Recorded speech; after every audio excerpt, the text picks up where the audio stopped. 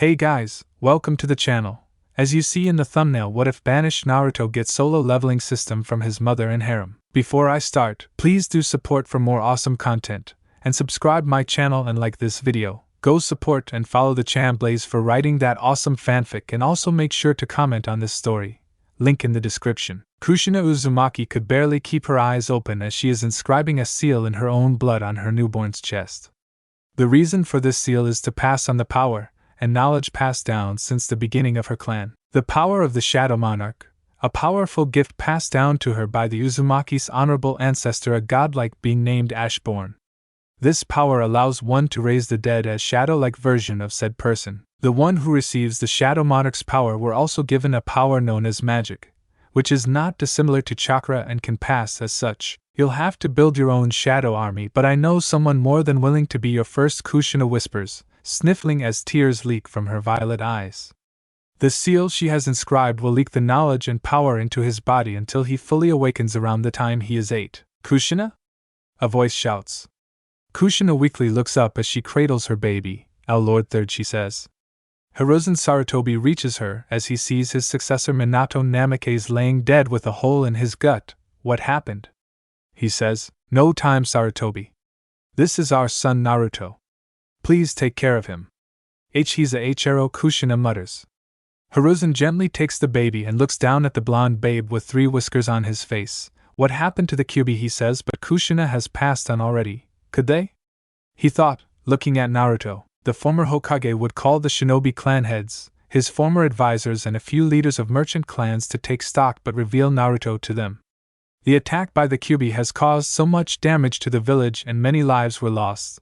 This blinds many to Naruto's existence, and believe he is the 9-tailed fox reborn. Naruto's life from that moment is nothing short of hell, as the villagers of Konoha learn he holds the fox by the unscrupulous actions of one of Hiruzen's advisors. The villagers hurt the child in retaliation to what the Kyuubi has done to their homes as well as the countless people it killed.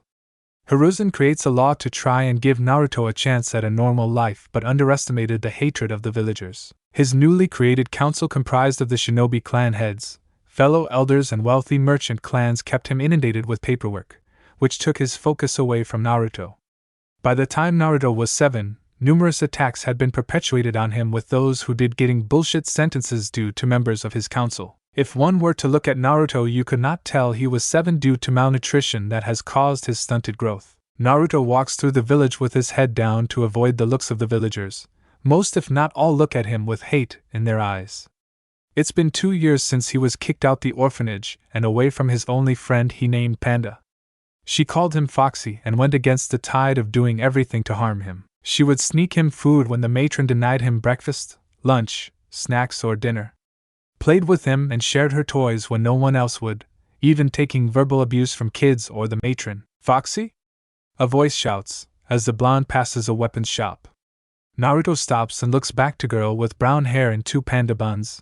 Her eyes were a gray tone but very familiar. Panda, Naruto says, his eyes flickering. The 8-year-old girl runs up to the blonde with a shocked look. What happened to you, she says. Tenten, a voice says, and Panda looks back to see her father Tetsuo Higurashi, but when she turns back, Naruto is gone. What's wrong, Tetsuo says, looking around. I found my friend from the orphanage named Foxy, but he ran away, Tenten says. Foxy, Tetsuo says, confused, but pieces it together when Tenten says his name. His name is Naruto, and I called him Foxy for the whiskers on his cheeks, and he called me Panda, Tenten says. It would be 2 more years before Panda and Foxy would see each other again. On Naruto's 8th birthday, and the Kyuubi festival did his annual beating take place, as over the past 3 years. The villagers regulated their attacks to the Kyuubi festival as ninja would be busy with the festival. A large group of villagers dragged the blonde against his will to a dark alley, beating him black and blue with their fists, stomps, pipes, or a 2x4 that breaks over him from overuse. This is for our pain demon brat, one shouts, stomping Naruto on the back. Naruto curls into a ball as best as he can, but the blows continue. Your very existence is a curse upon this village, one woman screeches. Once the group was finished, they left Naruto to bleed out in the alley while they were smiling and laughing about the fun they had beating on a kid. Naruto watches them leave in a half-conscious state as whatever blessing or curse heals him, but also a seal on his chest begins to unseal itself. Music, GODCYB3R0N, Naruto awakens and looks around to see he wasn't in the alley that he had just spent the last hour being beaten to within an inch of his life in. This place resembles some sort of sewer that makes him think the people dumped him into one. He staggers to his feet and dusts himself off but sees two paths before him with both of them leading down dark and barely lit tunnels. Right, it is, Naruto thought, heading right and travels for what seems like hours, but it was only a few minutes. He soon finds himself in front of a large prison of some sort, barred off by thick metal bars and a fairly large seal placed upon it. So my jailer has finally greets me, a deep and ominous voice says. Naruto freezes as two very large red eyes open in the darkness, having black slit pupils. Jailer? He says, before a large orange tail snaps its way out of the prison. The tail grabs Naruto and pulls him towards the prison as two rows of sharp teeth appear amid the darkness. The closer Naruto gets does he begin to see a massive orange fox with 9 tails, and a loud roar echoes through the blonde, but someone saves him.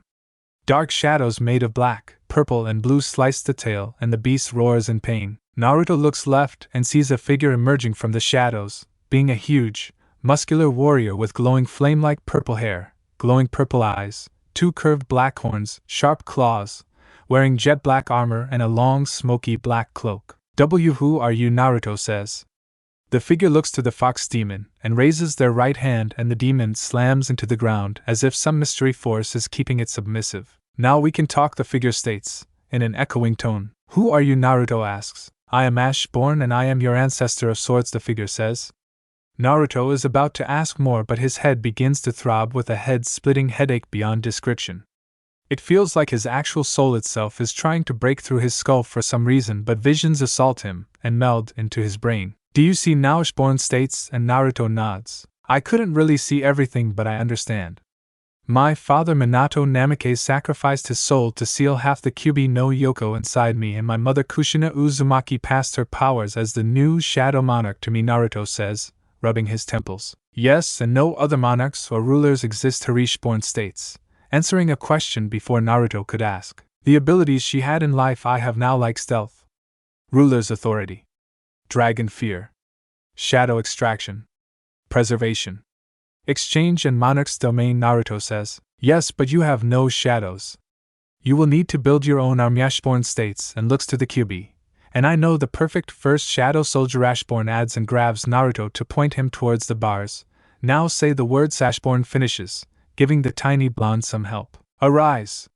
Naruto declares, and with one word, the dark power of the Shadow Monarch explodes out.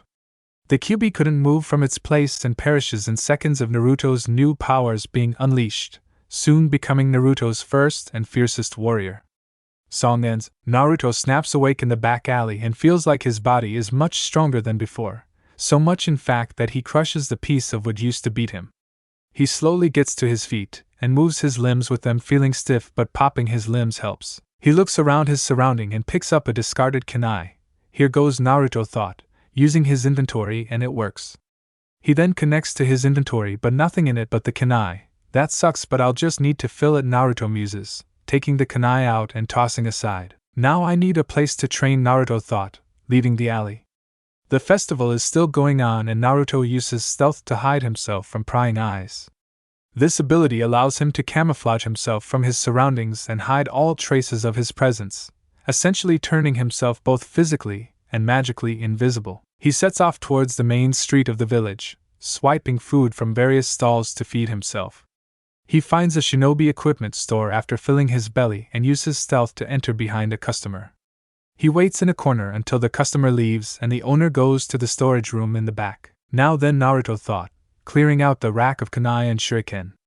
He slips out the store when another customer enters to be accused stealing so many weapons and jailed. Naruto heads for his destination, known as the Forest of Death, a large forest that is surrounded by a high chain-link fence to keep the beasts within it inside of it, according to stories. Naruto looks around and sees no one as he clambers up the fence and down it, before trekking into the dark place. He finds a suitable place to test out newest member of his shadow army. Arise! Naruto declares. The once terrifying Kyuubi no Yoko rises from the ground, but albeit smaller than before, at the size of a bear and still big for an 8-year-old. Good, Naruto thought, but growling catches his attention, before seeing a large bear that is easily 10 feet tall on its hind legs. Perfect. He's all yours, Naruto says, and the fox charges the roaring bear. It needs a name, he says, beginning to think of one.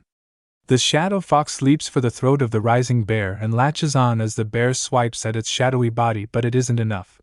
While the fox rips open its throat and both crash to the ground. Naruto approaches the now dead bear as the fox bows its head. Good work, Inari, arise, he says, making a shadow of the bear. He waves his hand to send Inari away but leaves the bear for shadow exchange before heading back to the fence, heading for his second destination, and that being his parents' home. Naruto finds the house after sifting some of his downloaded memories, finding it near the Hokage mountain and hidden by a miniature jungle. He uses stealth to reach the front gate, and from a distance the home looks intact. He places his hand on the seal on the gate and hopes for the best, but after a few seconds hears a click. He opens the gate and passes through but quickly closes it to keep people from knowing he was here. He trudges through the veritable jungle and reaches the home but finds the door isn't locked as he enters. This would have been home, Naruto says to himself, and sees everything is covered in a layer of dust. He wanted to turn on the light but finds he can see perfectly in the dark as he begins exploring. The home has a large kitchen, a door that leads towards the basement, 3 separate bathrooms, a master bedroom, 2 guest rooms and 1 last room, but the young blonde could not approach it. He heads for a guest room and turns in for the night, getting a great night's sleep for the first time in a long time. 6 months would pass and it is heavenly for the blonde as he lives by a strict schedule of learning as well as training, and it shows given his large arsenal of skills. His days were spent using stealth to sneak around the village and steal the food he would need for the day or head for Ichiraku ramen. He would head back home after eating a hearty breakfast before descending into the basement. It houses a vast library of scrolls and books of all sorts. Here he learned about his family history, mostly his mother's side since his father is an orphan. It had taken him 6 months to read everything, moving them to his inventory, and soon finds his parents' journal. He learned his parents loved him dearly, or rather his mother loved him dearly. In his father or sperm donor's journal he learned he conspired with his sensei Jiraiya to turn him into a weapon for the village. I wonder if the old man knows this, Naruto thought. The Sandaime tried his best to keep him safe, but he is one against many going behind his back. Noon comes and he eats a big lunch, then swap places with the bear now named Winter inside the Forest of Death and begins his training regimen. He punches trees to harden his bones, runs for miles around the place, and did non-stop push-ups as well as sit-ups along with pull-ups. He works his body to the core, and it begins to show since his body is no longer thin and sickly looking as it has been in the past. When he did train in the forest, many deadly animals were afoot, and he gained some more shadows. A group of tigers, bears, giant spiders, giant wasps and a very large snake. He also has to avoid the mistress of the forest named Anko Mitarashi, but she catches him a few times. What's a brat like you doing here? This place isn't for kids, Anko remarks with a raised eyebrow, her tone a curious mix of annoyance and amusement. She wears a provocative outfit, and has purple hair and fan ponytail with pupilless brown eyes. I'm hiding, Naruto says, trying to be cowardly. Bold words for a little guy. This forest can eat the likes of you alive, Anko says, a smirk playing on her lips. I'll take my chances, Naruto says, avoiding her eyes. Her smirk softens into an unexpected smile. Well, brat. Stick close to the fence if you want to hide here, Anko says, and vanishes with Shunshin. I need to be more careful, Naruto thought, using shadow exchange with Bird in his parents' home. Hello, Naruto. I am Mikoto Uchiha, a woman says, catching Naruto at Ichiraku. He turns to a beautiful woman with long, straight black hair having bangs hanging on either side of her face to roughly frame her cheeks and black eyes. She wears a simple dark purple blouse with a red plum skirt. Hello, Naruto says, and this meeting would yield Naruto his second most powerful shadow soldier. Naruto learns from Mikoto that in a unilateral move the major shinobi villages decided to give the next generation a chance to be children, and raise the age of becoming shinobi to 18, but those who showed strength and mental fortitude could graduate at 16. He learned Mikoto was his godmother, but also she knew his mother's secret as a shadow monarch. She even revealed that she is dying and would die in a few years, with a request to become shadow soldier for him. He reluctantly agreed to his godmother's request, and that request would come 2 years later. Forgive me for forcing such a choice on you, Mikoto says, now a shadow soldier. She resembles herself when she was alive, but her skin is light blue and dressed in Konoha Jonin attire but in dark colors, and her vest is like light armor. You were dying and made a promise to Mom, Naruto says, now 10 and looking much healthier. Yes, but I worry for my clan and my children, Mikoto says, and Naruto tilts his head. She explains that after the Kyuubi incident her clan became social pariahs after many saw a Sharingan eye in the fox's eyes. The newly minted council had the clan move to furthest edge of the village near the jail, causing a rift to form, and as time passed coup d'etat began to be whispered. Now that I am gone, I fear Fugaku will poison my children. More so Sasuke, as Itachi is more level-headed and her being sent to capital will help to break his influence, Mikoto explains, and he decides to have her keep an eye on the Uchiha. Mikoto helps him with learning some of the jutsu in his parents' library, but more so his mother's, as he was weary of learning his father's jutsu. She had him focus on control but also get his hands on chakra paper to learn his elemental affinities alongside magical abilities. He manages to swipe some from a shinobi store, learning he has an affinity for lightning, wind, and fire. He learned to duplicate some jutsu with his magic, molding it in numerous ways or just flat out tossing it in various forms such as balls or spikes. 2 more years would pass and Naruto finally enters the academy, meeting children his age, with a few being from shinobi or merchant clans. Some were nice like Shikamaru Nara and Choji Akimichi, some neutral like Shino Aburame and Ino Yamanaka, but many were antagonistic like Kiba Inuzuka, Hinata Hyuga, Sakura Haruno, and Sasuke Uchiha, with many others. The teachers would find any little thing to send him out of class, but the blonde didn't mind this as he now knows the Kage Bunshin Jutsu. He would leave a clone and shadow exchange to the forest to train. He was taught wrong stances in taijutsu or wrong ways in shurikenjutsu, but that was no issue for him. Naruto sits on a swing with a small lunch in his lap as other students were in little groups. You should make friends, sweetie, Mikoto says. Why? They just don't like me and listen their parents because of Inari, Naruto thought. He used his stealth to hide in Hiruzen's office to learn more about Inari and did courtesy of some old people, speaking about his law concerning him, and how he created a law to give him a normal childhood. A lot of good that did, Naruto thought, eating some chicken bites. Heads up, Mikoto says, and Naruto looks up to see Tenten. Foxy, Tenten says, and Naruto sighs with a nod. How are things in class? You made any friends, she adds, but Naruto shakes his head, causing her to frown. Just as their conversation is about to delve deeper into the paths their lives have taken since their last encounter, a piercing screech cuts through their nostalgic reunion. Why are you talking to him? A voice screeches. Behind them is Sakura. He's someone I know, and it's not up to you to decide who I talk to, Tenten says, her voice firm yet calm and manifesting her disapproval of Sakura's unwarranted outburst. He's bad. My mommy said so, Sakura says, crossing her arms. And? Tenten says with a minor pause, but the pinkette has no retort. Then leave us alone, she adds. See? A friend, Mikoto comments.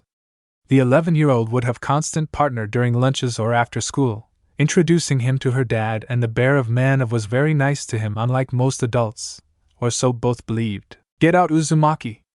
A no-name teacher says, and numerous students laugh. Seems your fate as a nothing, continues, Hinata says, as the blonde passes. He ignores the Hyuga as Kiba tries to trip him, but the blonde hops over his foot, before thinking of crushing Kiba's foot. He heads to the bathroom and leaves the academy for the Forest of Death, but he is being followed by several to ascertain the boy's level. He reaches the fence and hops over with ease compared to his first incursion into the forest. Naruto, Mikoto says, as Naruto lands in very large clearing. He quickly has to avoid a flurry of shuriken as about a dozen or so people in Umbagir appear, but their masks are blank. Who are you? Naruto says, but none say anything. They draw their tantos and rush Naruto, but he quickly uses ruler's authority to lift the thrown shuriken, sending him towards the blank mask Umbu. A few find the mark and pierce one kunoichi as she crashes to the ground, as this freezes Naruto, with one kicking him in the back towards the dying kunoichi. Arise! Naruto shouts. Inari, Winter and Mikoto rise to fight along with now dead kunoichi. Is this one of Kyuubi's powers, one says, but they wouldn't be able to tell their master about it. Naruto raises the dead blank mask Umbu, but their bodies turn to ashes by blue flames.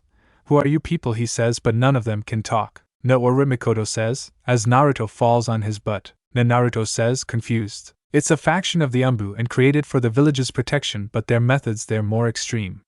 They operate under the philosophy that the individual does not matter. Only the mission. They are led by an elder named Danzo Shimura. He is someone with dark machinations for the village, Mikoto says with a grave tone, and Naruto looks even more confused. He wants you as weapons, she adds, shocking the blonde.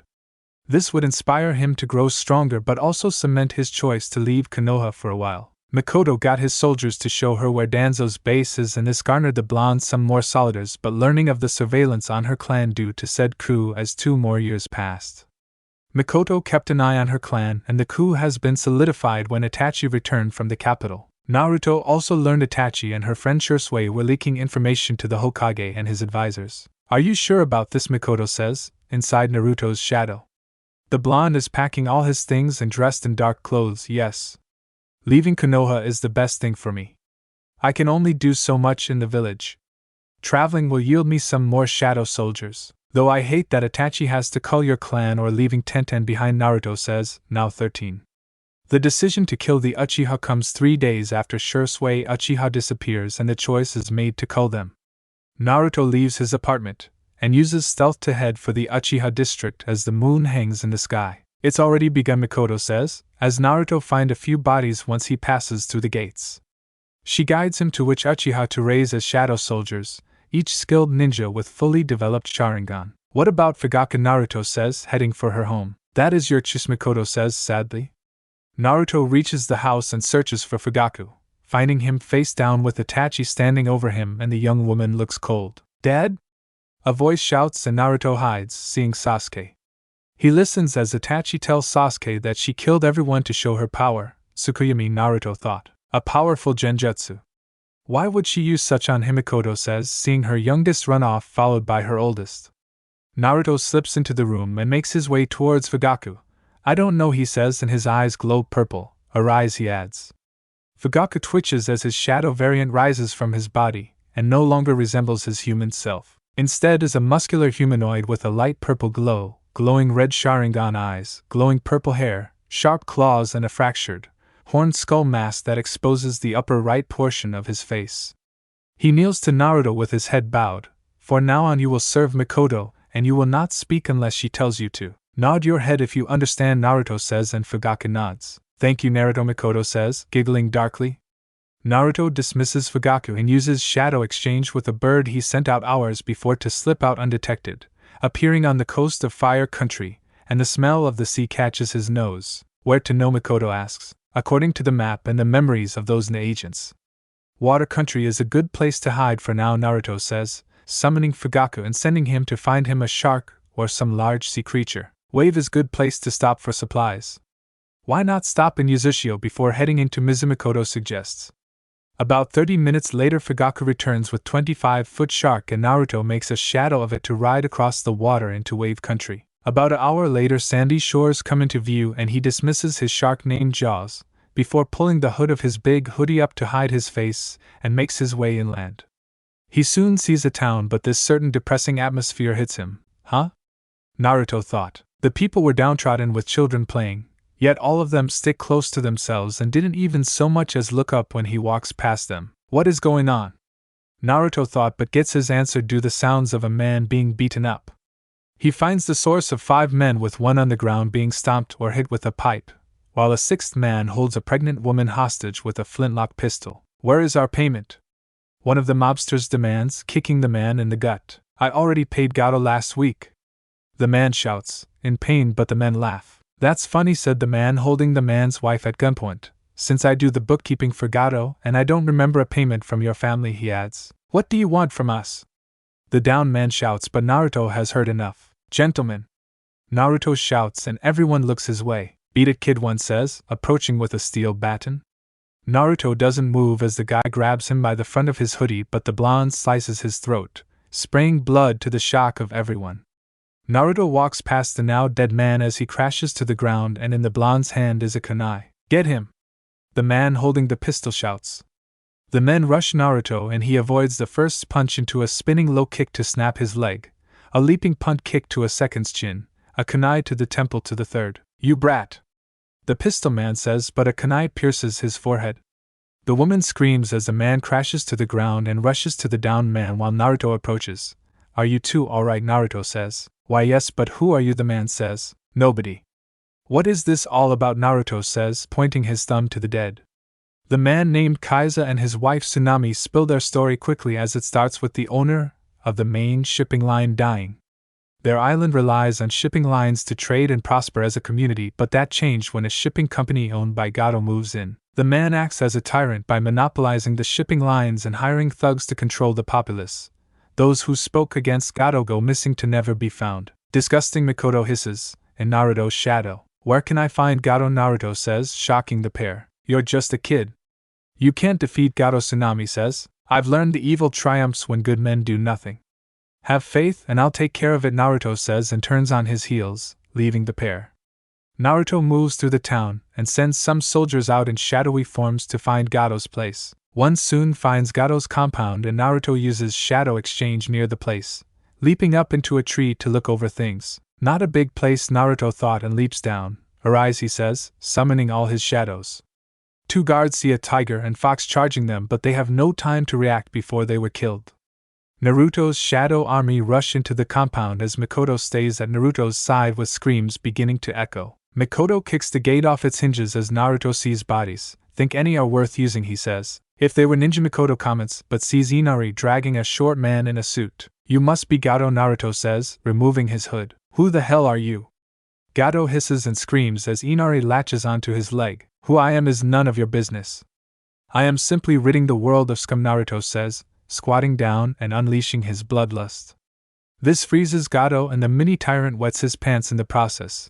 Please don't, he starts, but Naruto slices through his throat with his kunai. He has one of his display Gato in the center of town, and he explores the compound but sees nothing he wants, leaving the money for the people. Naruto leaves Wave as quickly as he arrives and heads for Uzushio, while the people find Gato's corpse. Kaiza leads a group of people to Gato's compound to find the bodies, and Kaiza says this must have been their mysterious savior.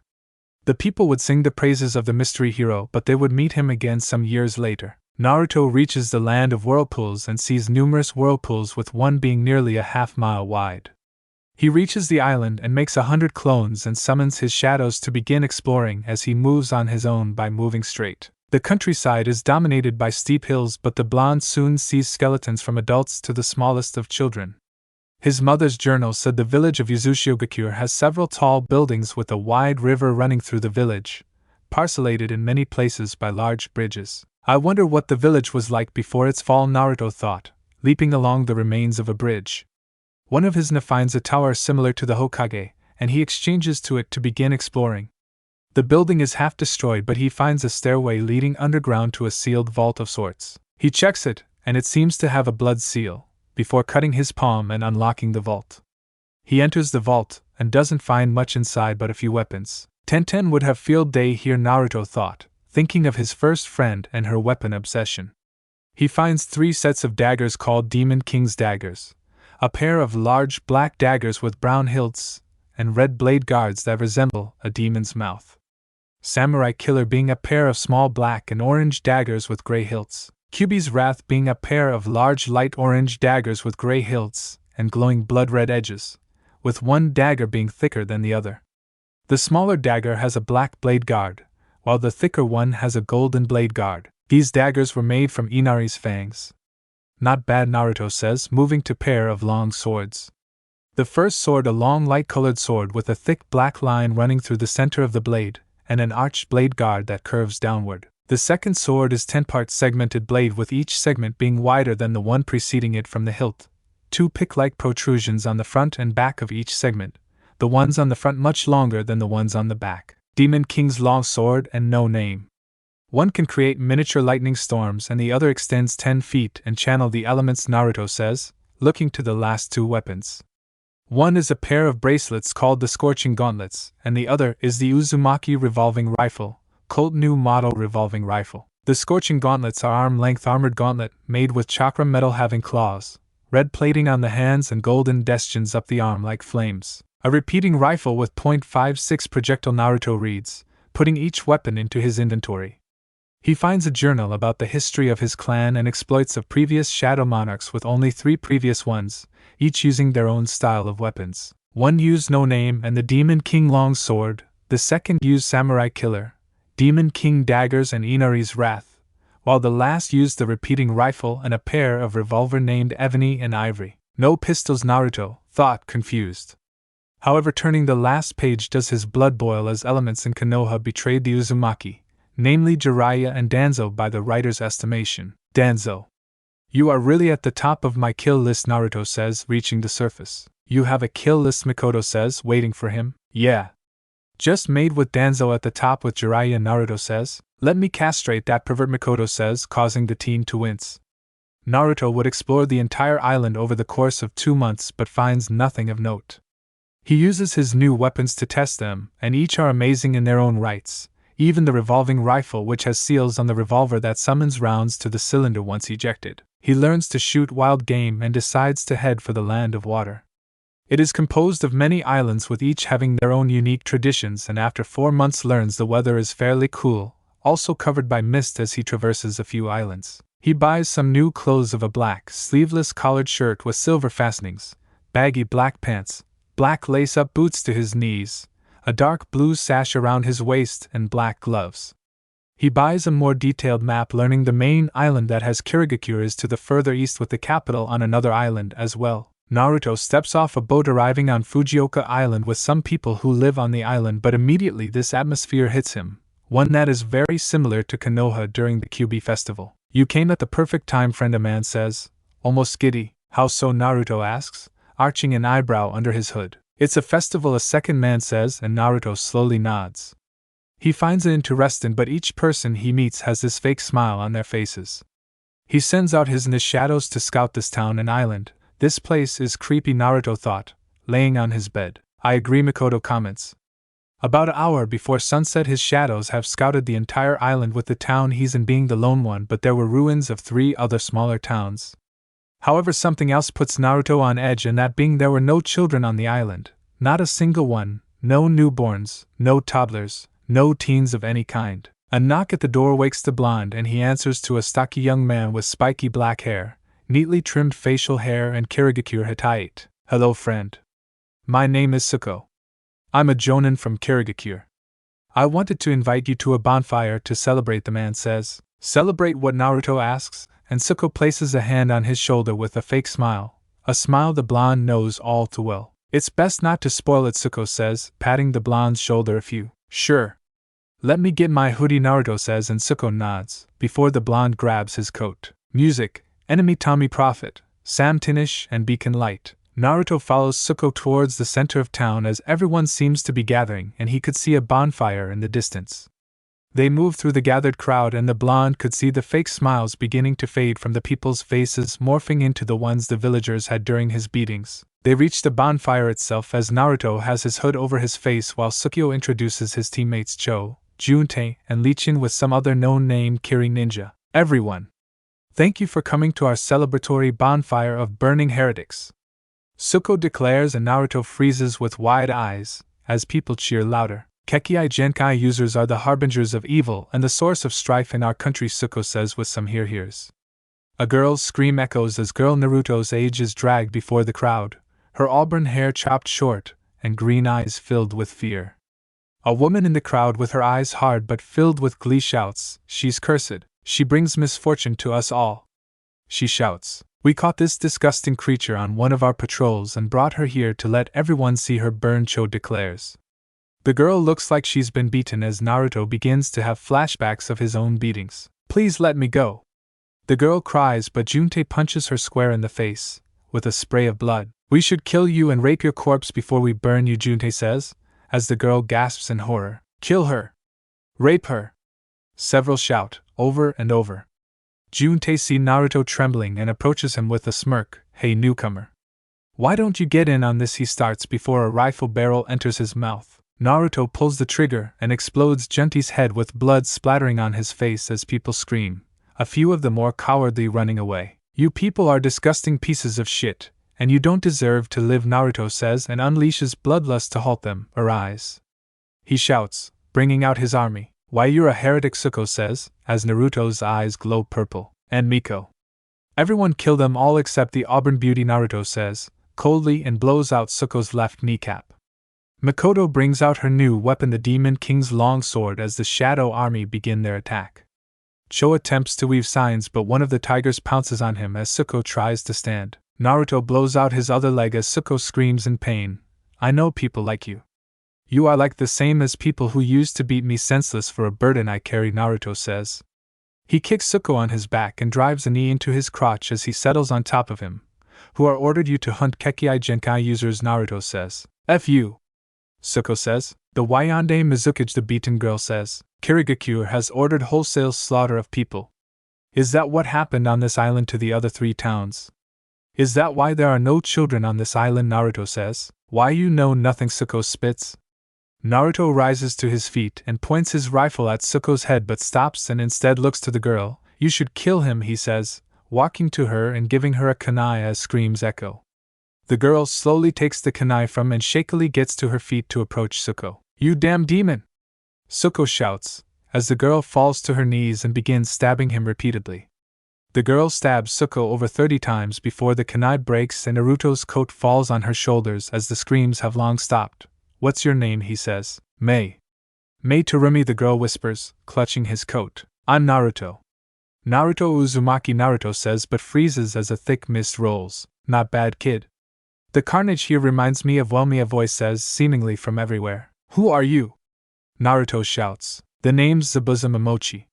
Demon of Mist, the voice says. Song ends. Naruto raises his rifle with a train to hit whoever comes close, but Zabuza chuckles. Easy, kid. You did my work for me, Zabuza says, from everywhere. Work? Naruto says, eyes narrowed. Yeah. I was sent to put this disgusting place to the sword for their unspeakable actions, Zabuza says, as the mist recedes. Naruto keeps his rifle at the ready as a tall and noticeably muscular man appears with light grayish skin, short, spiky black hair, dark brown eyes, and small eyebrows. He wears bandages around the lower half of his mouth, a hetaite turned sideways on his head, a sleeveless black shirt and matching pants, complete with a waistguard and striped wrist and leg warmers. On his back is a large, tall broadsword shaped like a butcher knife. The blade itself has 2 cutouts, a circle close to the top and a semicircular one nearer to the handle. Sent by who, Naruto says, but sees another person out the corner of his eye. Lower your weapon, kid, and we'll talk, but if must know. It's Mangetsu Hozuki, Zabuza says. Mangetsu Hozuki is powerful. Same with Zabuza Momochi. You can learn from both, Mikoto comments. Naruto lowers his rifle as on this day he would gain another teacher, and eventually through him a powerful shadow but also a lifelong partner. Meanwhile in Konoha things were not going as well as it would take 2 months before Hiruzen is informed of Naruto's disappearance. The teachers at the academy didn't bother to inform the Hokage or his Anbu minder Inu. Hiruzen reads the riot act to Inu or Kakashi Hatake, busting him out of Anbu to Jonin. He has Anbu search the village, but they find no trace of the blonde and 2 months later calls his council. A few of Merchant Clan members were elated about the news and planned parties to celebrate, while the shinobi were not as enthused as Naruto is their Jinchuriki. Danzo argues that they need to find Naruto before other nations catch wind of things and seek him for their aims. Hiruzen has Anbu Team Ro lead by newly promoted Nico search the country for Naruto, while Danzo secretly used his supposed to be decommissioned to search as well but for more sinister reasons. The Hokage even calls back Jiraiya to search for Naruto as well, but the self-proclaimed Super Pravette was concerned with other things. He told his sensei he'll have his spies look for Naruto, but suggests that Itachi kidnapped the blonde after slaughtering her clan and this worried the Sandaime. He would send Jiraiya back out, but again the Gamma Senin's priorities were elsewhere. Tenten worried for friend in a blow-up with her adopted father concerning Naruto caused her to drop out of the academy and actually leave the village to find him, but would meet a powerful teacher, who happens to be a legendary medic. Naruto and Mei follow behind Zabuza and his apprentice Hakiyuki. Not bad killing all those scummy people, Zabuza says, while they were riding on a boat heading for the rebels' main base on the island of Trize. They were going to kill her, Naruto says, with Mei sleeping on his shoulder. You look so young, Haku says. He is a effeminate young man with long black hair gathered in a white bun holder, while 2 locks framing his face, bound with metal hair cuffs at the ends and large, dark brown eyes. He wears a pinstriped outfit that stop at his knees, a green haori with white trimmings, around his waist a brown sash with a fringed trail wrapped around his waist twice. He also wears light brown platoon sandals with straps in the same color as his kimono, nail polish on his fingernails and toenails a matching blue-green color as well. I grew up fast, Naruto says firmly. You a Kekkei Janaki user, Zabuza asks, prying. Sort of. I ended on Fujioka by chance, Naruto says, keeping things close to the vest. The journey devolves in silence, and they soon reach Trize as Zabuza takes them to their HQ to their leader. Naruto and Mei sees numerous people from old to young, survivors of the purges, Haku says, while Mei sticks close to the blonde. Innocent people killed for simply being born, Mikoto says. They reach the rebel leader's tent, Mangetsu. I'm back with someone interesting, Zabuza says. Naruto sees a young man sitting at a long table with map and a few others pointing at various things on it. Interesting, how Mangetsu says. He has purple eyes, shoulder-length white hair and pointed, shark-like teeth. He a black, sleeveless shirt, light purple pants and striped leg warmers and wears bandages around his neck. This kid killed everyone on Fujioka, Zabuza says, and this shocks many in the tent. Mangetsu stares at Naruto for a few minutes to study him, and Mei standing beside him. Names, Mangetsu says. Naruto says curtly. Mei Terumi, Mei says, slightly nervous. Do you both have bloodlines, Mangetsu asks, in a tone of saying don't lie. Naruto sighs and summons one of his animal soldiers, explaining he can summon shadow animals with chakra and he has 3 elemental affinities. Mei slowly reveals she has not one bloodline but 2 bloodlines of the lava release and boil release. Such skills can of use to us. Would the 2 of you consider joining our fight to free Kirigakure from tyranny, Mangetsu says, and goes to explain that a few years after the Third Shinobi War, the Yandere Mizukage began a purge of all bloodline users due to the actions of the Kagaya clan. He, Zabuza, Amuri Ringo and Kagura Karatachi defected from Kirigakure after witnessing several mothers tossing their babies into fires or into rivers because their father was a bloodline holder. I'm willing to help, but I'm just kid, Naruto says, and Mei says the same. I'll have Zabuza train you, Mangetsu says. I don't know how to train girls, Zabuza says. Fufufu. I can help you with her, a voice playfully says. Naruto and Mei look back to see a short woman with long red hair, black eyes, and together with a slashed tight and a simple cloth around her head, distinctively tied at both sides so as the ends of the material protrude upwards, while the remainder of hair flows downwards. She wears a loose, pinstripe long-sleeve shirt with a dark obi around the waist, black hakama pants, and striped leg warmers. Meet Amuri Ringo, Mangetsu says, holding his hand out to her. I'll do it, but I'll train the kid my way, Zabuza says, and Mangetsu nods, dismissing the teens. Naruto decides to go explore, but Mei follows him. Why are following me, he says, slightly annoyed. You're the only one I know here and you saved me, Mei says, her eyes shifting left and right. Don't be so rude, her, Mikoto chides, and the blonde sighs. Naruto extends his right hand to Mei, and she takes it. You can hang with me, he says. They would ask around for places to sleep come nightfall, but were only given large blankets. Food wasn't in short supply and could eat their fill, before finding a place to hunker down come nightfall. Mei would find her way close to him during the night after a nightmare, which would be a daily occurrence for a while. Zabuza and Amuri's form of training is first with standing their ki and standing up to them. The 2 teens did with Mei barely hanging on but impressed Amuri. The next thing is a toss into the deep end of learning silent killing or defending against it inside the hidden mist jutsu. It took Naruto 6 months to defend and Mei a year, all the while their teachers are mocking them on which places they would strike. Alright, brat. You and brat number 2 are going fishing, Zabuza says. The 5 of them were on the island of Sayako and hunting Kirigakure forces. Who's the fish, Naruto asks, now 14. His name is Kim Chulin. You can't miss him.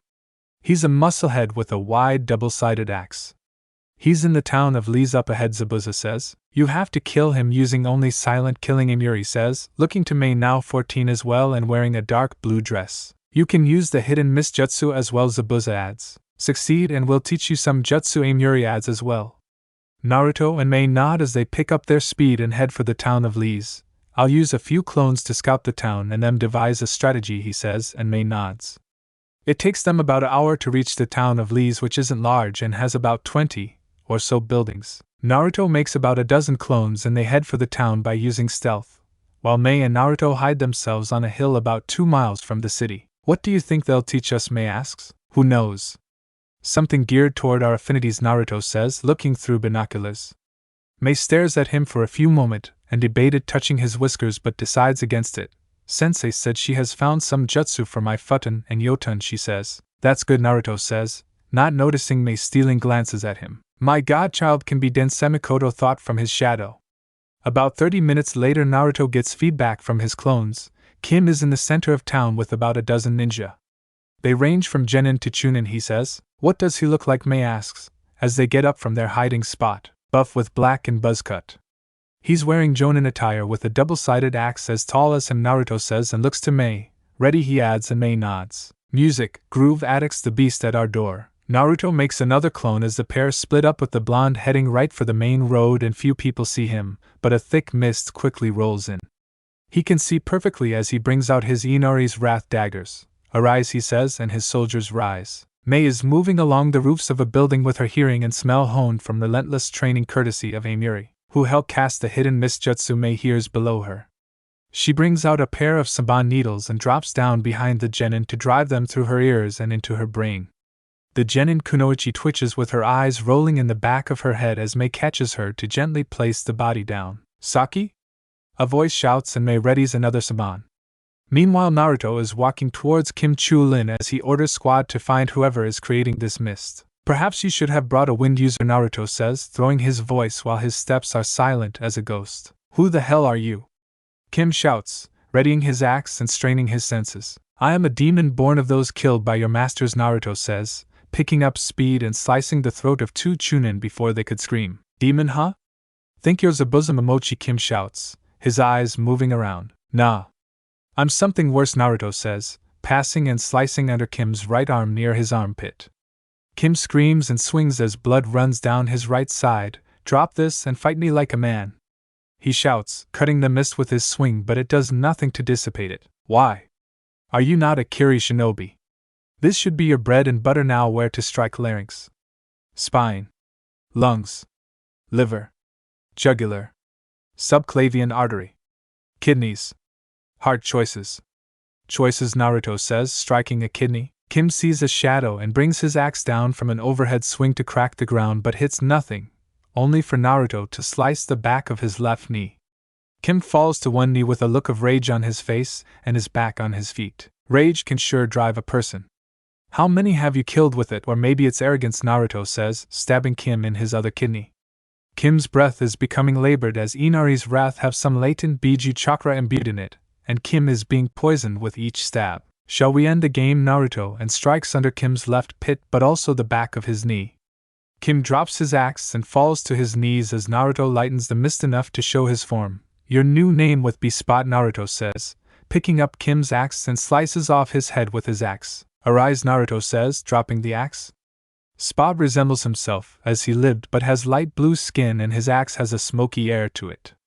Naruto dismisses Spot and all his soldiers as Mei arrives. Mission complete, she says, and Naruto nods. Before they vanish with the mist receding, the people would find the bodies of Kim and his squad, with some saying it was like some phantom had come. Not bad, brat and brat number 2. Since you did so well, we'll teach you some jutsu, Zabuza says. Right, kiddies, let's head back, Amiri says. Song ends. Naruto lays on the bed of the place he's staying when a knock echoes and goes to open it, revealing Mei in long night dress and a pillow. Naruto sighs as he lets her in but turns to her mere inches from him as he closes the door. Something wrong, he says, his brow furrowed. No. I have something to tell you, Mei says, looking into his blue eyes and him looking into her green jewels. Is she going to confess? Mikoto thought. I know it's wrong, but I love you and not as a friend, Mei says, shocking the blonde. Wait, what? Naruto says, avoiding her eyes. I've only known you a short amount, but I'm in love with you. You saved my life like some hero on a horse. You've seen me at my lowest and lifted me up. So I want to be with you, Mei says, her cheeks flushed with embarrassment. Are you serious about that? You don't really know me, Naruto says, covering the lower half of his face as his ears were red. I don't care, and you're not getting rid of me, Naruto, Uzumaki may say, and in a bold move driven by pent-up emotions, pulls Naruto into a hasty. It is a gentle collision of uncertainty and longing, a silent plea for understanding and perhaps reciprocation. Naruto's eyes widen in shock as he is caught off guard, but the initial surprise fades, before finding himself responding to her. It was clumsy and shy, a testament to their inexperience and the vulnerability they feel in the moment. Naruto and Mei slowly pull apart as he looks into her eyes and searching for the right words. Mei, I never realized how you felt. And Miko says I'm a bit dense like my mom, but knowing this changes everything, he says. I was scared. I didn't want to ruin a burgeoning friendship, Mei says, biting her lip with anxiety coiling in her stomach, but Naruto pulls her into his embrace. Congratulations, sweetie. Your first girlfriend, Mikoto crows, and for what it's worth. I think I've started to feel the same way about you, Naruto says, and Mei laughs. We'll figure this out, Mei. Together, he says, and for Mei, it was enough for now. Zabuza and Aim Yuri would teach Naruto and Mei several jutsu like water formation pillar, water bullet technique, water dragon bullet technique, and a combination jutsu with Naruto called lightning water dragon bullet. Naruto learns a few jutsu from Aim Yuri to go with his plethora of ninjutsu like lightning fang, falling thunder, lightning ball, and lightning dragon tornado. This seems to anger Aim Yuri's apprentice Raiga Kurasuke, but he didn't have a set to go after the blonde. 2 years would pass, and while Konoha continued to celebrate Naruto's departure, as finally the demon was gone from their lives, Konoha and the Country of Fire were forced to deal with the death of the Fire Daimyo. His sons Ieyasu and Nabutatsu would begin a succession battle, with Konoha remaining neutral due to oaths going back to the foundation of Konoha, but darker elements were aiding the older brother Nabutatsu. In Water Country, Naruto benefited greatly learning from Zabuza but also Aim Yuri. He also gained someone he cares for greatly, as both bonded over their similar trauma and Mei becoming more brazen in her actions. We're heading out, brat. Get your shadow, Zabuza says. The now 15 going on 16-year-old Naruto hops up from his push-ups, still wearing a black, sleeveless collared shirt with silver fastenings, baggy black pants, black lace-up boots to his knees, a dark blue sash around his waist, and black gloves. He is taller and more athletic now, but a noticeable change is his whiskers have all but faded from his face, and his blonde hair is cut shorter to not look his father. Where we heading? Naruto asks, popping his joints. We're hunting a big fish, Zabuza says, smirking. Right, Naruto says, heading for his temporary place on the main island of Ishidari. Will you stay here in Mizu or travel some more? Mikoto comments. I want to finish helping the rebels. Though I wish to meet Tsunade Senju but also Ieyasu Oda, Naruto thought. He had learned of the succession war in Fire Country, and wondered if the old man is involved. He reaches a small cottage as Mei steps out. Her once chopped hair is not past her shoulder blades in a topknot tied with a dark blue band. She wears a sleeveless black crop top with a buckled choker at the collar, and black jean shorts with purple straps around her upper thighs and black lace-up boots, loose mimetic leg warmers with high-waist black stirrup tights. Welcome back, Mei says, but furrows her brow. We have a mission, she adds, looking at his face and wrapping her arms around his neck. Yeah. Zabuza says, we're hunting a big fish, Naruto says, running his nose on her neck and taking in her blueberry scent. Do you know who? Mei asks, following Naruto inside. No, but we follow our sensei, Naruto says, going to grab his gear. Yes, Phantom-kun, Mei says, joking a little. Naruto shakes his head as he grabs a long black button-up jacket with the upper body featuring a hood having a beak tip, blue lining along the torso with the lower half of the coat forming two tails. He heads outside as Mei soon joins him with a black jacket having purple trim, a high collar and attached hood, which covers the lower part of her face downward and comes just above her high-waist tights. The jacket has a zipper running along its entire length, a purple air filter on either side just below the trim. The jacket's sleeves completely envelop her arms, terminating in white glove-like extensions, a cat's paws. The pair leave their cottage and make their way to find Zabuza, finding him with Haku. Hello, Naruto-kun. Mei-chan, Haku says, bowing, and both do the same. All right. Time to head out and no back chatter either, Zabuza says, looking to Naruto, and the blonde raises his hands in defeat. The four take off at Chunin speed as Naruto and Mei pull up their hoods to hide their faces, while Haku dons a white hunter-knee mask with thin, curved eye holes and a red wavy design in place of the mouth. A few hours later, the four were avoiding a strike force led by Yagura Karatachi and the sand by Jinchuriki. I see what you mean by big fish. Kagura's brother of all people, Naruto says, leaping and turning to fire several air bullets, hitting one hunter-knee in the chest. Hush up, brat, Zabuza says. Haku and Mei toss a hail of saban before Yagura spins his hook staff to create an aqua mirror to mirror their attacks, and the four avoid the counter saban. Both sides reach a large clearing about a mile wide near a lake and both sides halt, Zabuza Momochi, Yagura says. He is a short young man with short, messy, gray hair that falls over the right side of his face and spiked up on the left. Pupilless pink eyes and a stitch-like scar running from under his left eye, all the way down his cheek.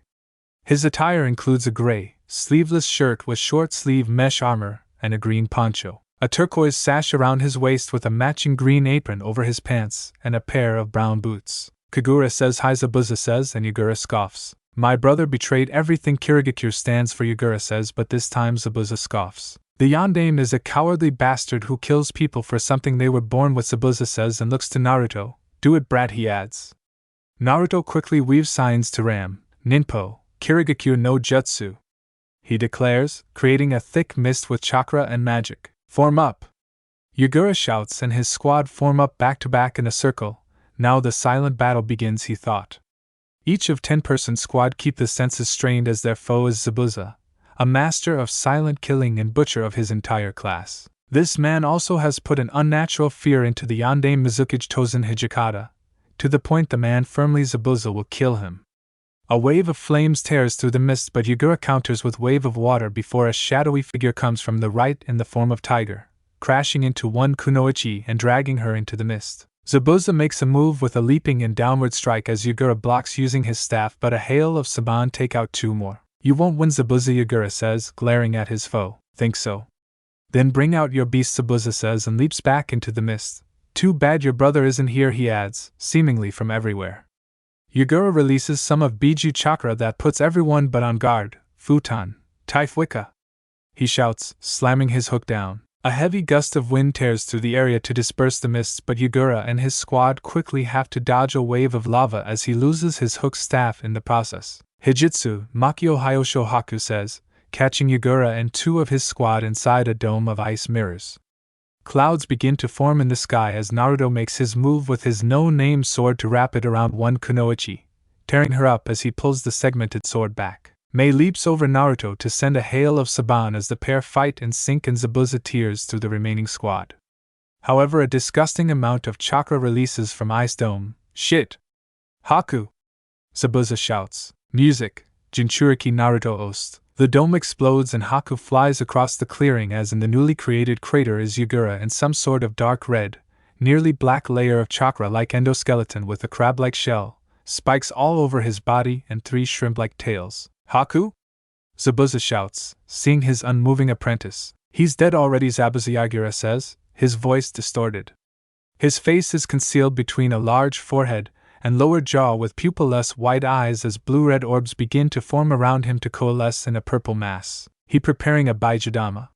Brat, you know what to do, Zabuza says, glancing to the unmoving Haku. Die, Yugura shouts, firing his Baijidama, but Naruto weaves a chain of signs and slams his hands down. Kuchios, triple Rashomon! Naruto shouts, as Zabuza and Mei get behind him.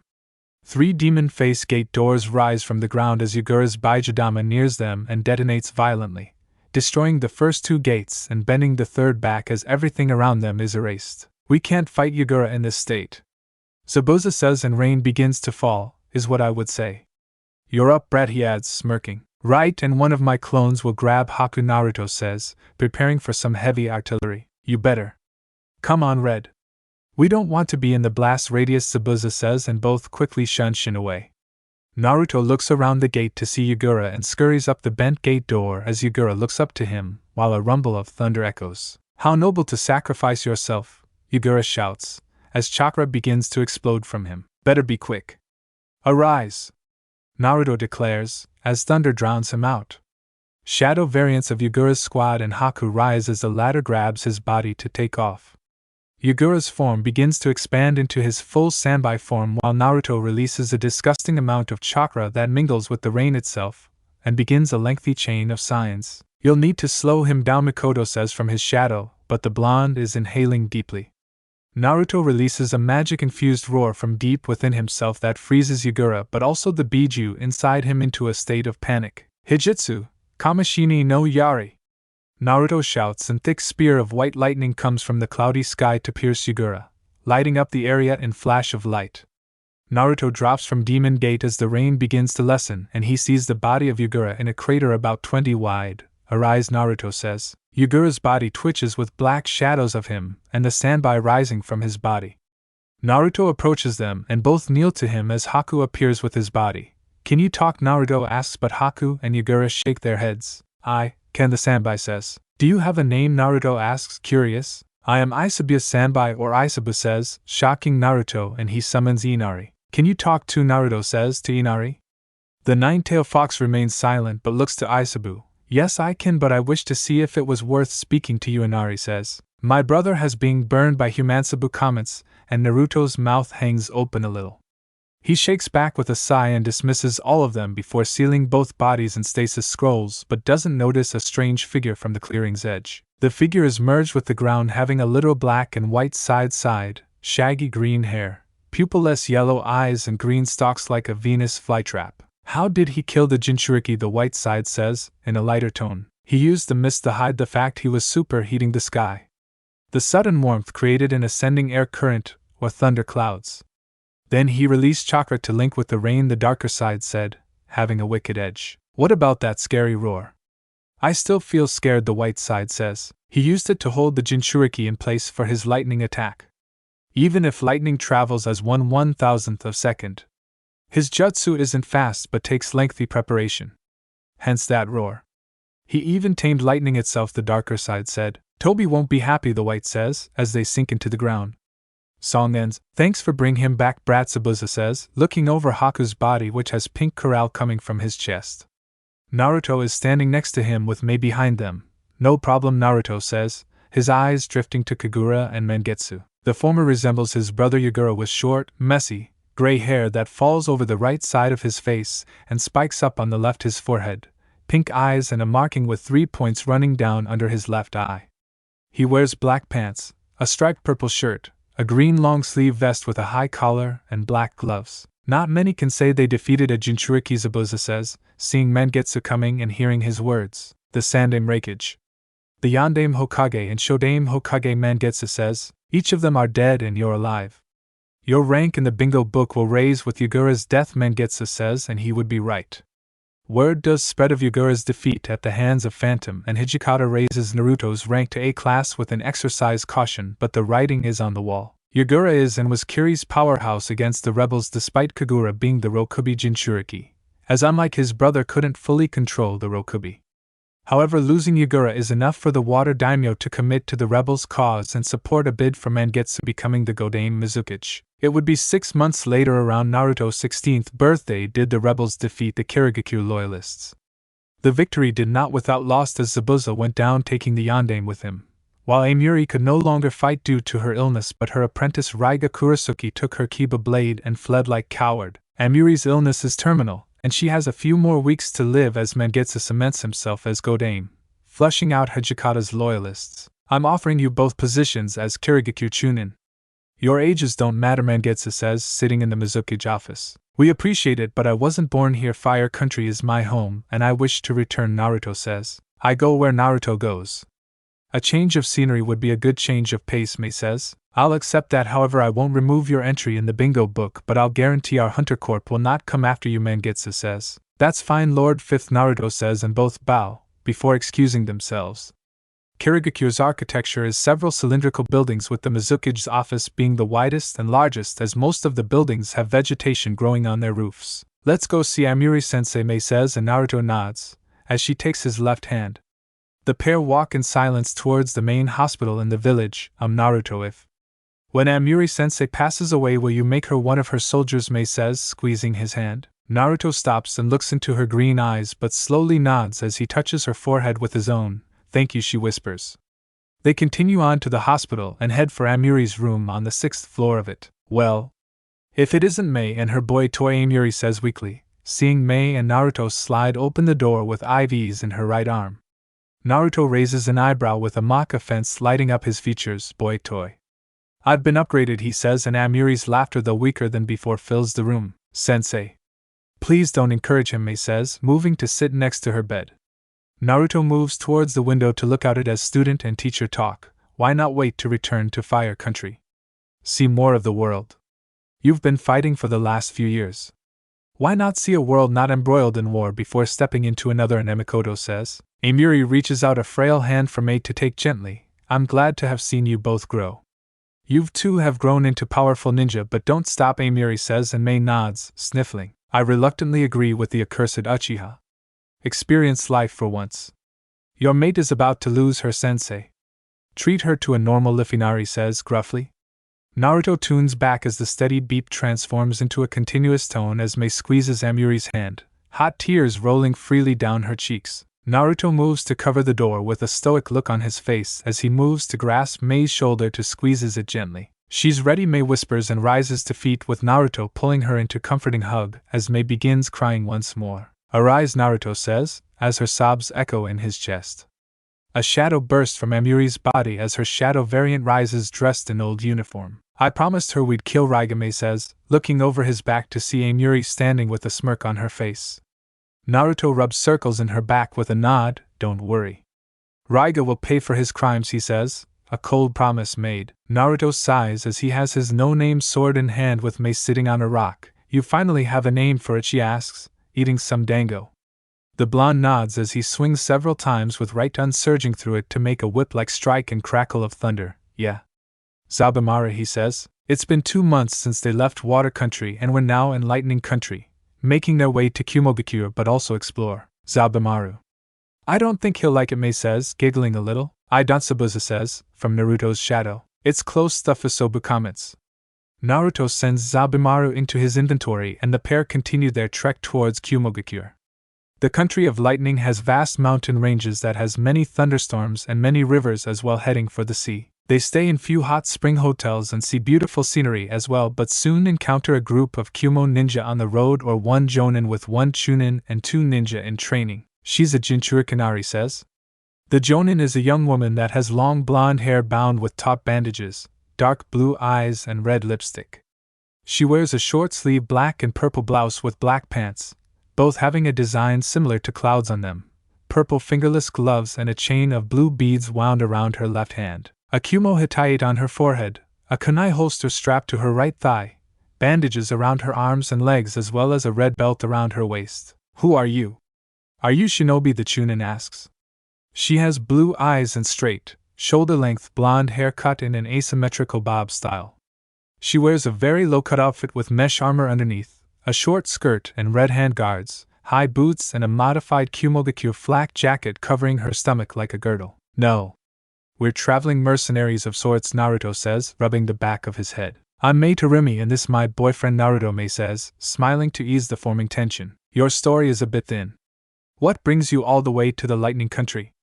The second Kunoichi says, crossed her arms with her expression one of slight agitation. She has dark skin with long spiky red hair and amber eyes having 2 simple yellow earrings. She wears a long, short-sleeved dress with frilly edges complete with fishnet stockings, thigh-high boots having white soles. The fourth of the group begins to go on long tangent, you know. This situation reminds me of a story I once heard. There was this group of travelers, very much like us, who ended up being key figures in an unexpected turn of events leading to the resolution of a century-old dispute between 2 nations. Now, I'm not saying we're part of any story, but if we were, imagine the implications. Perhaps encountering each other here, at this very moment, is a pivotal point in our collective narratives, he says. Shut up, Omo! Karui shouts, slapping him in the head. He is a dark-skinned young man with short, spiky, white hair and dark eyes accentuated with eyelashes curving upwards from the corners.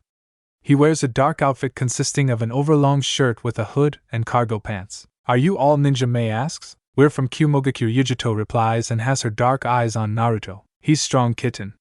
Keep the hothead from pissing him off, a voice says in Yujito's head. We lost someone important to us. So we're on a journey of hope and healing. We heading to Kumogakure to see on the great ninja villages to see its rich history and experience it firsthand, Mei says. We can escort you for a fee, Karui says, smirking. Karui, you and Omo are not ninja yet. We can accompany them as we're on our way back, Yujito says and looks to the pair. I'm Yujito Ni and this is Chunin Samui. They are Karui and Omo, she adds. Nice to meet you and let's get along, Mei says, bowing. The 2 groups make the week-long journey to Kumogakure, which is located in a range of tall mountains and is literally hidden in the clouds.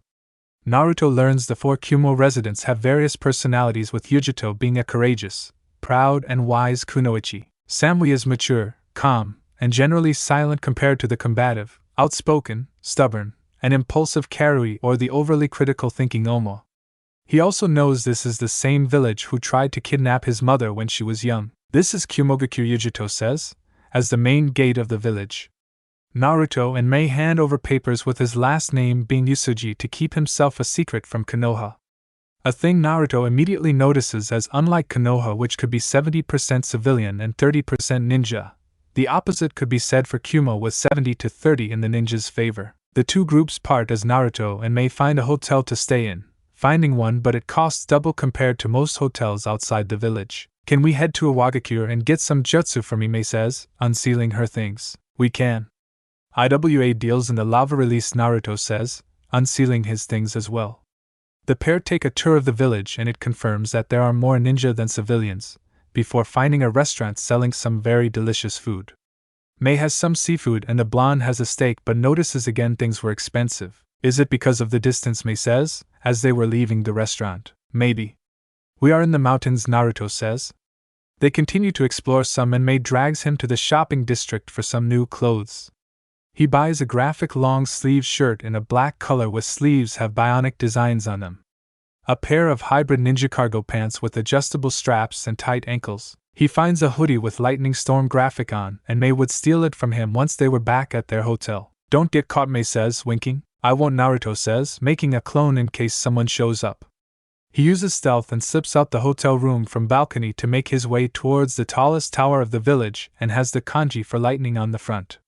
Patrols were very prevalent as Naruto moves through the village. Kumo is very militarized, he thought. He reaches the tower and manages to slip inside due to someone entering the tower. He searches for the jutsu library and soon finds it, searching through the library and finds some jutsu but a few are some he's seen already. He writes down electromagnetic murder and thunderbolt but the rest utilize the lightning armor and are taijutsu based, co-op based or sword based jutsu but also some lava based jutsu. Rubber, Naruto thought. I don't think Mei will like the Semikoto comments, writing them down just in case. He thought of checking the Reiki's office but decides against it and slips out the tower behind someone luckily. He heads back to their hotel room and slips back inside. Mission successful, Mei asks, laying on the bed. I found a little but it's more suited for certain people. I did find some Yotan jutsu but they are rubber based, Naruto says, and Mei wrinkles her nose. I guess it's IWA next, he adds. The young couple would remain in Kumo for about a month but would soon find their patience and resolve tested not just by the foreign environment. It would be the interactions with Karui and Omoi, the former antagonizing them several times and leading to them a friendly spar. This is so not cool. They are guests here. There's no need to constantly provoke a fight, Samui comments, standing between Naruto and Karui. It will be fine, Samui.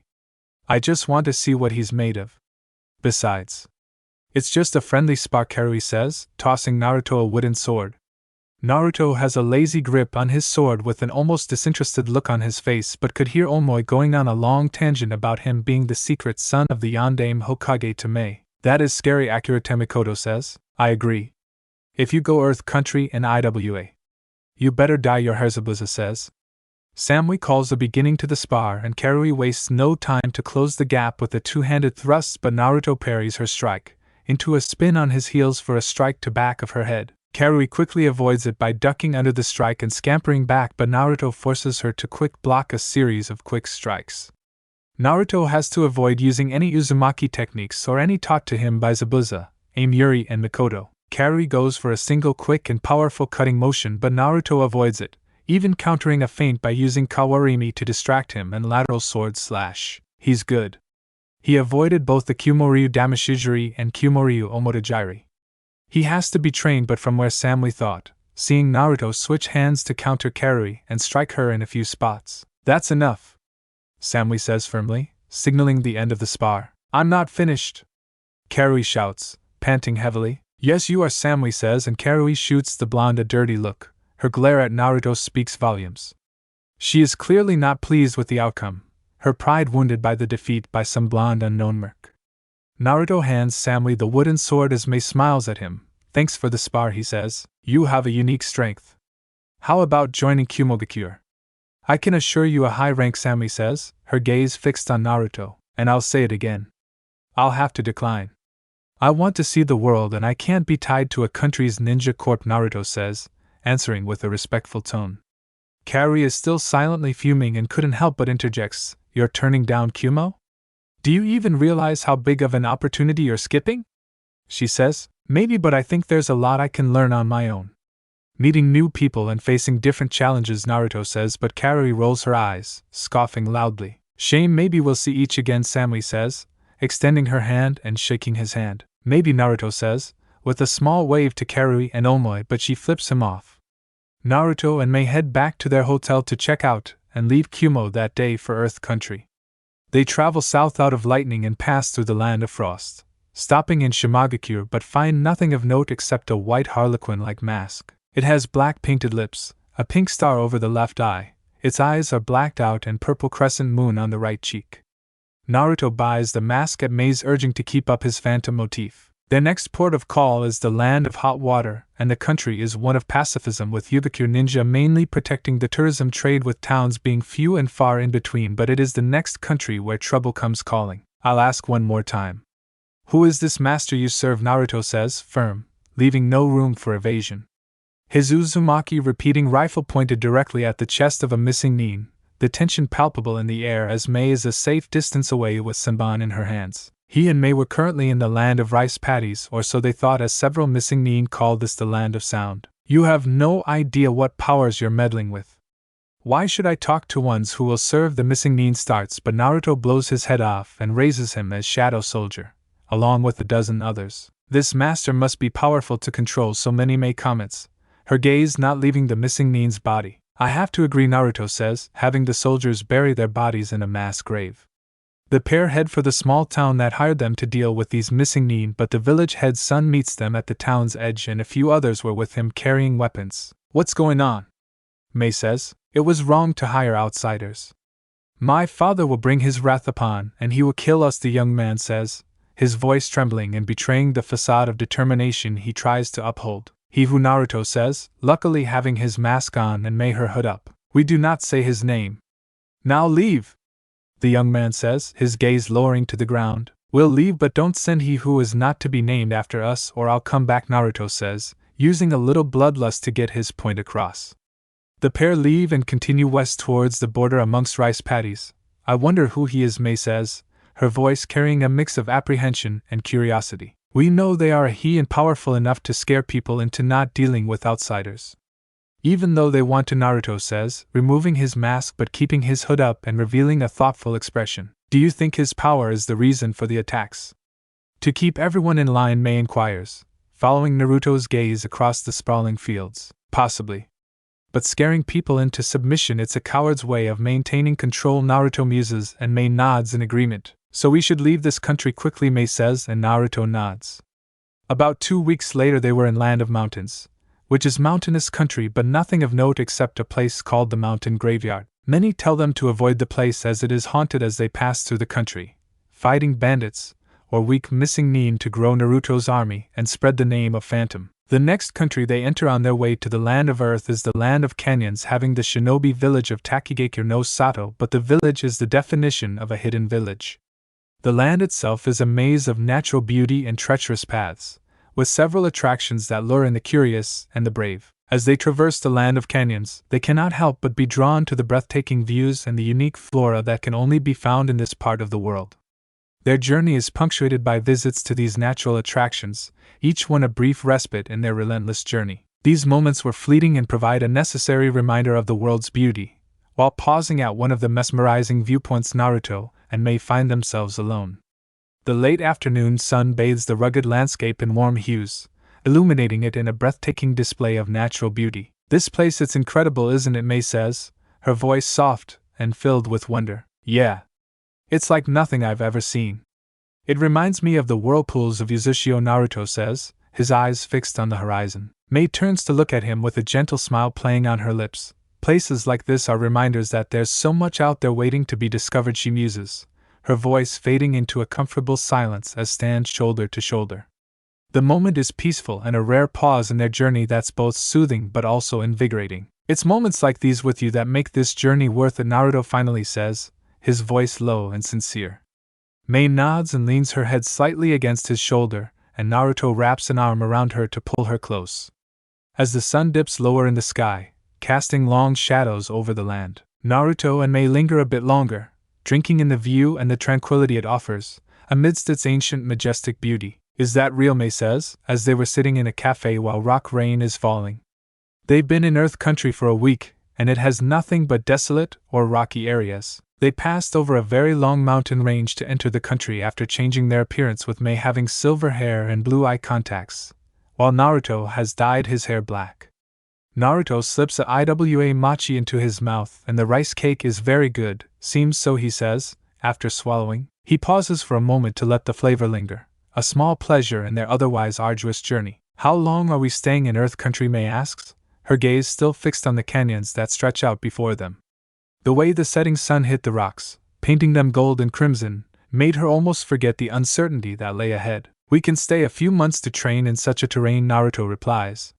May drinks some tea after having an IWA mochi with its sweetness a contrast to the bitter tea. Are we heading for Wind Country, she asks, curiosity lacing her tone, but Naruto shakes his head. Unless you wish to go, Naruto says, but May shakes her head. I'm not fond of so much sand, May says, a small laugh escaping her.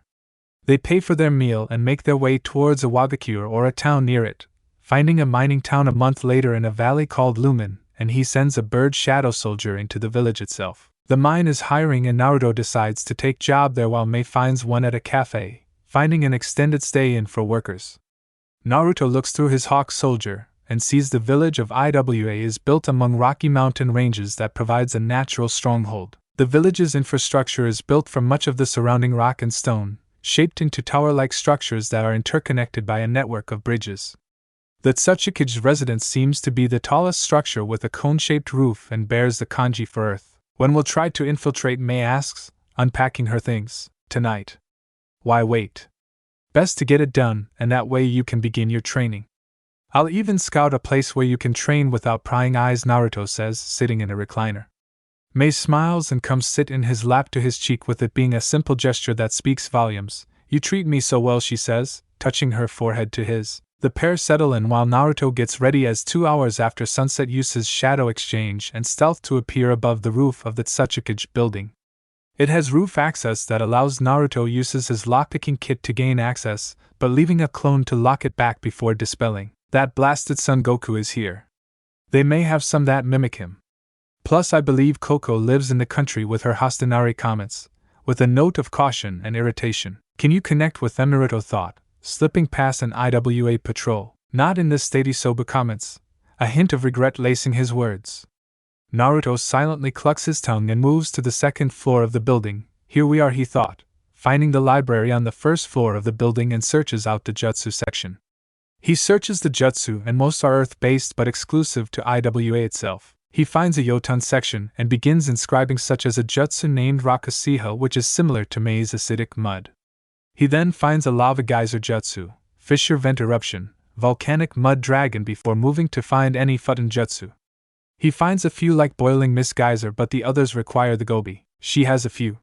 It'll have to work and we can experiment, Naruto thought, using shadow exchange to return to their inn. Did you find anything, May asks, her gaze fixed on him. I did. Mostly lava-based, Naruto says, and shows her the various jutsu he found. It'll do, but unlike you. I can't make 1,000 clones, May says with a playful smirk, her tone teasing yet laced in a hint of envy for his vast chakra reserves. I can inscribe a seal on your body to increase your reserves, Naruto comments, and May comes up to his cheek. 6 months would pass with a singular routine for the 17-year-olds of working 4 or 5 days a week with 2 off days of training with 1 day of relaxation. The people of Lumen see the young couple as a constant in the town, with Naruto working hard in the mine, while May is a beautiful face in the cafe. Should be almost time for lunch, Mikoto comments. Naruto is hammering away with pickaxe down a tunnel, his upper body sweating and soaking his tank top. The top of his jumpsuit is tied around his waist and a hard hat on his head, should be, he thought. So who are you? A voice suddenly interrupts his concentration. Naruto looked to see a young woman in her early 20s or around his age with black hair.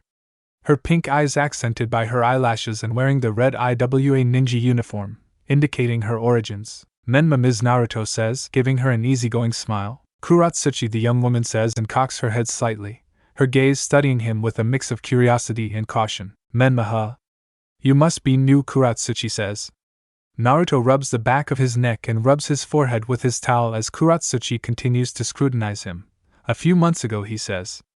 Kuratsuchi is about to ask him another question as another IWA ninja runs up. Kuratsuchi. We found him, he says. Stay here, worker, Kuratsuchi says, following the shinobi. Naruto waits for them to leave and covers his left eye to look through one of his hawks, seeing the town is under attack by a large group of missing nin and bandits. Do you want to get involved? Bratsubusa says from his shadow. I do, but I would rather not reveal my abilities, Naruto muses. I would agree. These IWA ninja could reveal you to the Tsuchikage, Mikoto says. Naruto continues to look through his hawk while flipping his pickaxe to catch the handle, but noises echo through the tunnel in the form of few bandits we should load up on while the boss deals with the Tsuchikage's granddaughter, a voice says, rough and eager with the sound echoing off the narrow tunnel walls as Naruto erases his presence. Another bandit chimes in with a hint of greed lacing his tone, yeah, and I heard she's not to be underestimated.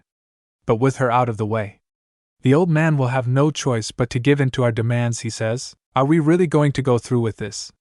What if we're caught?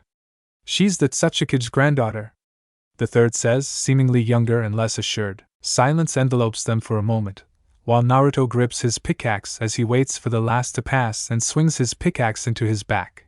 Bring out two of his daggers as the third screams to alert the other two, but he silences them with slices through the throats of both. Arise, Naruto says, and brings the three back, sending his daggers back into his inventory. How many more? Naruto asks, and one raises 5 fingers. He turns towards the tunnel and weaves signs to Ram, Ninpo, Kirigakyu no Jutsu, Naruto thought, and spews a thick mist from his mouth. The 5 bandits come down the tunnel but see the mist coming. Poison, one says. Could be a second says, but his eyes widen as a pickaxe comes flying out to pierce his head. What the hell? The first says, as the second crumbles, but a shot rings out to explode his head like a watermelon. Naruto emerges from the mist like a blur to cut through the remaining 3, raising the 5 and continuing towards the tunnel junction, but the scent of blood catches his nose. He reaches the junction and sees several bodies of people he has worked with the last few months. Oya! Another minor voice says, and sees a thin young man with spiky purple hair. His dark eyes show the scope of his murderous glee. Did you do this? Naruto says, and the young man grins with a psychotic look on his face, licking the long knife in his hand. Maybe I did. Maybe I didn't. Will you entertain Ryuma? I want my new sword to drink some blood, the young man says, and Naruto sees a sword on his waist. It is katana with sleek black sheath with intricate designs on the sheath of dragons in gold. New sword, Naruto says. Ryuma pats the sword on his waist with a smile. I killed this foolish samurai. You know he never used it, and it's made of Iron Country's chakra metal, he says. The hidden blonde knows iron is to the north of the land of canyons and borders Earth, but is a country ruled by samurai. You killed all people to test your new sword? Naruto says. Ryuma points his knife. You killed all people to test your new sword? Naruto says. Ryuma points his knife with another lopsided grin. Nah. I killed these workers with this knife, but you. No, you will face my sword. You look strong, he says. Naruto's face is hidden in shadow but leaves one purple orb. You're right. I am, he says, using her eyes on the fallen workers. Ryuma gasps as the shadows of those he killed were surrounding him, but a look of utter shock crosses his face when he realizes his knife does no damage to these avenging spirits. Get back! Ryuma shouts, but Naruto uses ruler's authority to raises their weapons to pierce Ryuma from all sides to incapacitate him. He falls to his knees as Naruto pulls the weapons out with ruler's authority and draws the sword from its sheath, giving the hidden blonde a better look as the hilt is wrapped in black and purple. The guard is around and etched with dragons in the sky. Kanji for the word sky, fire and dragon were etched on the blade. This is a magnificent sword. Whoever forged it was a master by the looks of it, but it's wasted on you, Naruto says, swing his pickaxe into Ryuma's head and ending his murderous ways. He grabs the sheath and sheathes the sword to put it in his inventory, but his eyes drift to the workers. Rest easy. You've been avenged. Raiki, Manta, Ganta, Tanma, Keita, Yusuke and Mosuke, Naruto says, before releasing the 7 from his army. He heads for the surface and meets up with IWA ninja who are coming to find Ryuma. Are you the only survivor? Kunoichi says, and Naruto nods. He quickly uses Shunshin to town where Kuratsuchi is with someone wrapped in what looks like thick ash. You survived, worker, Kuratsuchi says, her voice laced with a hint of surprise and something akin to admiration. I got lucky, Naruto says, but Kuratsuchi closes the gap between them. One of them was a skilled killer, Kuratsuchi questions, acknowledging the level of threat Ryuma was. I have some shinobi training but was busted out because I was a civilian, Naruto says. Kuratsuchi tilts her head but pats his chest with back of her hand. Beat it, worker, she says, though the harshness of her words is slightly undercut by the intrigue in her gaze. Naruto leaves and quickly heads for the cafe Mei works at called Madoka but sees a few bodies along the way. He finds Mei sitting with the owner Nojiko and wife of Keita. Menma, Mei says, and Nojiko sees him. Keita Nojiko says, hope lighting up her eyes momentarily before she catches the somber look in Naruto's as he shakes his head sadly. A wail escapes Nojiko, a sound so filled with sorrow before Mei pulls her into a hug, a gesture that speaks volumes in the comfort it attempts to provide. Naruto sits down next to them and rubs Nojiko's shoulder. What happened? She whispers in Mei's chest. I working down one of the tunnels while Keita and few others were at the junctions. I heard some talking and hid before seeing some bandits. I managed to deal with bandits, and went to look for the others, but they had been killed by this Ryuma. They did some damage to him, and I got the killing blow before he noticed me, Naruto explains. Nojiko doesn't say anything and leaves the young couple. She found out she was pregnant today, Mei says, shocking the hidden blonde. I see what happened up here, Naruto asks. Some missing nin. We're searching for someone named Kuratsuchi, Mei says, her voice tinged with worry for Nojiko. I met her and she's the granddaughter of the Tsuchikage, Naruto says. The day would end with 20 dead and weeks end. The mine is closing temporarily, but too long for the young couple to illumine. They head south towards wind but move east into grass country, a country rich with forests, and some consist of giant mushrooms or bamboo, also many rivers with deep ravines. They also see the battle scars of the Third Shinobi War, like Kanabi Bridge, with stories of the Kiroi Senko destroying the bridge to sabotage IWA supply lines. They stop in Kyuzugaku no Sato, and it is here that the young couple meet a member of one's clan. Grass fruit. Grass flower, Mei says, laying on the bed of their hotel room. Mine is shadows infiltrated a few places, and it's the talk of a few places.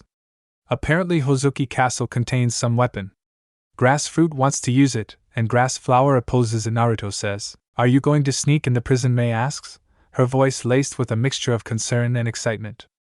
Naruto moves to the bed to straddle her and settles himself on her chest. No, but I found the story interesting, he says, feeling her heartbeat. His left hand moves to grope her left, and Mei sighs with a mixture of frustration and affection evident in her breath, but rapid knocking breaks their immersion as Naruto sighs, moving off her to head for the door, but has Samurai Killer in his hand. What now? Mei says under her breath, sitting up fully now. Naruto opens to young woman having long red hair and an unusual hairstyle of short and spiky on the right side, while longer and straight on the left side, with red eyes behind a pair of brown glasses. Please let me in, the girl says, her voice laced with desperation. Naruto lets her inside and closes the door before pointing Samurai Killer at her.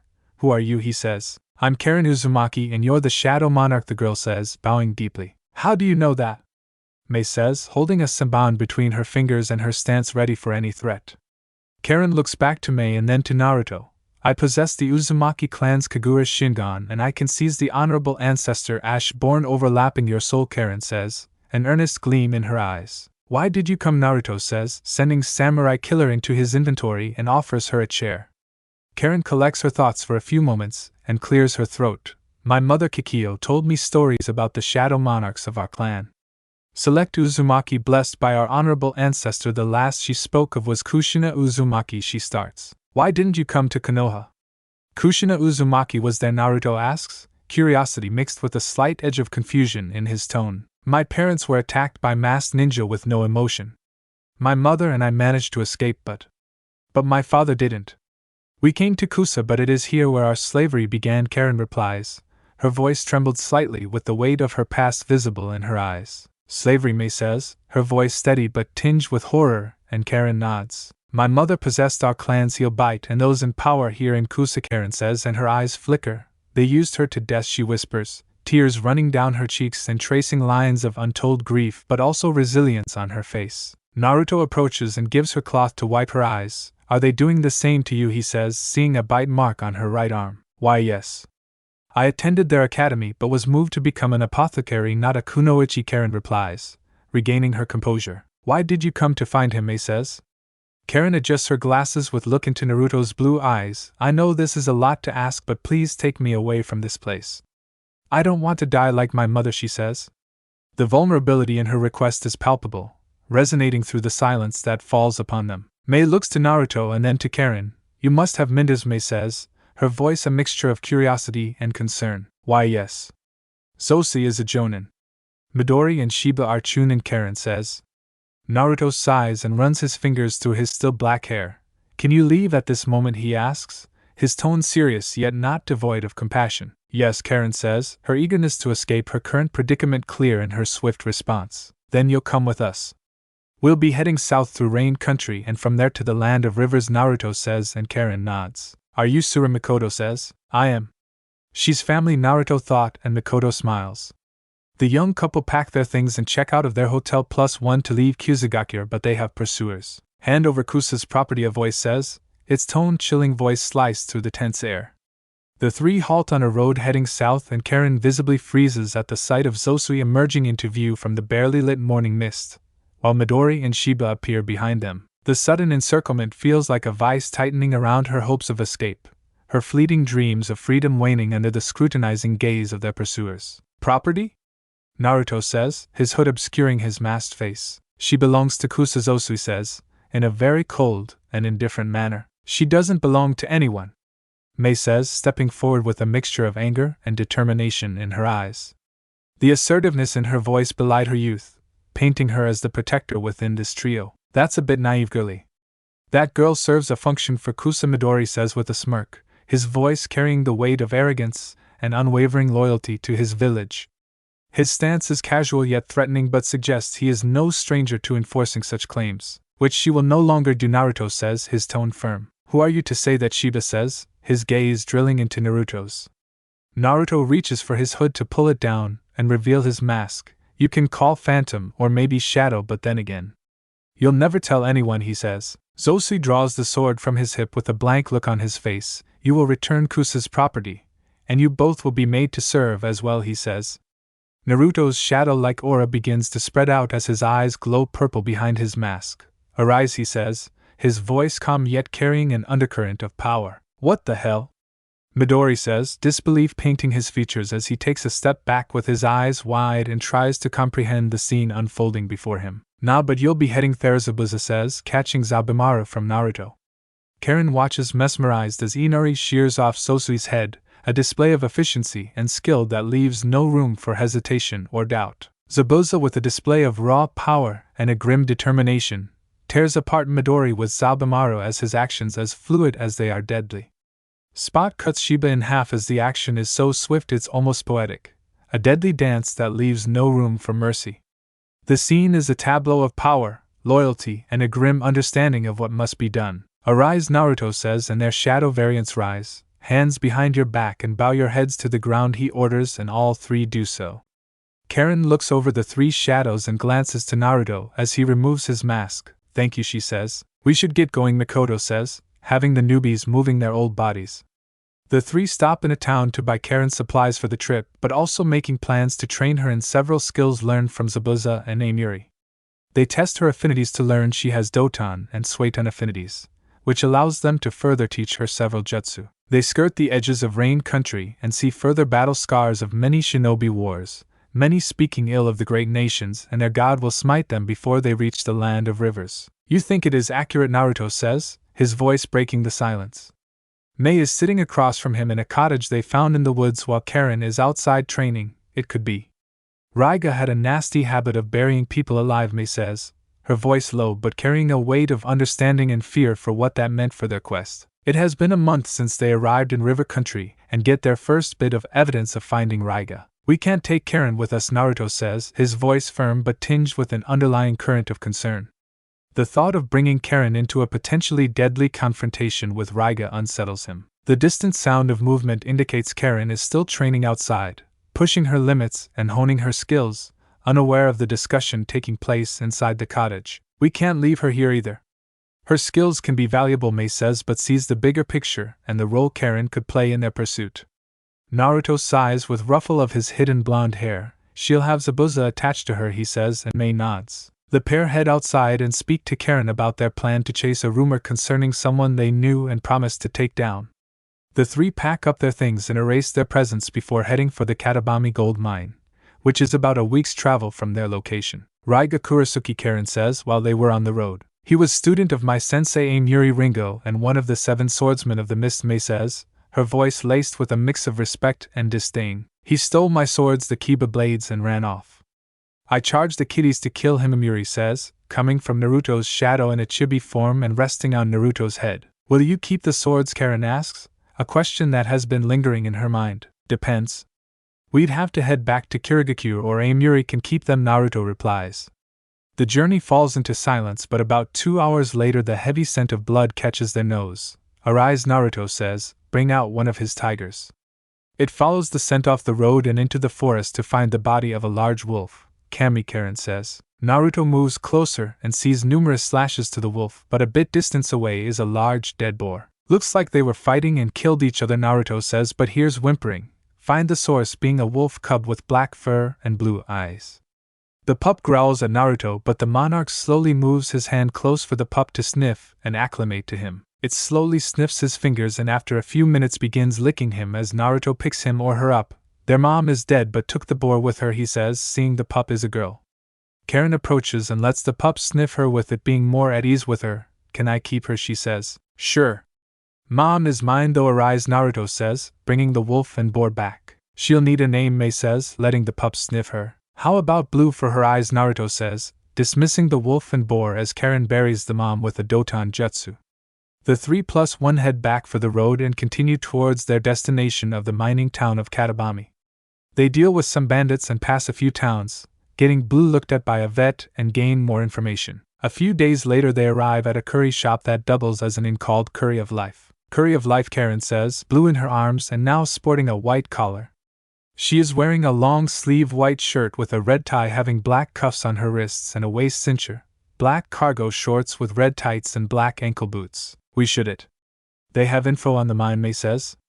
She is wearing Naruto's Lightning Storm hoodie over a sleeveless black crop top with a buckled choker at the collar, and black jean shorts with dark blue straps around her upper thighs and black lace-up boots.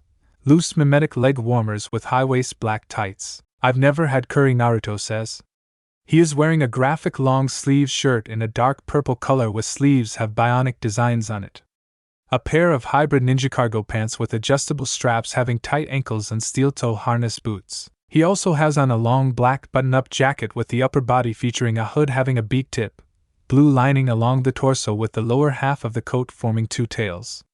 The four enter the shop and not many are inside but are met by a little old woman named Sancho. We'd like a room and some of your curry, Mei says, as Sancho leads them to a low table. Sure.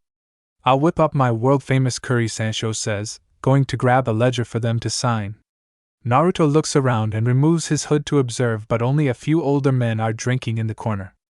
A young man that introduces himself as Karashur has them sign the ledger and bring water. Karashur.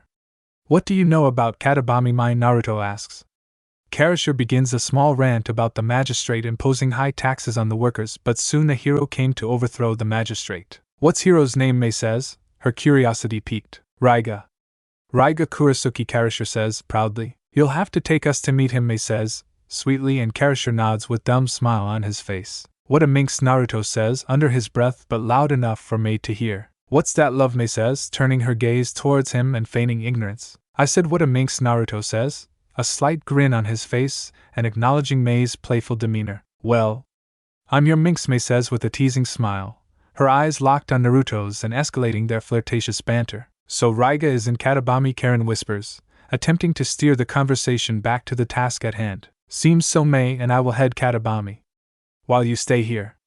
Now can sense all the way there, Naruto says, articulating the plan. I can try, Karen says and closes her eyes to focus, letting her perception spread from the shop outwards.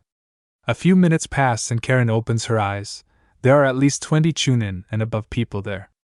I can almost feel despair coming from there as well, she says, as Blue paws at her tie. I see, Naruto says and cups his chin in thought. I'll keep Zabuza to your shadow and Blue's mom to her shadow, he adds, and the redhead nods. Here you go. My world-famous curry, Sancho declares, rolling a cart with 3 plates.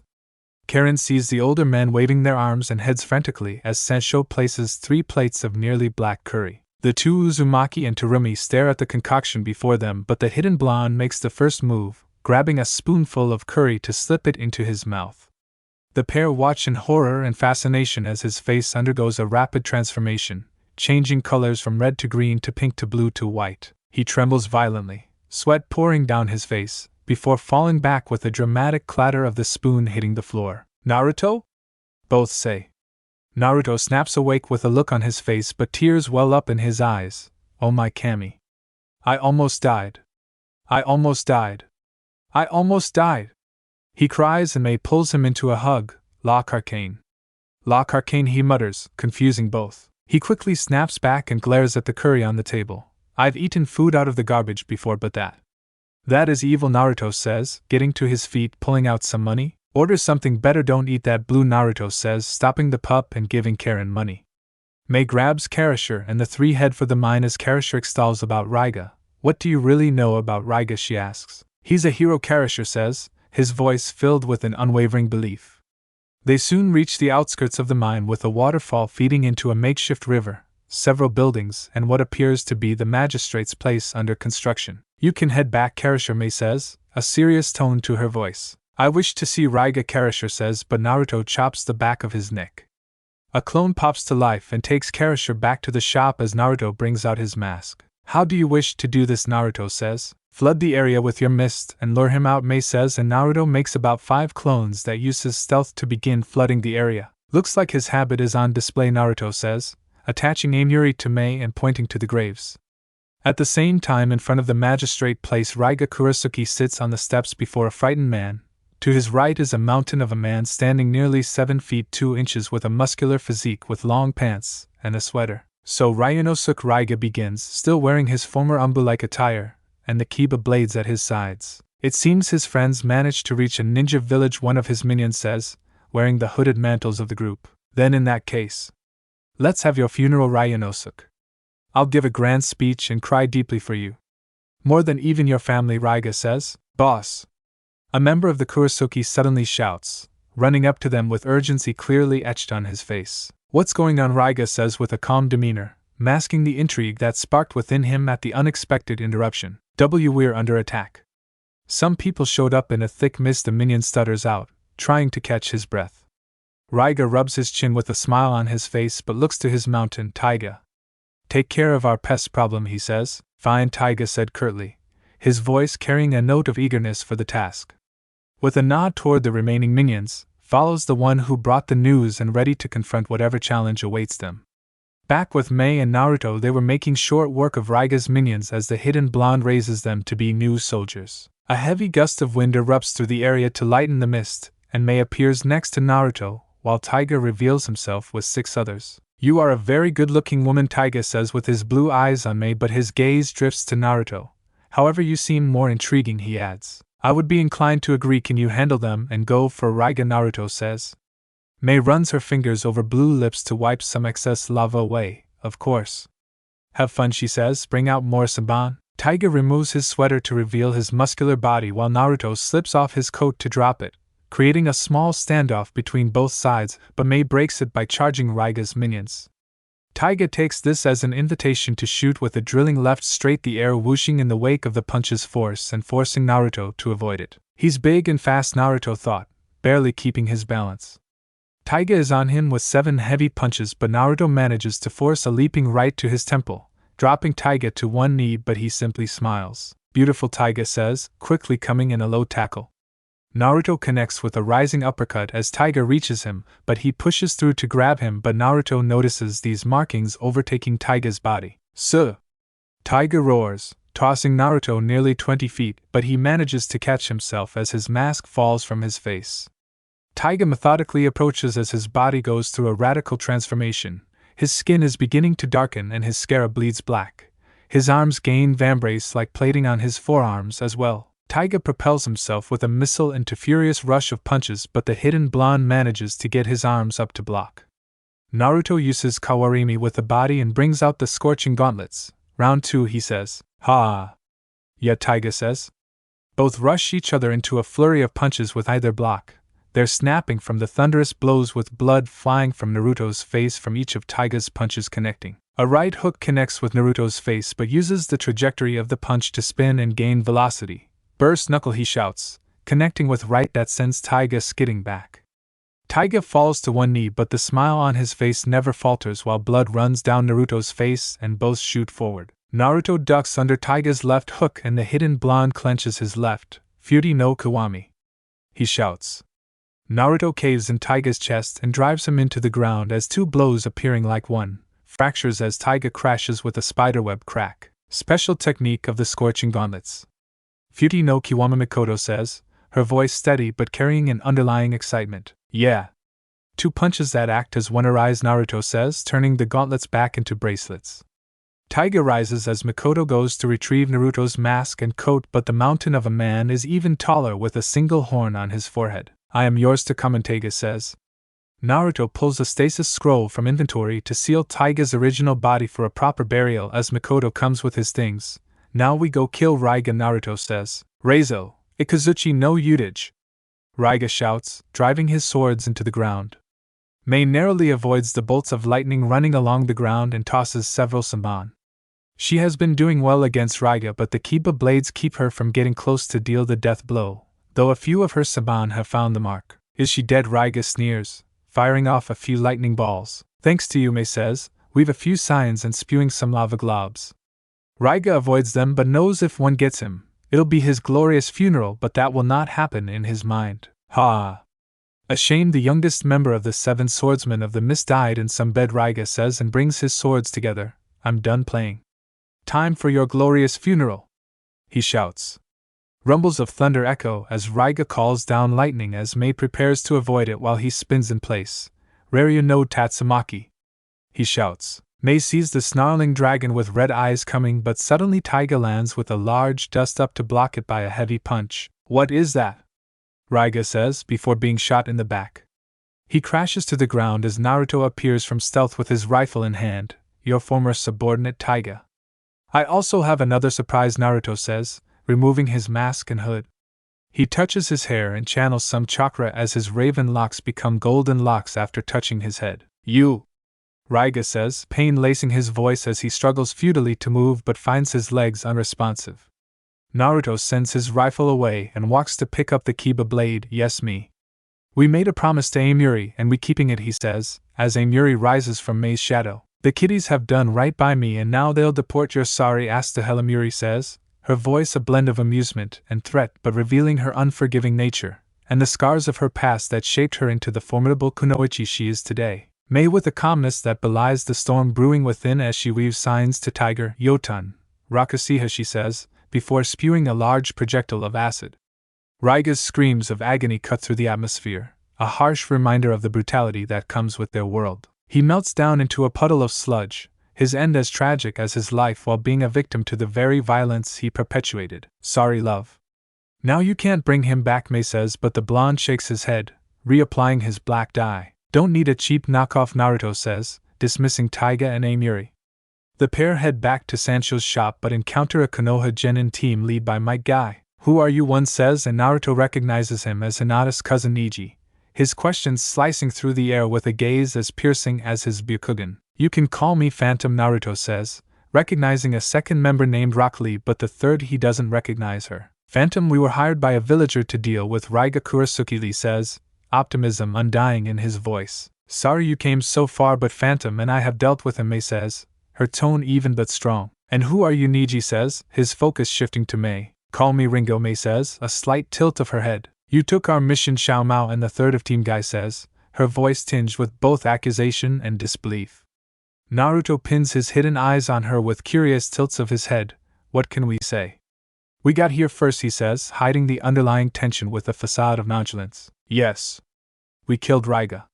Not some genin who probably aren't wet, Mei says, her tone dripping with a mocking edge and sparking a visible fury in the lone kunoichi of Team Guy. Xiao Mao's fists clench at her sides with her body language screaming intentions of attack, but Lee steps in front of her, and his own stance a barrier of calm. Xiao Mao, no, he says, a gentle reminder of their teachings and the discipline they must adhere to even in moments of provocation. What is going on, my youthful team? Guy shouts, coming out from the shop with coincidentally Karen and Blue.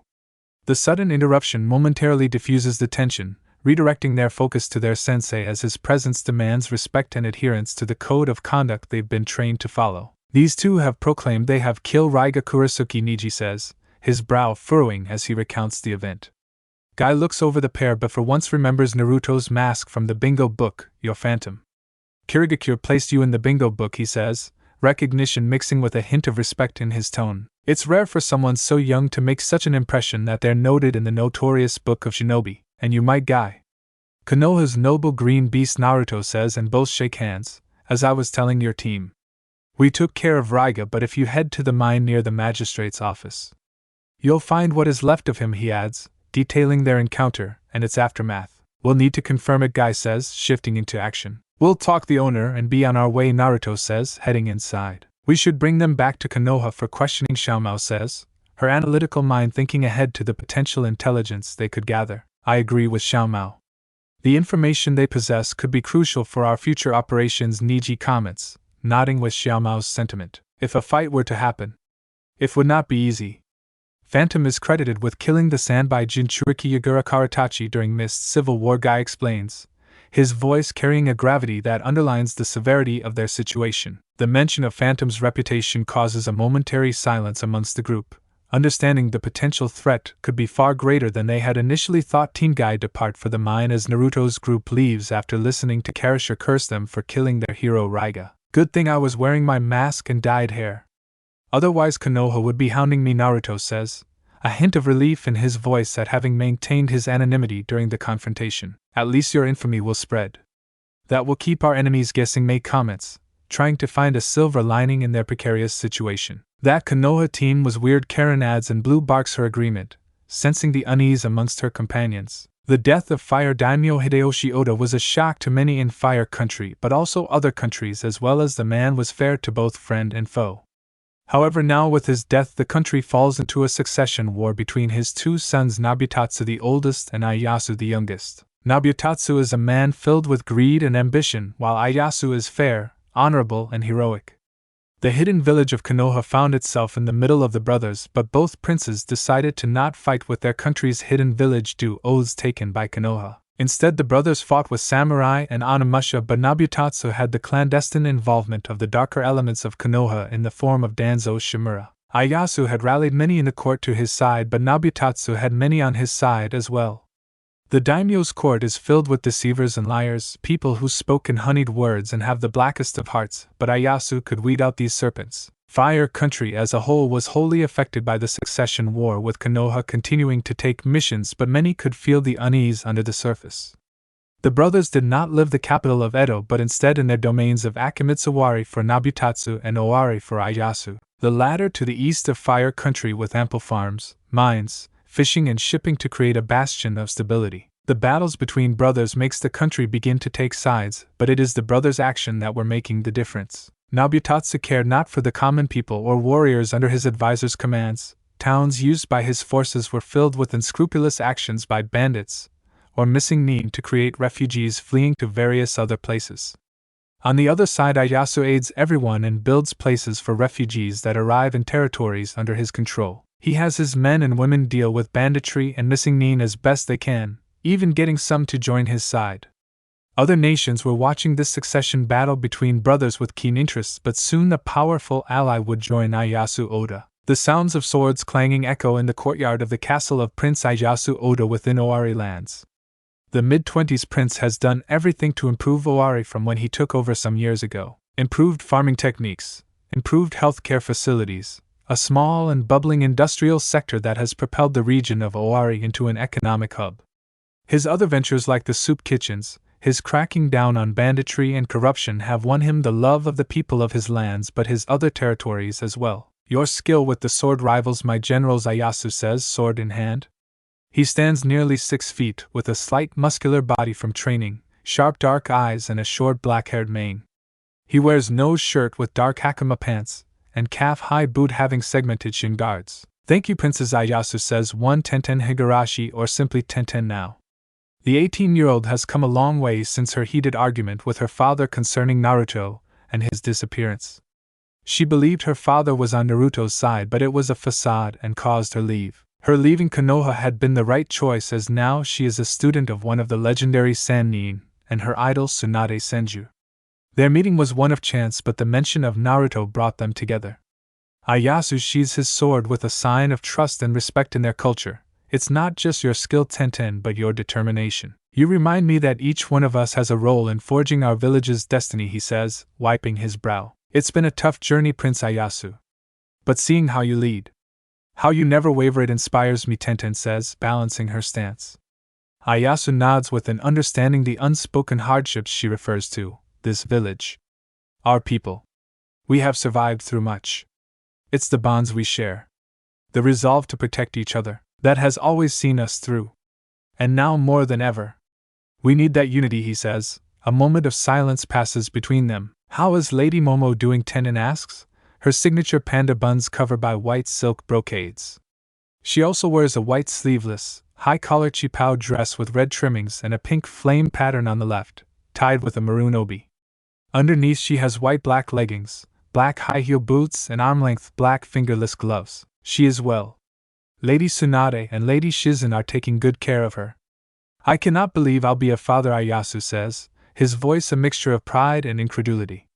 He knows his brother will sooner or later find out about his wife's pregnancy, meaning he needs to win this succession war. It wasn't fought on a grand scale with ninja, instead this war is being fought with soldiers having pikes, swords or bows led by samurai. Unlike the samurai of Iron Country, these samurai were less in number but stronger.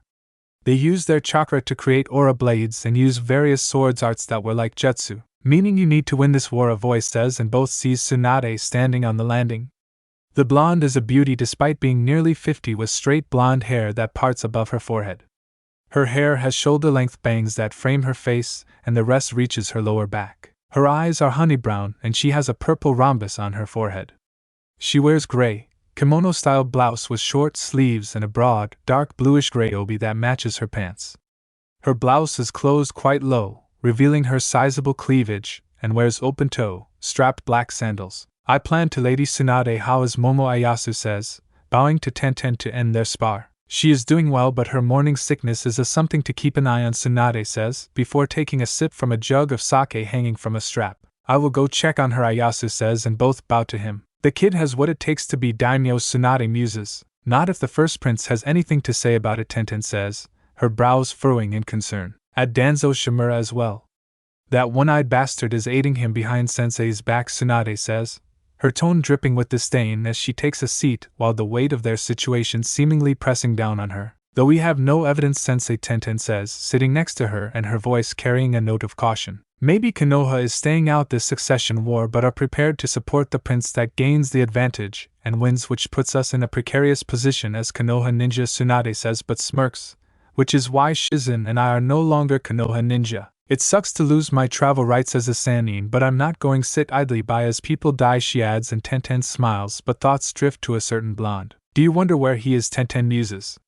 Tsunade looks to the clouds in the sky. I do, but if Kushina did what she intended.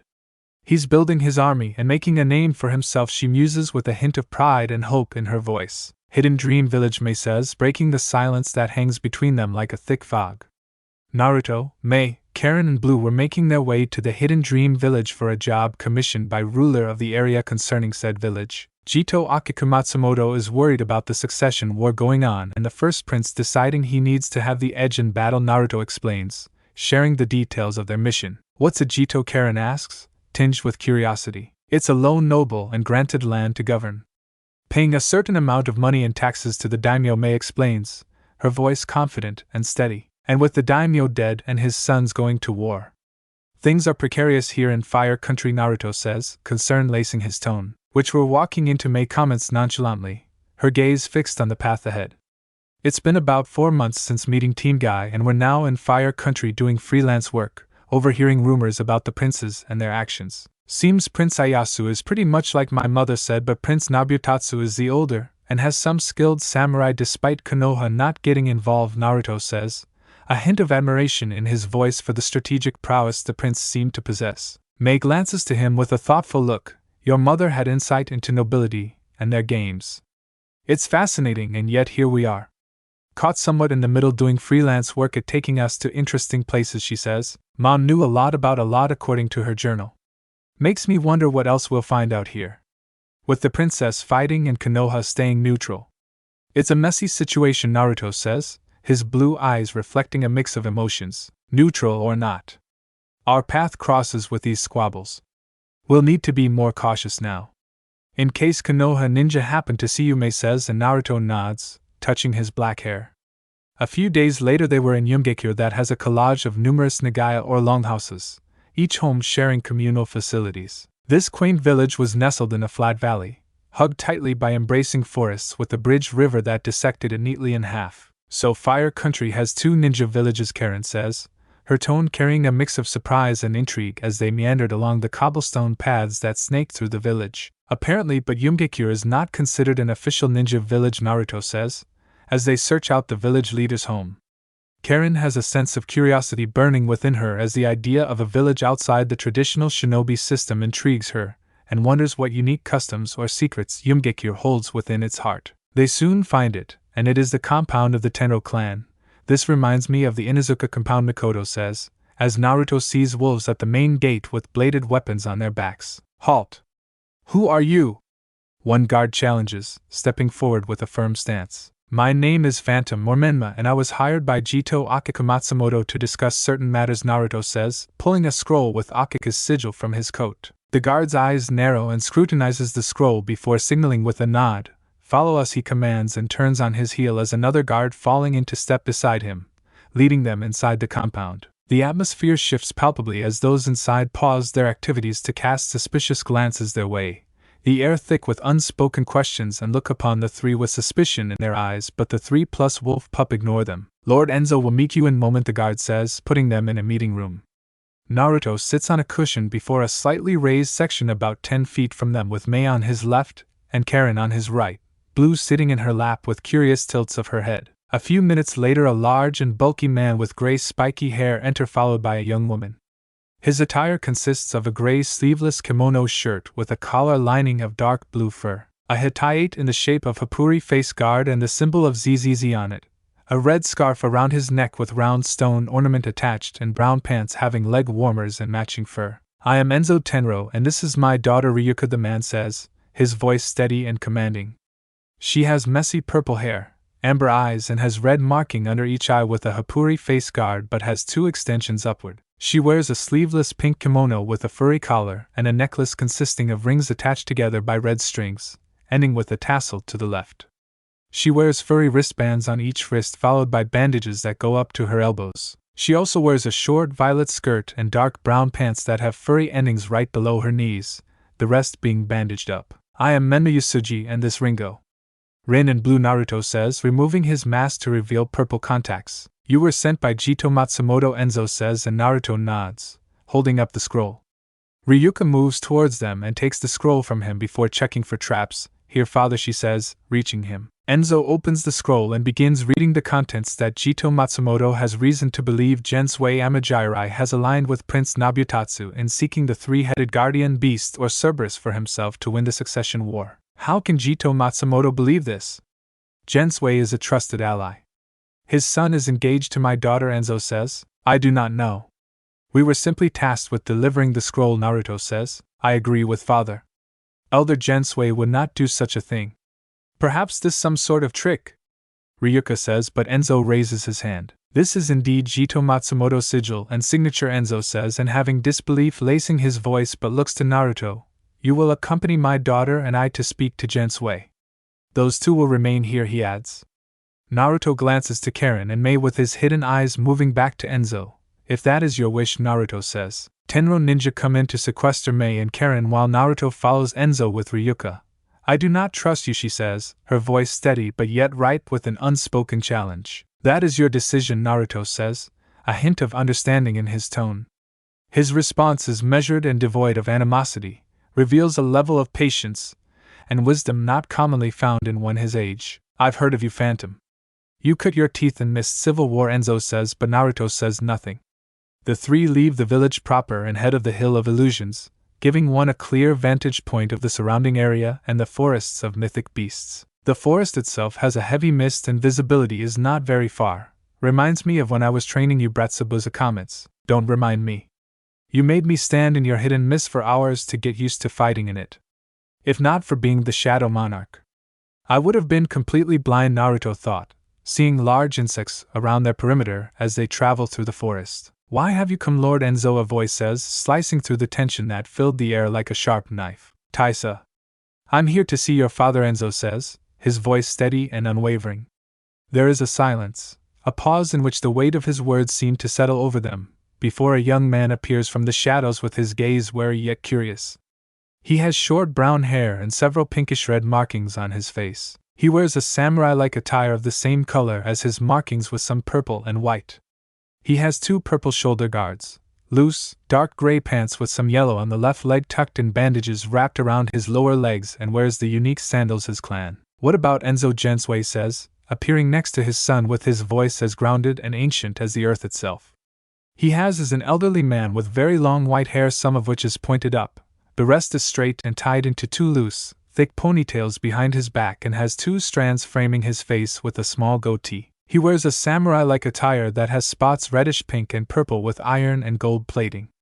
He wears brown pants tucked into bandages wrapped around his lower legs and the unique sandals of the Amajirai. It's like they knew we were coming, Mikoto says, sensing the unease that started to creep into their midst. Jito Akiko Matsumoto has sent sensitive information, Enzo says, a clear sign of respect and urgency woven into his gaze. Taisa looks to his father and seeks counsel in his silence while a storm brews behind the calm facade of the older man's exterior.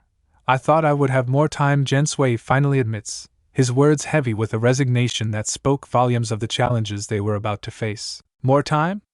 Enzo repeats, but his words are quickly swallowed by chuckling that seems to echo from all around them. They quickly find themselves encircled by a dozen or so soldiers. The group is led by a strikingly good-looking young man, clad in black and purple samurai armor. A pair of short swords rest in his hands and his long white hair dances in the breeze, his purple eyes shining with an unsettling glee. Jenswei? Enzo stammers, disbelief and confusion painting his features. Jenswei merely grins with a bitter twist to his lips as he watches Enzo's dawning realization. Poor Enzo. You believed in Jenswei when he despised you for the fall of his clan, the samurai says, amusement clear in his tone as Taisa moves next to Ryuka in shock. Enzo's face falls as his expression is a mixture of betrayal and pain. He looks from the samurai to Jenswei, seeking some sign of denial but finds none. Mitsuhide is correct. The Tenro persecuted and banished of the Amajirai to this forest. While your clan ruled, however, that time is over. Once I unseal the 3 heads, Lord Nabutatsu will crush that arrogant upstart, Jenswei says and raises a half-ram sign. Ryuka freezes and her eyes dim as Jenswei chuckles with a look to his son, Taisa. Take her to the 3-head shrine, Jenswei says. Yes, father, Taisa says, grabbing Ryuka from behind and vanishing. Gensue's treachery hangs heavily in the air as Enzo is overcome with disbelief and struggles to find his voice. Jenswei, why you traitor? Enzo says, pointing his staff at the man he once believed to be an ally. Leave them to me and go unseal Cerberus and my lord will pay you handsomely, Mitsuhide says, and Jenswei vanishes, leaving Enzo and the others to face their grim fate. Phantom, I am in need of your help, Enzo says, desperation tinging his voice. No problem, just tell don't anyone what you're about to see, Naruto says, as his shadow aura flares out.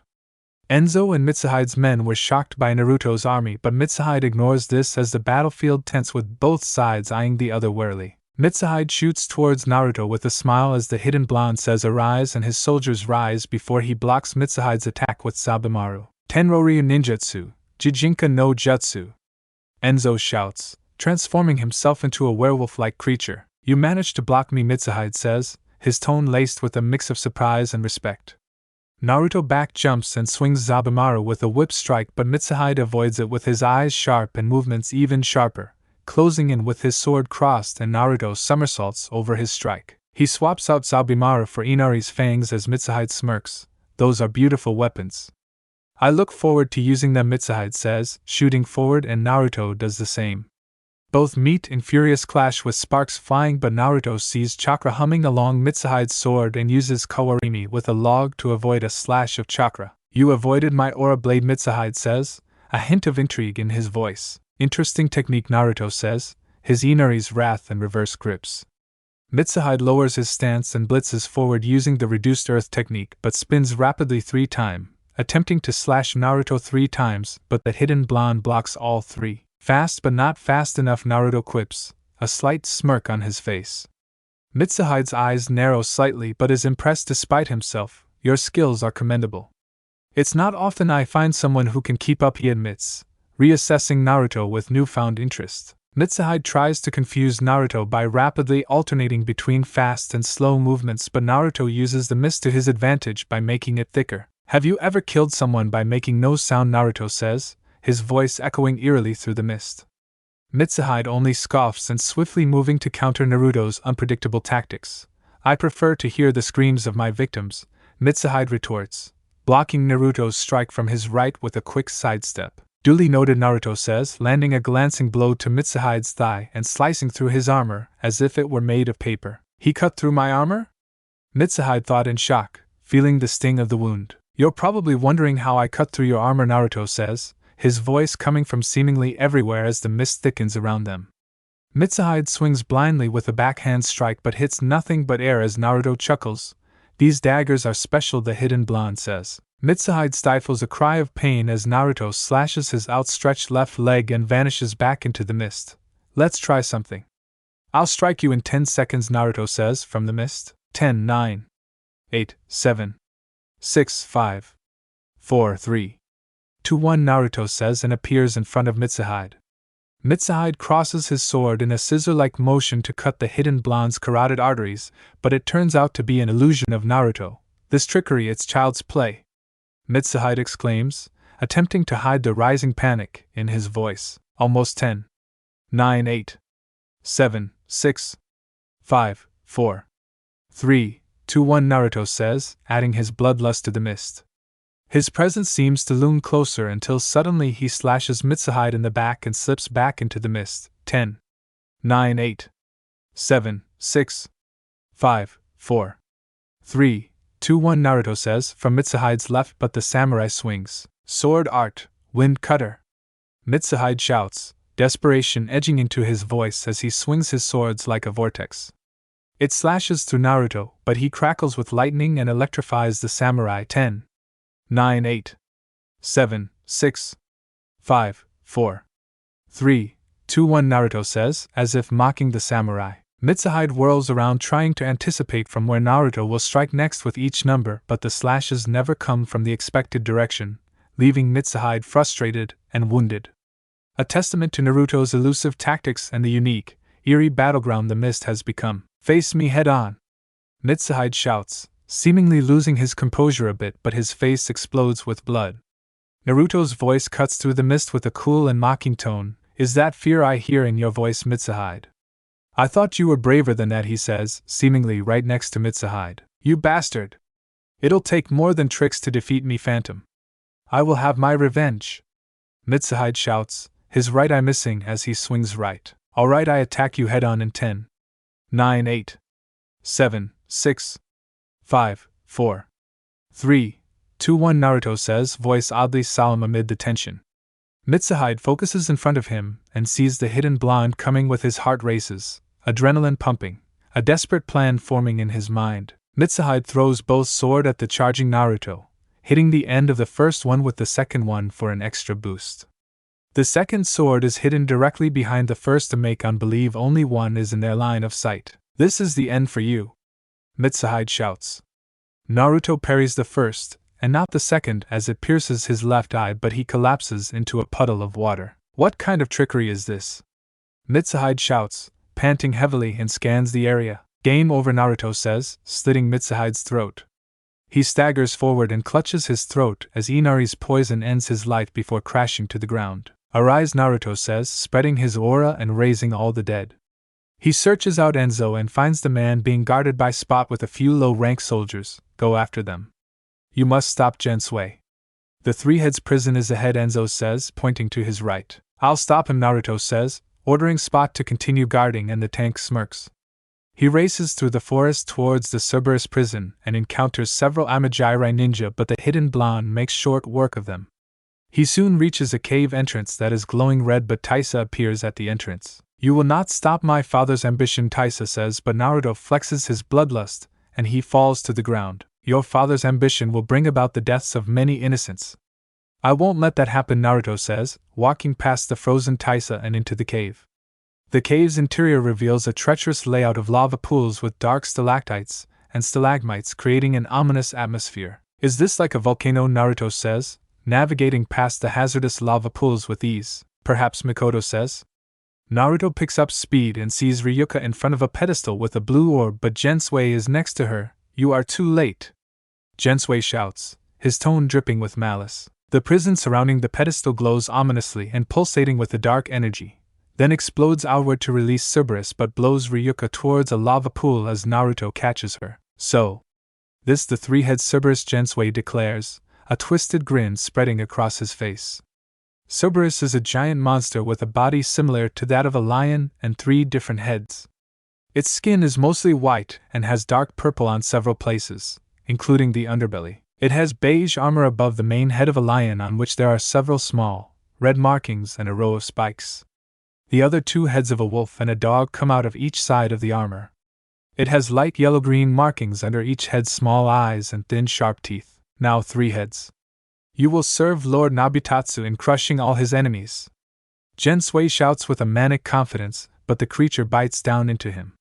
Cerberus explodes in power as Naruto rushes out the cave with Ryuka in his arms while the 3-head grows in size and breaks out of the cave. Its entire body becomes covered in dark gray armor with pinkish-red markings on several places. Its original armor increases in size and gains spikes on the end of its tail, as well as pink armor on its underbelly. The necks of the 3 heads now seem to be composed on thick tissues and are much longer. The heads themselves are covered in purple armor with several spikes and red markings, and their rows of teeth are larger now. What have I done? Ryuka says, now awake and seeing Cerberus with panic and guilt washing over her face. Don't worry. I have 2 that can handle it, Arise, Naruto says, summoning Isabu and Inari as both grow to the size of Cerberus. 6 clones pop to life and the hidden blonde nods as each vanish to prepare for his heavy artillery. Isabu and Inari keep the attention of Cerberus as a 7th clone takes Ryuka to her father, but she sees several fireballs flying towards the sky in the form of dragon heads. Naruto fires several blasts of magic to further distract the monster, while Isabu slams into it. In the sky, dark clouds begin to form in the sky and rains begins fall with mixtures of lightning followed by thunder. Now then, Naruto thought, beginning to release chakra to mingle with rain as he begins a lengthy chain of signs. Isabu grabs Cerberus from behind with his arms while Inari does the same with his tails, grabbing the 3 heads' outer heads as it growls and struggles. Hijitsu, Kamishini no Yari! Naruto shouts and thick white spear of lightning comes from the cloudy sky to pierce Cerberus' center mass, lighting up the area in flash of light. The light dies down and Cerberus lays motionless with a large smoldering hole while Naruto approaches as his hidden blue eyes glow purple. Arise, he says, but nothing happens and he focuses. Arise, he utters. The 3 heads twitches a few times and its shadow rises while the original body breaks down into ashes with another power shadow at his disposal. Mitsuhide is dead, mutters a beautiful woman. She is Miyako Tamiya and mother of first Prince Nabutatsu, her family being one of the most influential in the Land of Fire. Her family keeping her son's bid for the throne alive, and it is not going well due to her son's public image. Her family naturally believed Nabutatsu would become Fire Lord, but many nobles in court were hitching their horse to Ieyasu. Yes. His spies reported that Phantom was involved in the 3 heads debacle, Nabutatsu says. He is a handsome man with brown hair and dark eyes wearing expensive robes. Phantom could spell trouble for us should he join Ieyasu, Miyako says, the worry creasing her forehead. The strategic mind of Miyako is always at work, pondering the possible moves in the intricate chess game of their political landscape. Nabutatsu takes a hit off his Kizaru with a sigh. Everyone has a price. Throw enough money at him and he'll eagerly assist me, and we can recoup our money by killing him to collect his bounty, he says, the wheels turning in his head as he considers the angles of this new plan. Have our backer track his movements, and have Hanbei meet him, Miyako says, her voice calm yet carrying an undercurrent of urgency. Speaking of him, Nabutatsu starts and Miyako's perks up. Inform him I'll support his bid for Hokage when I take the throne. Sarutobi's neutrality is foolish, he adds, his tone one of disdain for the current state of affairs. There are oaths in place. Shimura is backing us, but do not underestimate his greed, Miyako, offering a piece of wisdom born of experience. Her cautionary words hang in the air, serving as a reminder of the delicate balance they need to maintain. Shimura needs me much more than I need him. I know he supports me only because he wishes to see himself as the next Hokage. A choice which now lies in the hands of whoever ascends to the throne, Nabutatsu says, his voice imbued with a mixture of certainty and disdain. 3 months would pass and Nabutatsu's bid for the throne diminishes each day as Akamitsuwari has small riots beginning to happen. Where is Phantom? Nabutatsu says, his frustration palpable in the air. A masked ninja is kneeling on one knee with her head down. We lost track of him. His movements are erratic, she says in a drawl and robotic tone. Nabutatsu clenches his fist in his robe as his frustrations grow. Hanbei offered him enough for a lifetime, and he refused. The nerve of this commoner, And his horrors, he thought, and looks to the masked liaison. I want him dead. Place a large bounty on his head, he says, through gritted teeth, but the masked woman shakes her head. That will not be possible for the time being. Locating and attacking Phantom at this juncture is not possible, Lina says. What do you mean it isn't possible? The lot of you are killers and yet you can't even kill Nabutatsu, begins. Nabutatsu! Miyako cuts, sharply, and halts him mid-sentence as their eyes meet. Nabutatsu slowly calms down as Miyako looks to the operative. Leave us, she orders, and the woman vanishes, leaving mother and son. What have I told you about dealing with such ninja? Miyako chastises, and he grits his teeth as he gets up and waves away dismissively. I know you warned me to be careful when dealing with such people. Yet she is nothing but a mindless killing machine made to take orders, Nabutatsu said, having learned already the value of the masked people serving under Danzo Shimura. Mindless as they may be, but you must remember that they don't serve at your pleasure but under the commands of Danzo Shimura, Miyako says, warning him. Then perhaps another avenue, Nabutatsu says, and his mother arches one of her delicate eyebrows. The Hibi-san nin Orochimaru, he adds, shocking her. Orochimaru? You would involve yourself with a snake, Miyako says. Her voice is filled with disbelief and her usually composed demeanor giving way to concern. He may be a snake, but he is a snake with powers and connections that even Danzo may think twice before crossing, Nabutatsu argues, his mind already considering the possibilities that Orochimaru's assistance could offer. Miyako sighs with her gaze softening. Just remember. Dealing with Orochimaru is akin to dancing with a viper. You must always be prepared for the bite, she warns. Nabutatsu nods and takes his mother's warning to heart, but his determination does not waver. I understand the risks. But for the sake of reaching the throne, I am willing to take them, he asserts, his eyes holding a resolve that mirrors his mother's strength. Miyako reluctantly concedes due to knowing her son's stubbornness all too well. Then proceed, but proceed with caution, she advises, her voice imbued with a mixture of worry and trust. For aces, Naruto says, showing his cards. 7 groans echo across the table with tosses of cards as the hidden blonde pulls his chips towards him. He is currently in the basement of a mansion in an endless rock poker game. He, Karen, and Mei were in Tanzakagai about a week ago as he was cleaning out a few casinos. That got him an invite to this game. It has been nearly 24 hours since the game has started, and he has been doing well. Not bad, Phantom, one man says, unable to hide his surprised admiration. He is a good-looking man with messy silver hair and green eyes, dressed in a black 3-piece suit and white gloves. The man's tone is rich with begrudging respect, a smirk playing at the edges of his lips as he leans back in his chair, eyeing Naruto with a mix of curiosity and challenge. Thanks, Naruto says. He is wearing white, wide-leg pants with 2 black belts, leather shoes and a black turtleneck, a small, open, lapel-less waistcoat patterned with alternating circles and lightning bolts. A high-collared white trench coat with the sleeves rolled up having a blue and white tessellated cuffs. You look good in white, sweetie, Mikoto says, but Naruto ignores her. 3 bow out due to being out of money or valuables to sell, with one selling herself to pay for her debts. Is this how nobles spend their money, Naruto thought, a hint of disgust lurking beneath the surface of his stoic expression. The cards are passed out once again as Naruto has a 10 and ace of spades while he places his chips for the pot. Everyone places their bets with eyes darting between their cards and their opponents. Raise 10,000, the good-looking guy says with a confident tilt of his head, immediately causing one player to fold. 3 cards are placed on the table after everyone places their bets: King, Queen and Jack of spades. Royal flush, Naruto thought, his expression unchanging and revealing nothing of his impending victory. You're a shinobi, right, Phantom, the good-looking guy says, his voice casual but the underlying intensity clear. The room goes quiet as the tension palpable as all eyes turn to Naruto. I dabble in it, Mr. Hickey, Naruto says, maintaining a calm demeanor despite the sudden attention, and Hickey smiles with a snapping his fingers. A surly-looking man approaches with large scroll about 4 feet height, and Hickey smiles.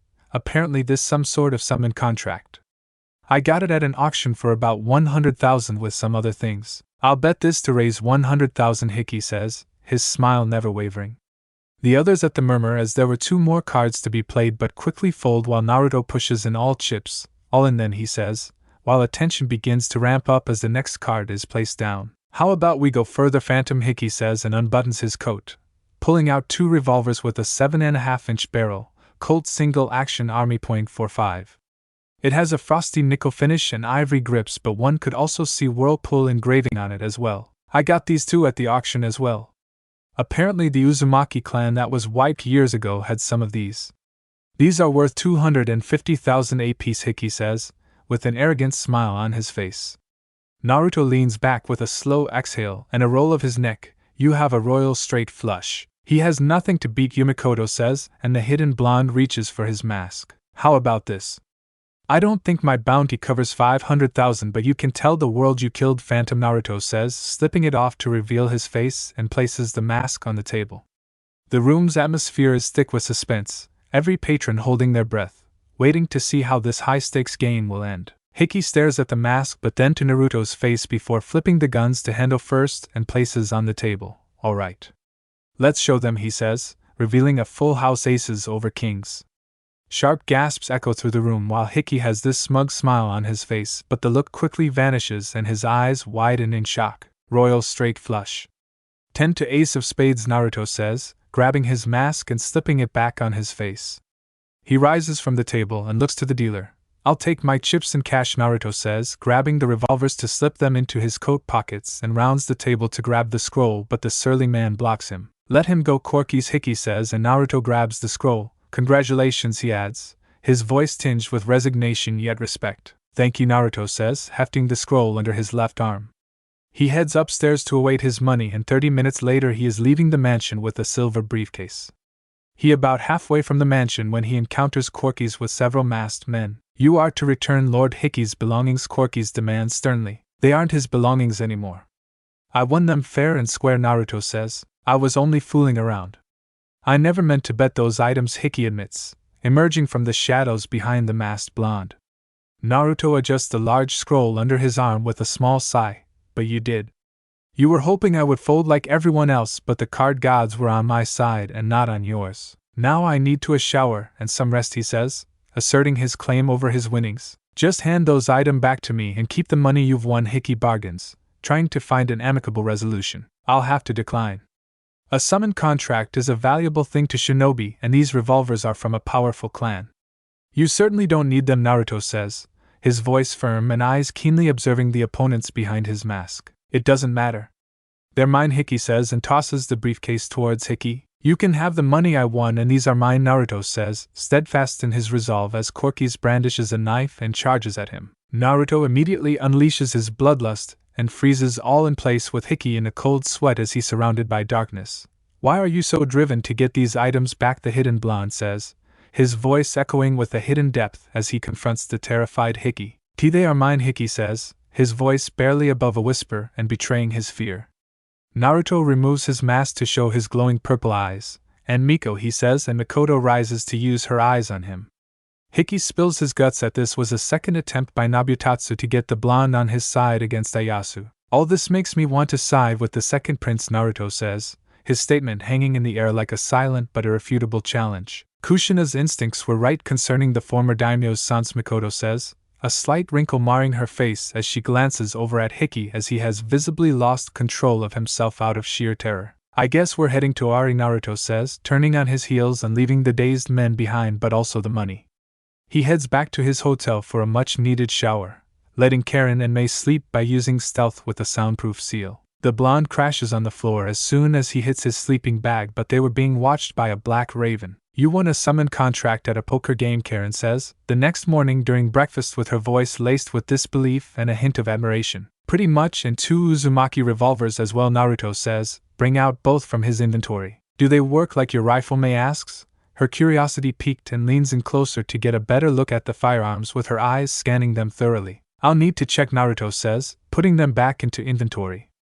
The three finish their breakfast and check out of the hotel to hit the road once again, but for Owari lands this time. Makes you wonder what else you could win in those games, Karen muses aloud, breaking the silence that has fallen over them as they walk. Or what you could lose, Mei adds, her tone more sober but also a subtle reminder of the stakes involved in the shinobi world. They make a stop a few hours later as Naruto begins to unfurl the summon scroll in a field about a half-mile from the road. Ravens, Karen says, looking over Naruto's shoulder as they settle in the area where Naruto contests the summoning contract. Seems so, Naruto says, observing with a mix of intrigue and wariness. Itachi has crows. Ravens should be similar, Mikoto says, from his shadow. Sign in blood. Sign and Blood Shadow Monarcha voice says, and all of them look around, but the source is a female raven landing in front of them. Did you say that? Karen says, her eyes wide with surprise at the talking raven. Yes. Signed Shadow Monarch. Signed Shadow Monarch, the raven says, squawking a little. How do you know I'm the Shadow Monarch? Naruto says, his curiosity piqued and looking at the raven with renewed interest. Raven's emissaries. Raven emissaries. Have gifts for Shadow Monarch, the raven insists, hopping closer. Naruto removes his left glove and bites his index finger to begin signing his name under a Yashikage Uzumaki, but May notices more raven appearing. Summoner. Summoner. Shadow Monarch. Shadow Monarch. Shadow Monarch. Numerous raven cawing in unison, creating an eerie yet awe-inspiring atmosphere. Summon the raven before him, says. Naruto sighs as he begins weaving the signs of boar, dog, bird, monkey and ram. Kuchio's no jutsu, Naruto says, but the blonde vanishes. He finds himself standing in the clearing of a dark forest, an amalgam of sounds echoing from various places like howls, whispers, the rustling of leaves, and even the unintelligible chatter of unknown beings that simulate the presence of people hidden within the shadows. Are you the new Shadow Monarch? A voice says, one bearing a regal tone that slices through the cacophony of the forest. The flapping of wings echo, and Naruto looks up to see a beautiful woman with ethereal pale skin, long raven hair to her shoulders, haunting purple eyes, and dressed in a white dress that hugs her figure. A pair of long raven wings allow her float down. She lands and her wings becomes a cape around her form. Greetings, Shadow Monarch. I am Izaioi Yashikage greets. Yashikage, Naruto says, his tone a mix of curiosity and confusion as Izaioi nods. In honor of our last summoner before our contract was stolen during the Black Day, Izai says, and extends her arm for him to follow. My children have been searching for it for years, she adds. The pair walk through the dark forest as random conversations happen as Izaioi explains after the fall of Yuzushio and the contract stolen. Her children have been searching but also keeping an eye on Yashikage's successor Kushina, but also him. We ravens work in sync with the Shadow Monarch. We are ideal for reconnaissance and espionage, but also the use of Meitun. You'll also be able to share the vision of my children as well, as A says, her voice a mixture of pride and solemn duty that breaks through the serene night air. Interesting, Naruto says, as they reach a very large but hollowed-out tree. He follows Izaioi inside to see 5 coffins with the bodies of 3 men and 2 women, branches pierced into their bodies as each look like they have recently died. My children found them and brought them here for a future monarch. They have long died, but these roots are keep chakra following through them, Izaioi explains, her tone reverent and almost melancholic. She gestures towards the first figure, a young man with medium-long brown hair, a striking black eye patch over his right eye, garbed in a mixture of blue, black, and traditional samurai attire. He is Date Masamune, Izaioi says with a hint of pride in her voice. The second is a young man dressed akin to a monk with effeminate features, the war god Kenshin Yusuke, Izai continues, her voice holding a trace of respect. Her gaze then shifts to a hulking figure, a man with brown hair tied in a top knot, dressed in formidable samurai armor colored in shades of red, maroon, and black. Hideyoshi, Izai says, the name carrying weight. The first woman is beautiful with long black hair and haimka, wearing onimusha garb in dark pink and black colors, Izai says, her voice softening. The last is a kunoichi with Suna Hitaiite, having green hair that she tied in a bun on top of her head with a hair needle running through it, and 1 short and long strands of hair with orange tips framing each side of her face. Suna's hero. Pakura of the Shikuten, they are your to raise eyes, Izai finishes with a solemn nod. Naruto stares at the 5 with a run of his fingers through his hair. Rumors where she was killed by Iwagaki Mikoto comments, breaking the silence with a hint of disbelief. Arise, Naruto declares, his eyes glowing. The 5 rise with Date having 6 swords, Kenshin a single sword, Oichi a double-bladed naginata as Hideyoshi and Pakura no weapons. Each bow to 1 knee as Izaioi smiles. Now one more thing. Show me one of your bare arms, she says. Naruto pulls back the left sleeve of his turtleneck, and Izaioi yes his firearm with black lipstick as tattoo forms in the form of kanji around his arm to his shoulder. This will be the summon tattoo.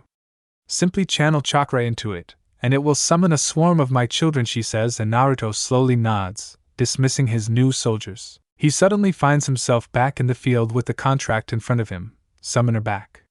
Summoner back, the raven caws. Where did you go? Karen says, eyebrows raised in curiosity with her gaze fixed on the peculiar tattoo now adorning Naruto's left arm. Must have been the summon realm of the ravens, Mei says with a hint of awe in her voice, her eyes sparkling with intrigue as she tries to get a better look at Naruto's new mark. Naruto nods before rolling up the scroll to put it into his inventory, and holds out his arm for the raven to land on it. Do you have a name? He asks. No name. No name. No name, the raven says, its voice echoing slightly in the quiet surroundings. Then today you will be Branwen, Naruto says, a soft smile playing on his lips. Branwen. Branwen. Branwen, Bran declares, as if testing out the name. Naruto sends her flying off with her wings cutting gracefully through the air. Choosing names now, Karen teases lightly, a small smile on her face as she watches Branwen disappear into the distance. As Branwen blends into the sky, the three continue their journey to the Ori lands, the weight of their future endeavors resting on their shoulders. Guards at Ieyasu's castle stand guard at the gates when one sees three figure and a small wolf approaching in hooded cloaks, but one has a raven on their shoulder. Both guards quickly point their polearms at the three and the raven flies off with a call, halt. One shouts. The one in front reaches for there and reveals a white mask having black painted lips, a pink star over the left eye. Its eyes are blacked out and purple crescent moon on the right cheek. State your business. The second guard demands, eyeing the peculiar mask with a mixture of curiosity and caution. I am Phantom and I wish to meet Prince Ieyasu, Oda, our blonde monarch asks, as his companions remove their hoods to reveal Mei and Karen. Phantom? As in Slayer of Yugura Karatachi, one says, keeping his weapon at the ready. I've been told good things about Prince Ieyasu and wish to meet him, Naruto says, his voice steady and confident. What is going on? A voice declares sharply but not without a certain regality, and one guard looks to see a young woman with black hair having two long ponytails wrapped in white cloth, ending in two golden hoops.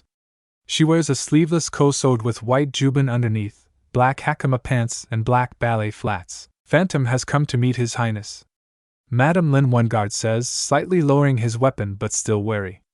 Lin stares at the masked blonde for several minutes in silence but turns on her heels. Follow. Make one move out of line and you'll die in 2 strikes, she says. Naruto, Mei, and Karen with exchange a brief look but follow Lin inside the castle, noting the numerous guards and servants watching them cautiously. Lin orders them to remove their cloaks and do as ordered with their shoes following before being relieved of their weapon pouches and being patted down. They are taken to meeting hall having tatama mats, shoji doors to let light inside. Several cushions are brought in for them to sit on. Sit here and bow to the prince once he arrives and don't look up until he says, Lin says, pointing to the cushions before a raised section having a low throne. Naruto takes a seat followed by Mei and Karen with both behind him.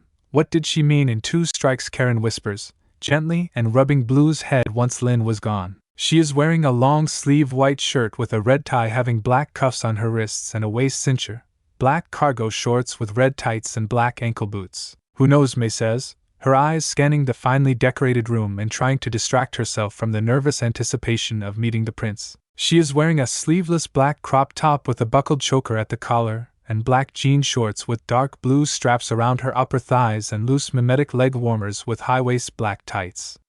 An unzipped black jacket with purple trim having a high collar and attached hood that comes just above her high-waist tights. The jacket has a zipper running along its entire length, a purple air filter on either side just below the trim. The jacket's sleeves completely envelop her arms, terminating in white glove-like extensions of cat's paws. She must be a skilled warrior, Naruto says, with a thoughtful expression. He is wearing a graphic long-sleeved shirt in a dark blue color with sleeves have bionic designs on it. A pair of hybrid ninja cargo pants with adjustable straps having tight ankles and a high-collared black trench coat with the sleeves rolled up having a dark purple and light purple tessellated cuffs. The atmosphere in the room shifts as the sliding doors to the right of the raised sections slide open gracefully, a silent anticipation filling the space. All three immediately bow with their heads touching the mats, a gesture of deep respect as Ieyasu enters the room. The unexpected presence of Tsunade flanked by Tenten further heightens the tension, while Lin takes her place on Ieyasu's left. Raise your heads, Ieyasu says, his voice carrying a mixture of authority and curiosity. Each raise their heads as Naruto hidden eyes settle on the busted blonde to Ieyasu's right and the teen to her right. Sweetie, isn't that Mikoto starts, but Ieyasu speaks. Why have you come, Phantom? Ieyasu says. His gaze is piercing and leaving little room for ambiguity. Naruto pushes his memories aside and clears his throat. I wanted to meet you, Prince Ieyasu. My mother spoke highly of you in her journal, he starts, and Ieyasu quirks an eyebrow, she spoke of you and your brother. How each of you have inherited the best and worst qualities of your father, he continues, his fingers instinctively brushing through his hair and transitioning it back to its natural blonde hue. This catches eye of Tsunade as that shade of blonde she knows very well. It couldn't be? She thought, but her student is having a familiar thought as well. Your brother, the first prince, has on 2 occasions tried to recruit me to his side. The first with an exuberant amount of money. The second in a high-stakes poker game, but both failed, Naruto says, his voice carrying a weight of unseen experiences. So, you've come here to see if I will do the same? Ieyasu questions, his tone flat yet curious, but pausing to keep Lin from leaping towards the blonde as Naruto shakes his head. No, I've always known I would work for you because of my mother. You didn't even bother to see me. Simply assumed greed motivates those around him, however your people fight for you. Every person we asked in places controlled by you, and especially here. How you treat people with respect and common decency. You fight with your soldiers instead of hiding in a castle, Naruto says and reaches for his mask, which is why I phantom no. Naruto Uzumaki, the Shadow Monarch, will fight at your call, he declares, shocking Tsunade and Tenten. Foxy? Tenten blurts out but quickly covers her mouth, her eyes widening in shock and confusion at the revelation before them. Why are you not in Konoha? Ieyasu asks, curious as to why the Kyuubi Jinchuriki is not in Konoha. I left when I was 13 during the Uchiha massacre. I could not remain there due to certain elements, Naruto replies, his tone serious and reflecting on those dark times. Danzo Shimura, Ieyasu says, almost as an accusation, with his voice low and understanding the gravity of what that name brought with it. You're perceptive. Yes, the like of Danzo Shimura, and I could not trust the Sandaime due to other elements. The last few years I've been traveling and working as a mercenary shinobi, Naruto says, revealing a piece of his life that had been hidden in shadows. Before I simply accept your help, I will look into certain matters before I do, Ieyasu says, not unkindly but with the caution of a leader who had seen too much betrayal. And they are, Ieyasu adds, looking to Mei and Karen. Mei Terumi, your highness, Mei says, introduces herself. Karen Uzumaki, your highness, and this is Blue, Karen says, presenting not just herself but also her companion. Ieyasu rises from his low throne with Lin following. You are welcome to remain my castle until I finish my matters, he says, and the 3 bow low. Tsunade and Tenten remain behind as Naruto runs his fingers through his blonde hair. The older blonde rises from her spot and makes her way towards the younger blonde to sit in front of him, her hazel brown eyes staring into his blue eyes for a few moments. You have his eyes and hair but Kushina's face, Tsunade says, her voice soft yet carrying an undeniable strength. I do, Naruto asks, and Tsunade nods. Yes. Now where did you go after leaving Konoha? Tsunade says and pulls out a jug of sake from a seal on her forearm. Uzushio first. I wanted to see our clan's ancestral home. After some time on island I left and headed for Mizu, Naruto starts, his voice carrying a hint of nostalgia. It's where he met me and saved me, Mei continues, and the blonde arches her eyebrow.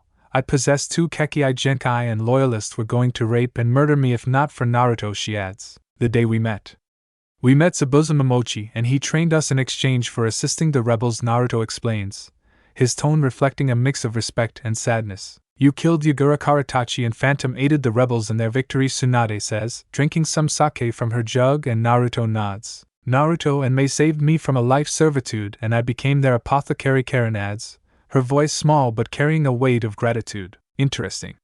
We'll need to talk shop, Tsunade says, sensing the depth of their experiences and the potential lessons within. What about you, Panda? Naruto says, looking to his childhood friend.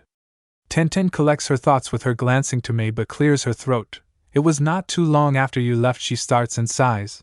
I overheard the guy who adopted me that he was glad you were gone. I confronted him, and he told that some of the merchant clans were pressuring him about associating with you. We continued to argue and I decided to leave. I happened to bump into Lady Tsunade and told her what I doing, she explains. I became her legal guardian and one of my student, but it seems her skill lay in kenjutsu. So I introduced to some teachers but teaching her some of my skills as well, Tsunade explains. Why are you here? Konoha ninja have oaths but you're assisting Prince Ieyasu, Mei asks. My student Shizen Kato and I are no longer Konoha ninja. Though we do is medical care. We aren't fighting, Tsunade replies and rises to her feet. Come with me, little apothecary, she adds. Karen scampers to her feet and follows Tsunade out of the meeting hall to leave 2 childhood friends but a girlfriend as well. So, you knew Naruto as a child, Mei asks, her voice soft but laced with curiosity. Yeah. We were both orphans and began to hang but got separated when I was adopted, but we reconnected during the academy before he left, Tenten says, her tone tinged with a mix of nostalgia and regret. Sorry about what happened with your dad, Naruto says, but Tenten shakes her head as her eyes avoiding his as a complex swirl of emotions pass through them. Naruto. Can let us girls talk, Mei says softly, giving Naruto a knowing look. Sure. I'll go feed Branma, Naruto says, rising to his a small wave to Tenten and heads outside.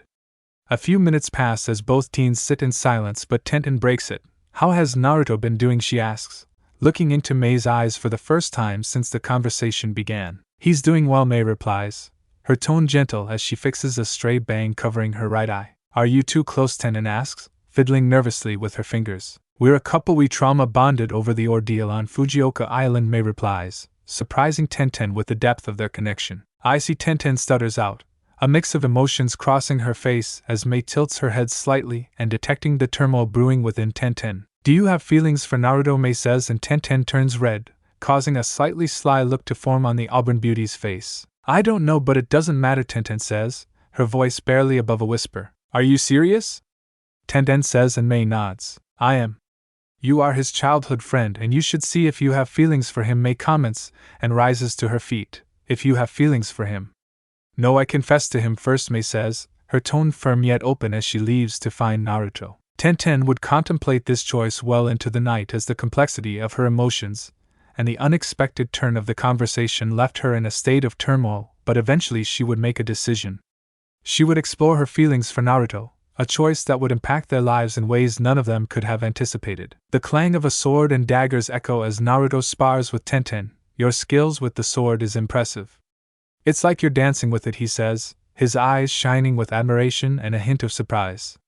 Tenten couldn't help but blush slightly at the compliment. It's been a month since his group has come to Oari to meet Ayasu, but we're still on probation as the second prince investigates several things, mainly things in Konoha concerning him and his leaving. Anytime any of the three leave the castle, they were accompanied by soldiers or Lin herself. Lady Tsunade had me training with a few of Prince Ayasu's samurai. I have a penchant for weapons as well, Tenten says, going an Iaido draw. The two have quickly fallen back into their old routine as if 5 years haven't passed since they last saw each other. Naruto avoids Tenten's draw with a somersault into a crouch behind her. Penchant for weapons. Maybe you can give this a good home, he says, his samurai killers going into his inventory. He brings out a katana having a sleek black sheath with intricate designs on the sheath of dragons in gold. The hilt wrapped in black and purple, its guard is around and etched with dragons in the sky. Kanji for the word sky, fire and dragon were etched on the blade. I took it off a bandit in Earth Country.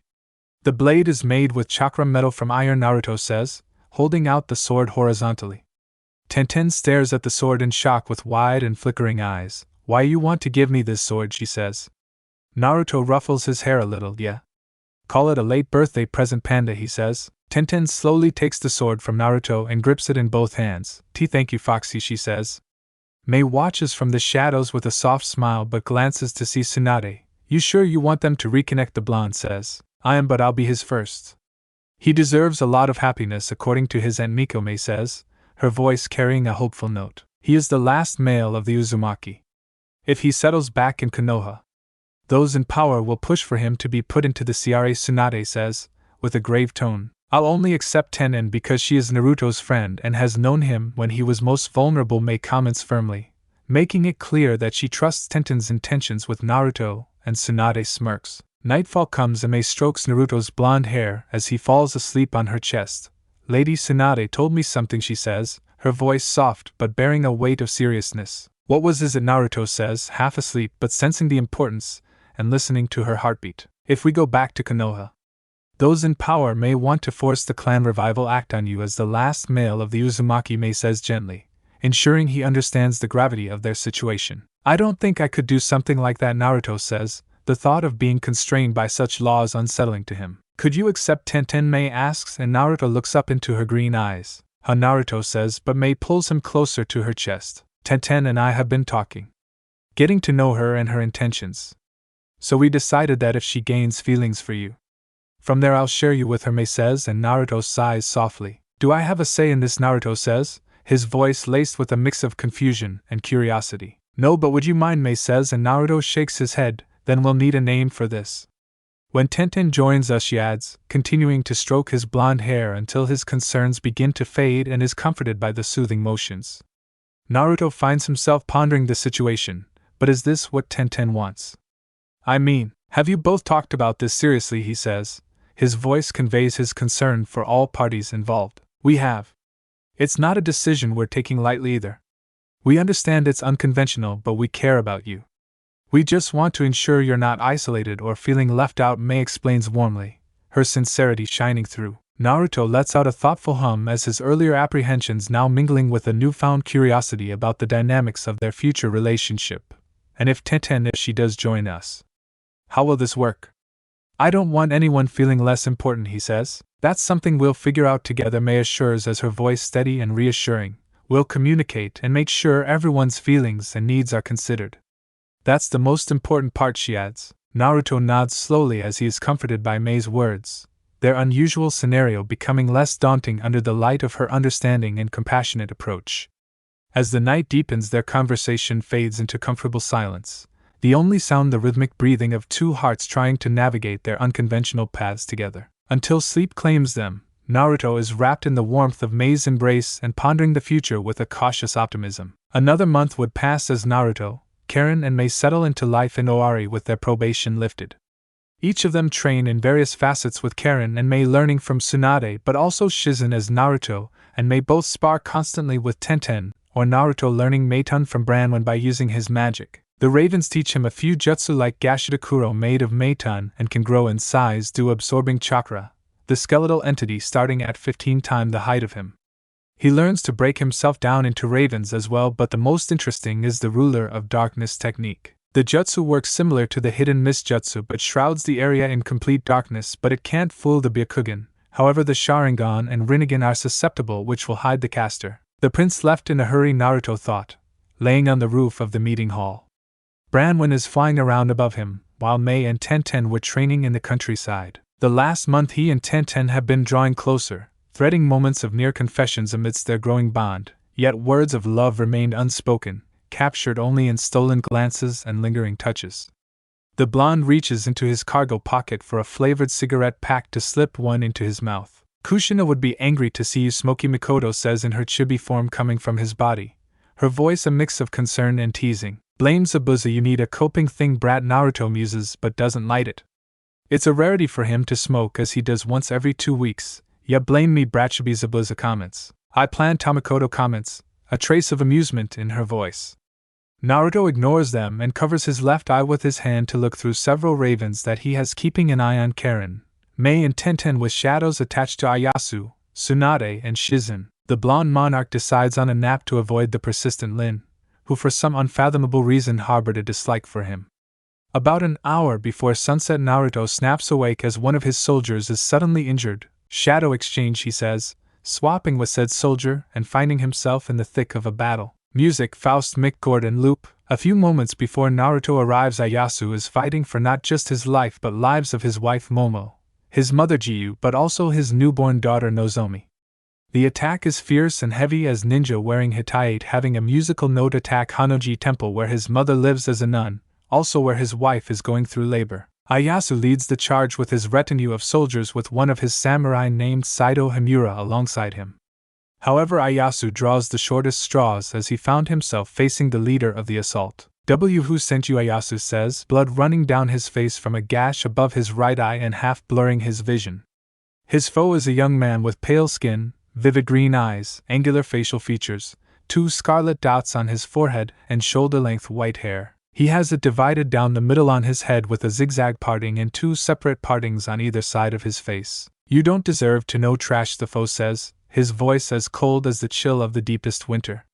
He wears a light lavender, loose-fitting, long-sleeve, zip-up shirt, black pants cut off around his mid-calf, bandages wrapped around his ankles, shinobi sandals and a purple, rope-like belt tied in an inverted bow around his waist. Ayasu clenches his sword tightly with the pain momentarily forgotten. Is that so?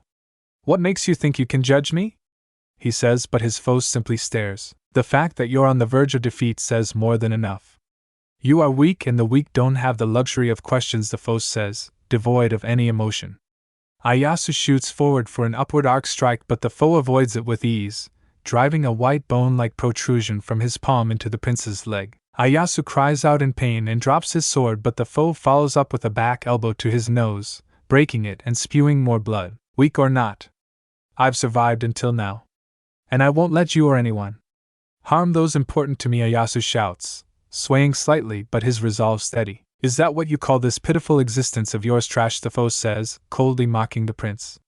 He then goes for a heavy kick that sends Ieyasu on his back as stars fill his vision.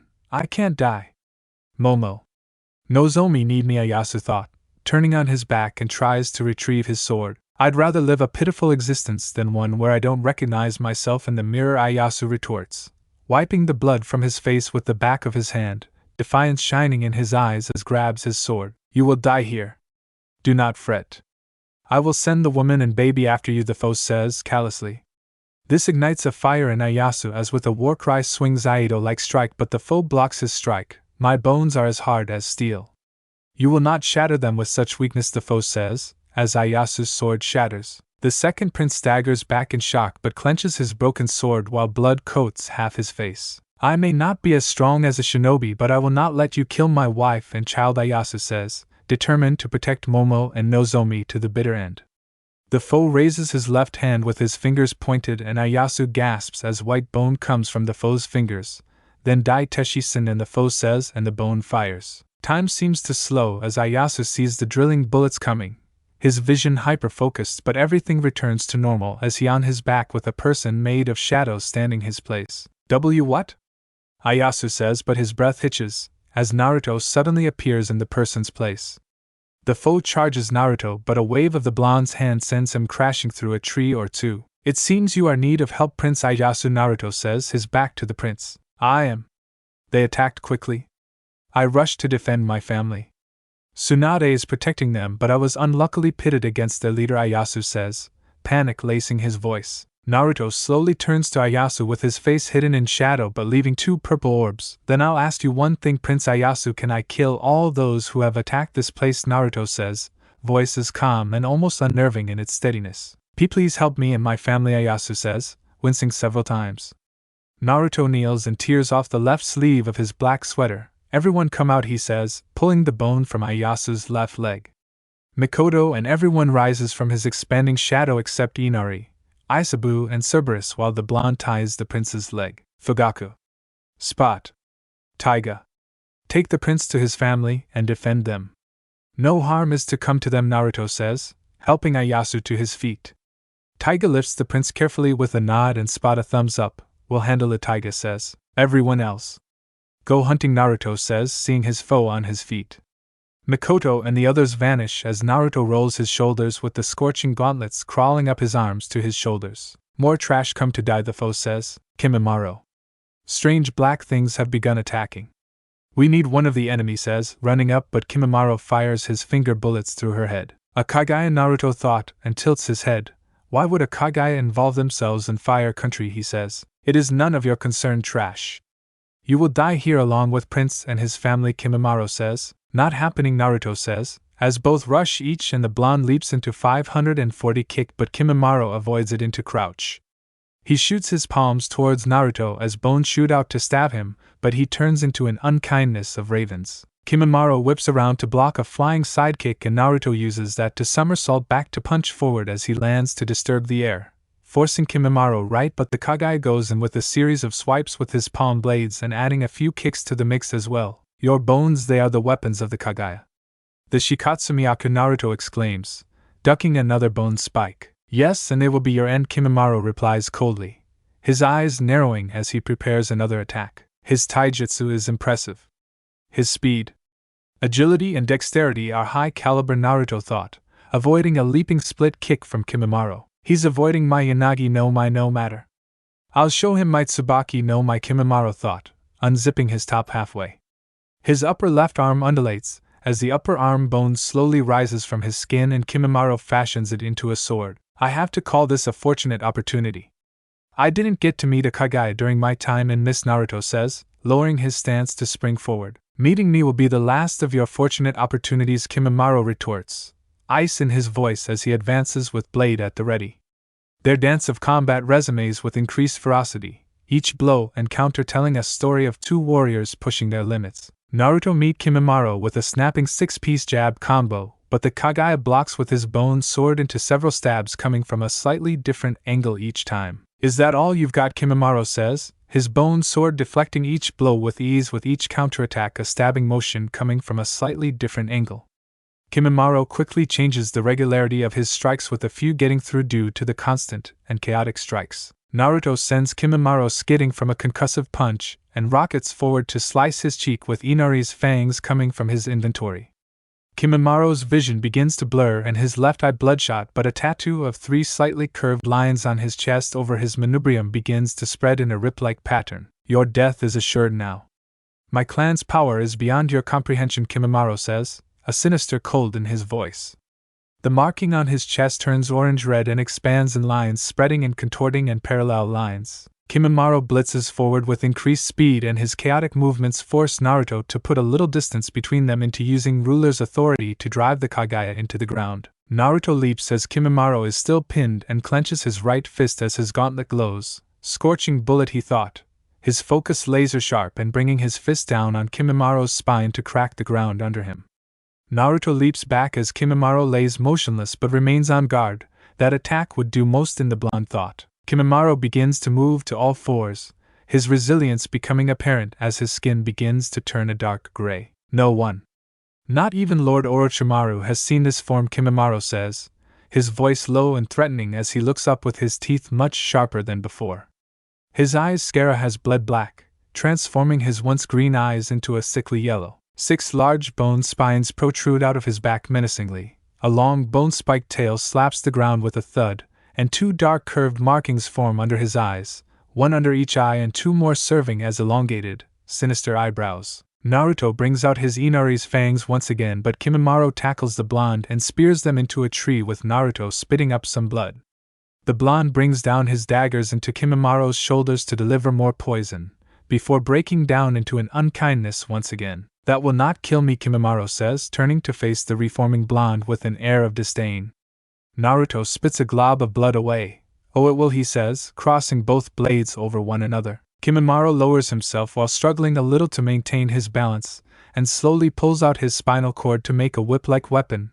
"Tesenka no Mai, Tsuru," he says, and the atmosphere between them thickens with anticipation. Naruto switches his Inari's fangs for Zabumaru as Kimimaro shoots forward with strike of his whip, but Naruto avoids it, leaping and sending right on through Zabumaru with a whip strike of his own. Kimimaro parries it and wraps his whip around the sword to yank it free from Naruto's hands, but is quick to adapt, punching the air to hit the Kagaya in chest. "Tsutenkiya," Naruto thought, shun shining above Kimimaro for a heel dropkick to his head, and it feel like hitting a steel beam.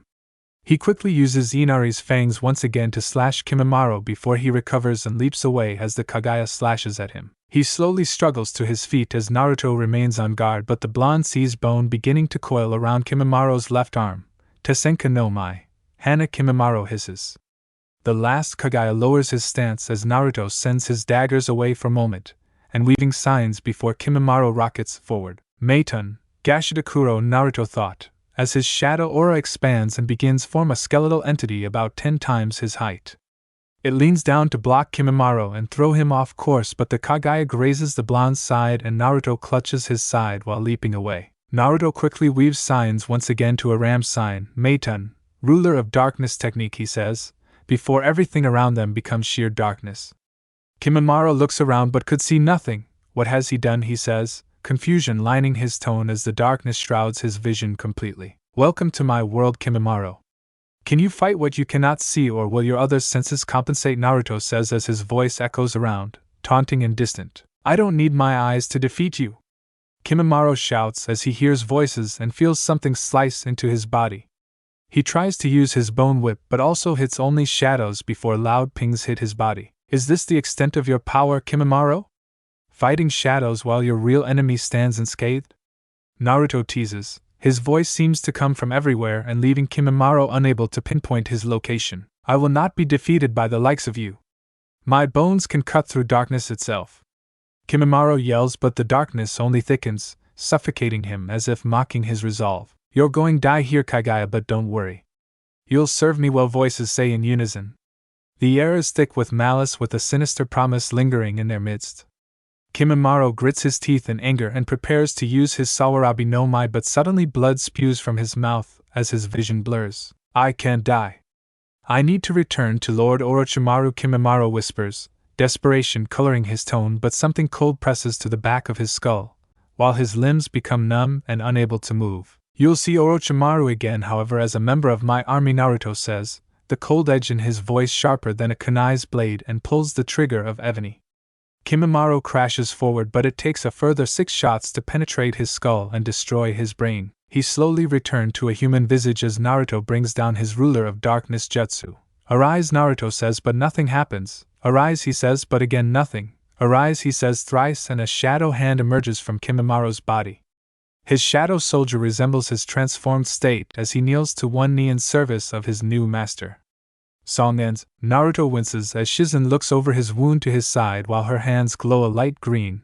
Prince Ieyasu owes his life to you, she says, sitting on the steps of the temple with soldiers guarding the area. He had raised all the attackers to a few clones while several had fled back to whatever snake hole they were hiding in. Tsunade was here. I'm sure she would have been a force, Naruto says, a hint of admiration in his voice. Perhaps, but we were concerned with Princess Momo and her child, but also Prince Ieyasu's injuries, Shizen says, her tone carrying the weight of their situation and signaling she is finishing up. The blonde pulls his shirt down with a silent thank you etched on his face for the care he's been given. They head inside the temple to see Ieyasu sitting on his futon next to his wife Momo's futon as she nurses their daughter Nozomi.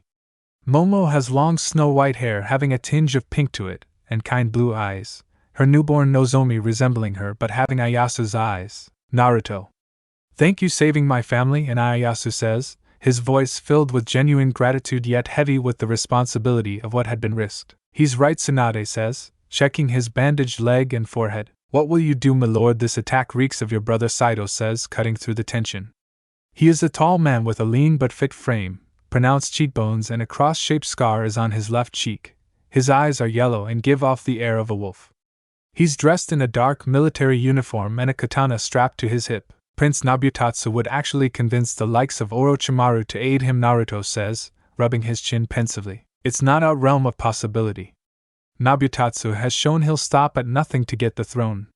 Even if not proven and is just conjecture. Danzo has helped him. That damn Warhawk would jump at this chance to aid the first prince. Which could lead to him becoming Hokage, Tsunade says, her concern evident in her furrowed brows. Ieyasu quietly stares at his wounded leg but then to his wife and child as a turmoil of emotions swirling within. My own brother tried to kill them. Just to get to me, he thought, as a soft hand rests on his shoulder. Jiyu touches her forehead to his temple but says nothing as her demeanor is enough to steady his shaken heart. After his father died, she came to Hanoji to live out the rest of her life as a nun, but that mattered not to his brother. When will I be fully healed? Ieyasu asks, his voice carrying a gravity that seems to pull at the very air of the room. 2 weeks to months, Tsunade replies with clinical precision, yet not devoid of warmth. It is time for this succession war to end. My brother's actions on this day have proven I need to be more decisive. I can no longer just win with my words but with my actions, Ieyasu says, and looked to the blonde standing by the doorway, Naruto Uzumaki. Phantom, will you lend me your strength, he adds, a challenge and a plea interwoven in his voice. Naruto pushes off the wall by the doorway and approaches the second prince to kneel next to him with his head down. You will have it, my lord, he says, his voice steady and resolute. A week later in Akamitsuwari, Nabutatsu tosses his sake bottle into a wall after being threatened by Orochimaru for losing his prized Kimimaro. The room is thick with tension, the shard of the broken bottle reflecting the dim light. How could this happen? Nabutatsu hisses, his voice barely contained. It's as if Ieyasu has the gods on his side, Miyako says, her eyes gleaming with an unpredictable mix of fear and fascination but betraying a hint of respect for their enemy. Nabutatsu slams his fist on the table, causing the remaining sake cups to jump, his wife now his heir. While I have neither, he muses bitterly, the weight of his own words sinking in, and with this recent attack. He'll become more fierce in battle, but he'll be less inclined to enter the battlefield himself, Miyako says, trying to analyze their opponent's next move. That's it. Nabutatsu starts as eyes light up with a blend of malice and excitement. We'll have Uncle Sanada take one of his forts near his border. The one in Happy. It will serve as entrance for our army, which I will lead, Nabutatsu says, a plan forming in the depths of his mind. Miyako approaches and placing a hand on his shoulder with a sly smile forming on her lips. A bold move, Nabutatsu, she praises her son, but let us not forget the strength of Ieyasu's resolve. Your uncle. My brother must tread carefully, she adds. Nabutatsu shakes off her caution as his confidence is swelling with his ambition. Watch me, mother, he says with a fierce determination. I will bring Ieyasu to his knees and all will know the might of Nabutatsu Oda. Fire Lord, he boasts. Miyako steps back to observe the fire in her son's eyes, but she wonders, not for the first time, whether his hunger for victory and power might be his greatest strength, or his most perilous weakness. But the path is chosen and their fates now intertwined with the forthcoming battles. Little did son and mother know, this critical decision, fueled by pride and the desire for power, would come to be one they would regret deeply. A month later, Ieyasu with his young family were back in Owari with both mother and daughter doing well. But it was not all good news, as Sanada Tamiya has taken one of the larger forts guarding Owari lands. Saito and Ieyasu's military advisor Nao Kanetsugu believe Nabutatsu will use this fort as a staging ground for a larger force. Tamiya has hunkered down in Fort Hopi with small raiding parties hitting the surrounding villages, Nao says, his brow furrowed in contemplation. He is a good-looking man with dark hair in a top knot, brown eyes and wearing dark samurai attire with kizaru in his mouth. Ieyasu stares at the map in thought while Saito points to small forts to the west and east of Hopi. And what of the forts to the west and east of Hopi? Ieyasu queries, voice steady but laced with concern. Saito leaned forward with his pointer gliding over the map to rest on two small icons representing the forts in question. Sanada may send forces to secure these forts, which will give the enemy a corridor to move a larger force unimpeded, he says. What do you suggest? We must act swiftly to prevent giving Tamiya the opportunity to strengthen his position, Ieyasu asks, breaking the heavy silence that has formed, the weight of their predicament hanging in the air like a thick fog. Sanada leads a force of about 200 with 2 samurai, the Hinaka brothers. I suggest we reinforce the 2 smaller forts. Lin can take her on Mitsukido to the eastern fort, while Saito can lead a force to the western fort, Nao says, adding tactical depth to their strategy. That leaves Sanada himself and the Hinaka brothers.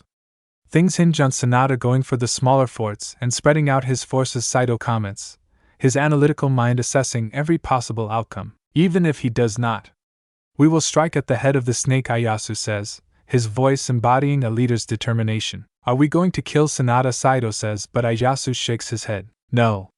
We will capture Tamiya and possibly the Hinaka brothers. Most of my brother's forces are conscripted men and women. We capture Tamiya. They may surrender to us, Ieyasu says, revealing a strategy that leans towards minimizing bloodshed. Capturing Sanada also puts pressure on the Tamiya.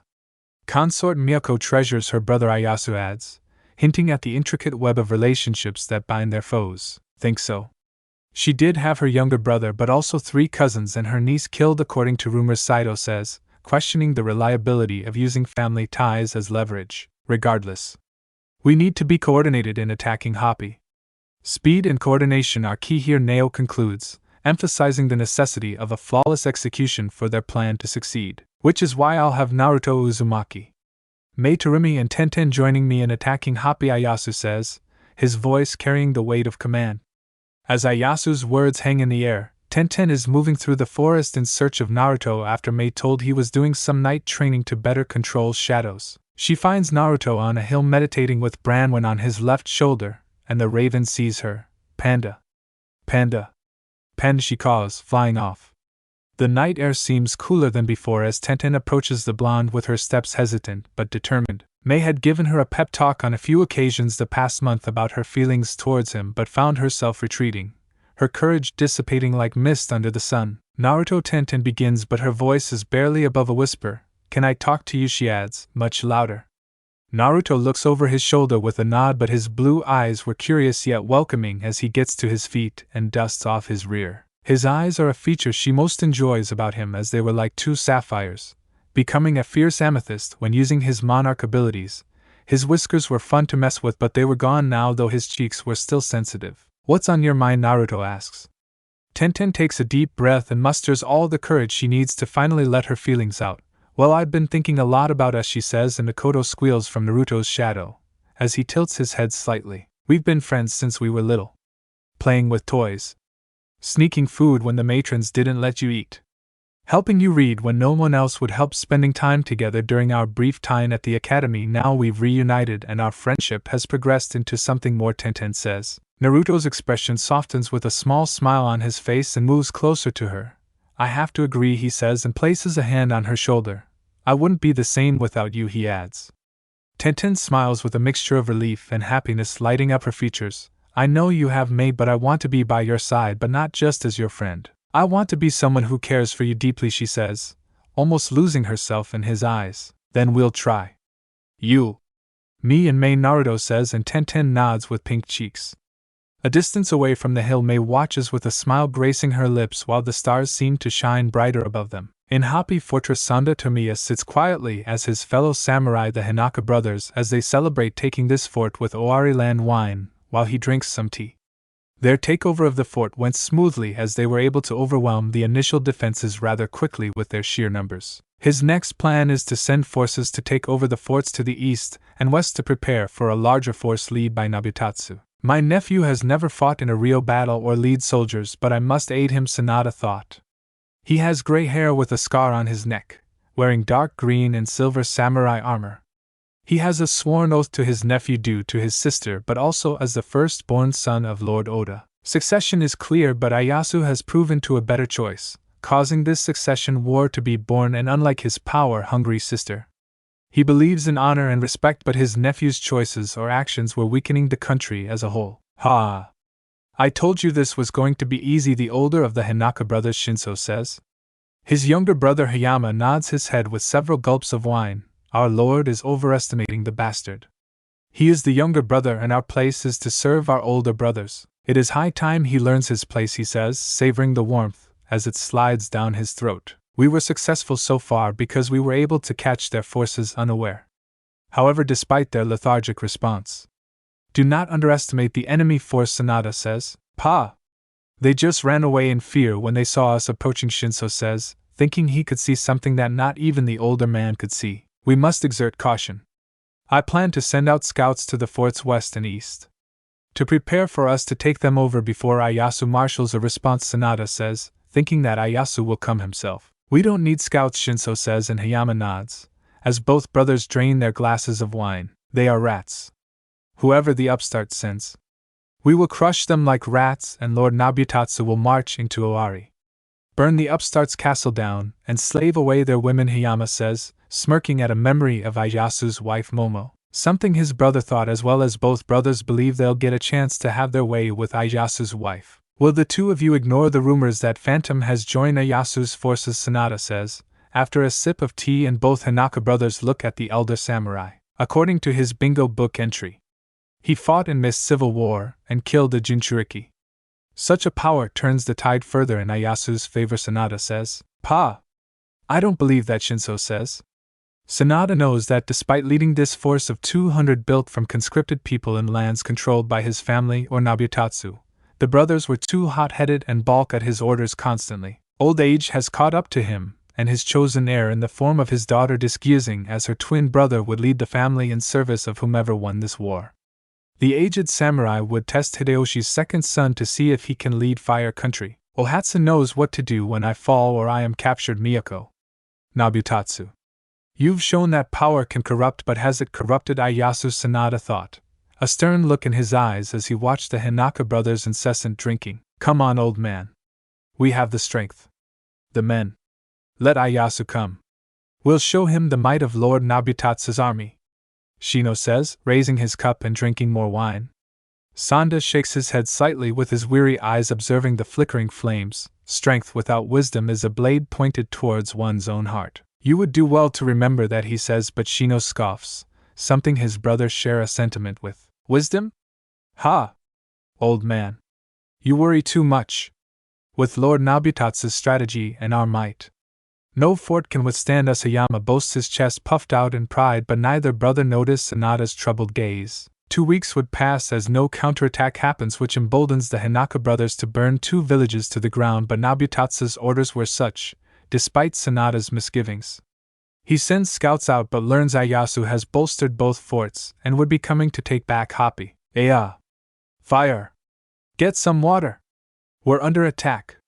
Echoes through the fort, a day after learning of Ieyasu's force coming. The shouts reach Sanada as he reaches the courtyard to see a storehouse on fire but also the watchtower, and shouts of fires coming from their army encampments. What is going on? Shinso shouts, reaching the courtyard with his brother. All of them see a large unkindness of ravens hitting the watchtower before a loud roar echoes. What is that? It has 3 heads. One soldier shouts, Arm yourselves! Sanada shouts, drawing his sword as the Hinaka brothers do the same. Cerberus leaps over the walls with ease, landing with large dust up as the 3 samurai and soldiers ready themselves, but the 3-headed beast swirls with black-purple energy. The swirling energy breaks down to change into Naruto with his mask on, Mei with her hood obscuring her face, Tenten with her new sword on her side, and of all people Ieyasu dressed for battle.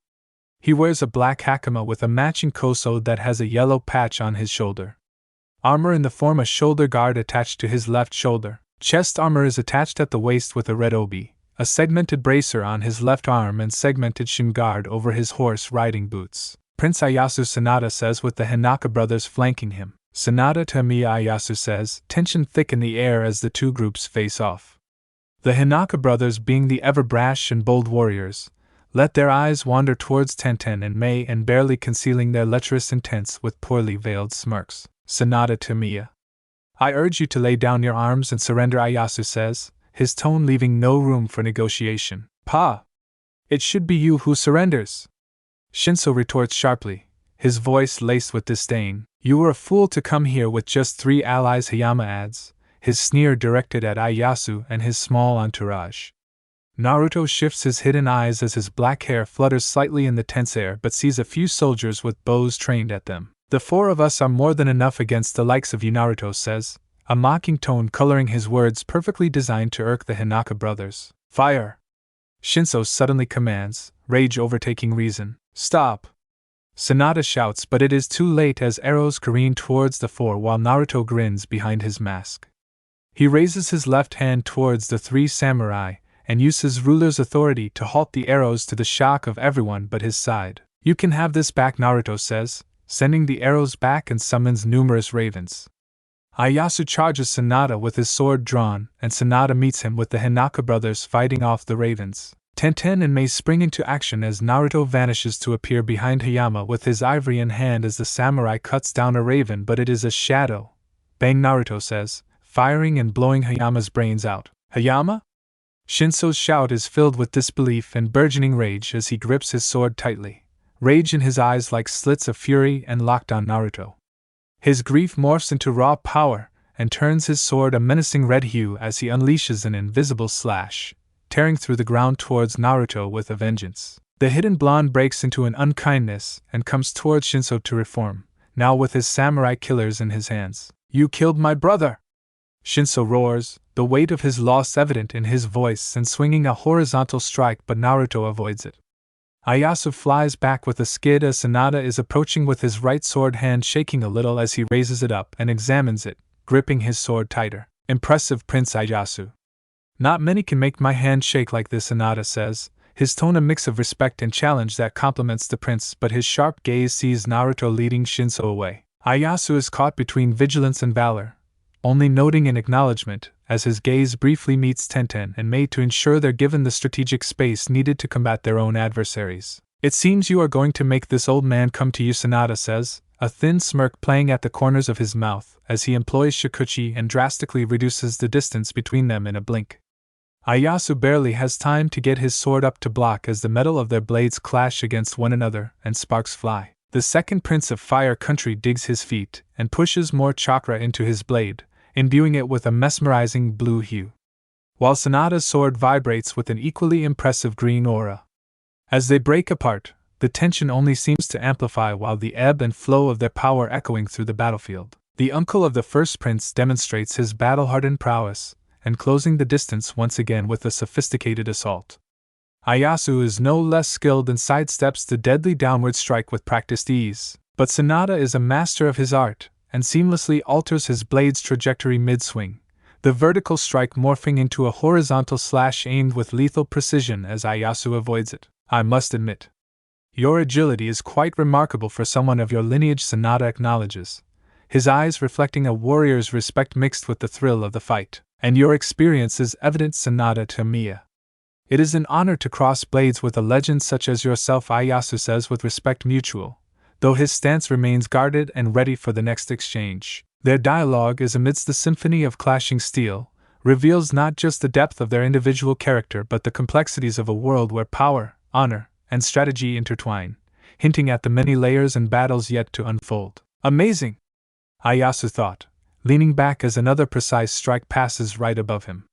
He sends a heavy kick and Sanada jumps back but quickly closes the distance between them in a single stride to attempt a slash to the prince's neck. A daring move, Sanada to Miya. But predictability can be your downfall, Ieyasu says, parrying the strike and twisting on his heel to swing a swift counterattack. Though Sanada crouches to avoid it into aiming for Ieyasu's heart, and putting him on the defensive once again, Ieyasu parries several strikes as they clash with their blades, sending sparks everywhere from their continuous exchanges. Predictable am I? Sanada chuckles and ducks under another swing. Perhaps I'm just getting started, he adds. A break allows Ieyasu to put a little distance to use his iron reaver to cut through the ground, but Sanada smirks, parrying his attack with his sheath to the prince's shock. In terms of skill, you are strong, but Sanada says, almost praising the prince, but only almost. He vanishes in a blur with several thrusting strikes, but Ieyasu only blocks the first two. The remaining 5 slash his upper arms, sides, but his armor blocks, and finally his sword as it cracks while he flies back. It's over, Prince Ieyasu, Sanada says, closing in on the prince with a Gatatsu strike. However, the prince vanishes, and in his place is Tenten with her sword coming up and parries the man's strike up as he avoids her counter. Ieyasu staggers to his feet as with pain rippling through him but falls back to one knee as Sanada and Tenten were staring each other down. Tenten? Ieyasu shouts. You've saved the prince's life at the cost of your own, Sanada says, taking a Gatatsu strike stance. Tenten stands firm with her eyes narrowing in sheer determination. Her hands grip the hilt of her sword tighter while her knuckles were turning white. Sanada has his feet planted solidly on the ground, eyeing her with a sense of renewed interest. He realizes that she is not just a mere replacement for the prince, but she is an interesting opponent in her own right. Tenten. Was it? You've managed to catch me by surprise, Sanada admits, his tone carrying a mix of respect and eagerness for the challenge ahead. The air around him crackles with energy as his aura manifests visibly, intensifying the atmosphere of the battlefield. Tenten recognizes the imminent threat and steadies her breathing, focusing her own chakra to counter whatever comes her way. Sanada launches forward with a series of devastating blows aimed with precision. Tenten meets each attack with her blade with her reflexes sharp while sparks fly with every collision. But Sanada's strikes grow fiercer and pushes her back step by step. It's a dance of intense aggression and deft defense as Tenten scrambles to find an opening, a weakness in his onslaught. You fight with the grace of 1,000 cranes in flight, Sanada said mid-strike, his admiration seeping through even as he maintained the intensity of his attacks. Tenten is panting and manages a quick retort between blocks. Flattery won't save you, Sanada to Miya. I'm finding that opening. Just you watch, she says, shifting into a Teiyura Gasumi no Kami stance. Sanada stares at the young woman as in their quick exchanges the seasoned samurai avoids her strikes, learning Tenten is gifted with the sword. Another quick exchange tells him more about Tenten. Her lack of experience is shored up by ninja training. She fights not just with her impeccable sword but with her mind as well, scheming and planning as all great fighters do. Did you teach her Saido Himura, or could it be you? Sanada thought. Ieyasu watches Tenten and Sanada as his thoughts go to his former sensei Watashi Hirohito, who taught him but also Tenten Kenjutsu before his death. Tenten in a swift gesture goes for a Ryukensen with a lethal intent, but Sanada's eyes are tracking her every move, stepped back with practiced ease, avoiding the deadly arc of her sword. He closes the distance between them with a forward lunge, his blade singing through the air, aiming to end the confrontation with a single and decisive blow. Tenten twists away and narrowly avoids the strike but not the follow-up side-sweeping attack that catches her off guard and sends her tumbling across the ground. Were you schooled by Watashi Hirohito? Master of the Hiten Mitsurujiryu, Sanada says. Tenten immediately clutches her bleeding side with blood welling up between her fingers, painting her hand in a stark but vivid red. Why yes, Tenten says, her voice laced with pain and pride.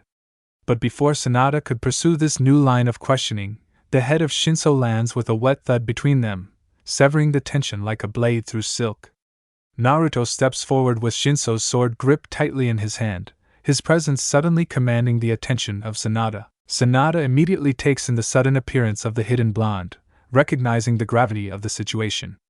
With a fluid motion belying his reluctance, he plants his sword into the earth and sinks to his knees in a gesture of surrender. "I surrender, Prince Ieyasu," Sanada says, his voice steady yet tinged with a hint of resignation. There is a brief silence as all eyes turn to the kneeling warrior, but Ieyasu steps forward. "Why?" Ieyasu says simply, his voice devoid of the triumph one might expect. Sanada meets his gaze as turmoil within him evident, "But this is the right choice, because there is more honor in laying down my sword than in leading my men to assured demise," he replies, his voice firm but shifts his gaze. "Tenten, and for you, Tenten, I give you the epitaph of sword dancer for your unparalleled courage," Sanada says, his voice carrying a tone of respect and admiration.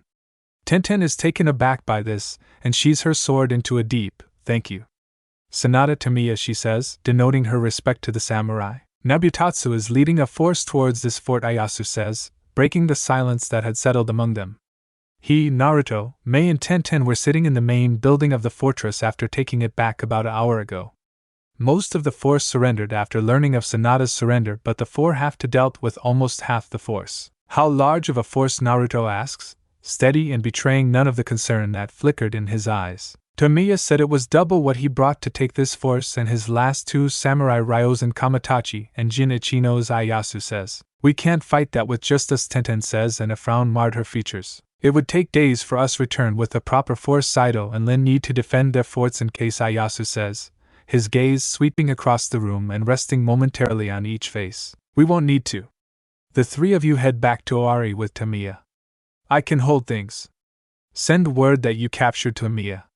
It may stop your brother in his tracks before he arrives," Naruto says, his voice filled with a conviction. Mei and Tenten stare at their blonde as Ieyasu contemplates Naruto's suggestion of holding the fort alone, but Naruto. Facing them alone, she says, concern etched onto her face. "I have a plan. Trust me," Naruto says, his eyes flickering between blue and purple. "Can you really do it?" Ieyasu says, skepticism lacing his tone but also showing a glimmer of hope. "I have some heavy hitters. Though once word gets out about one in particular, Konoha will know where I am," Naruto says, a certain confidence underlying his words. "Or you could simply not use Inari. Isabu and Cerberus are big enough," Mei says, trying to find a compromise to avoid unnecessary attention, and Naruto shrugs with a nod. "Then we'll go through with Naruto's plan. We will head back with Tamiya and conscripts he brought. They'll follow him," Ieyasu says, and all three nod, signaling the start of their unexpected plan. The next day, Ieyasu, Mei and Tenten leave with 100 of Sanada's conscripts to head for Oari while leaving Naruto in Fort Hoppy. Naruto sits on the top of a watchtower with his legs dangling. "You shouldn't hide," Mainari says from his shadow. The sweet aroma of flavored cigarette fills the air as he takes a drag, the cinnamon-flavored smoke curling into the night sky. "I would rather not have Konoha scrambling to find me. Danzo will be nose open if he learns Phantom is actually Naruto Uzumaki." Former QB Jinchuriki, Naruto says, expelling some smoke but sucking up the cinnamon-flavored smoke up his nose. 3 days later, Naruto is standing on the wall of the fort with his hood of his lightning storm hoodie keeping the rain off of him. He also wears a graphic long-sleeve shirt in a dark purple color with sleeves have bionic designs on it.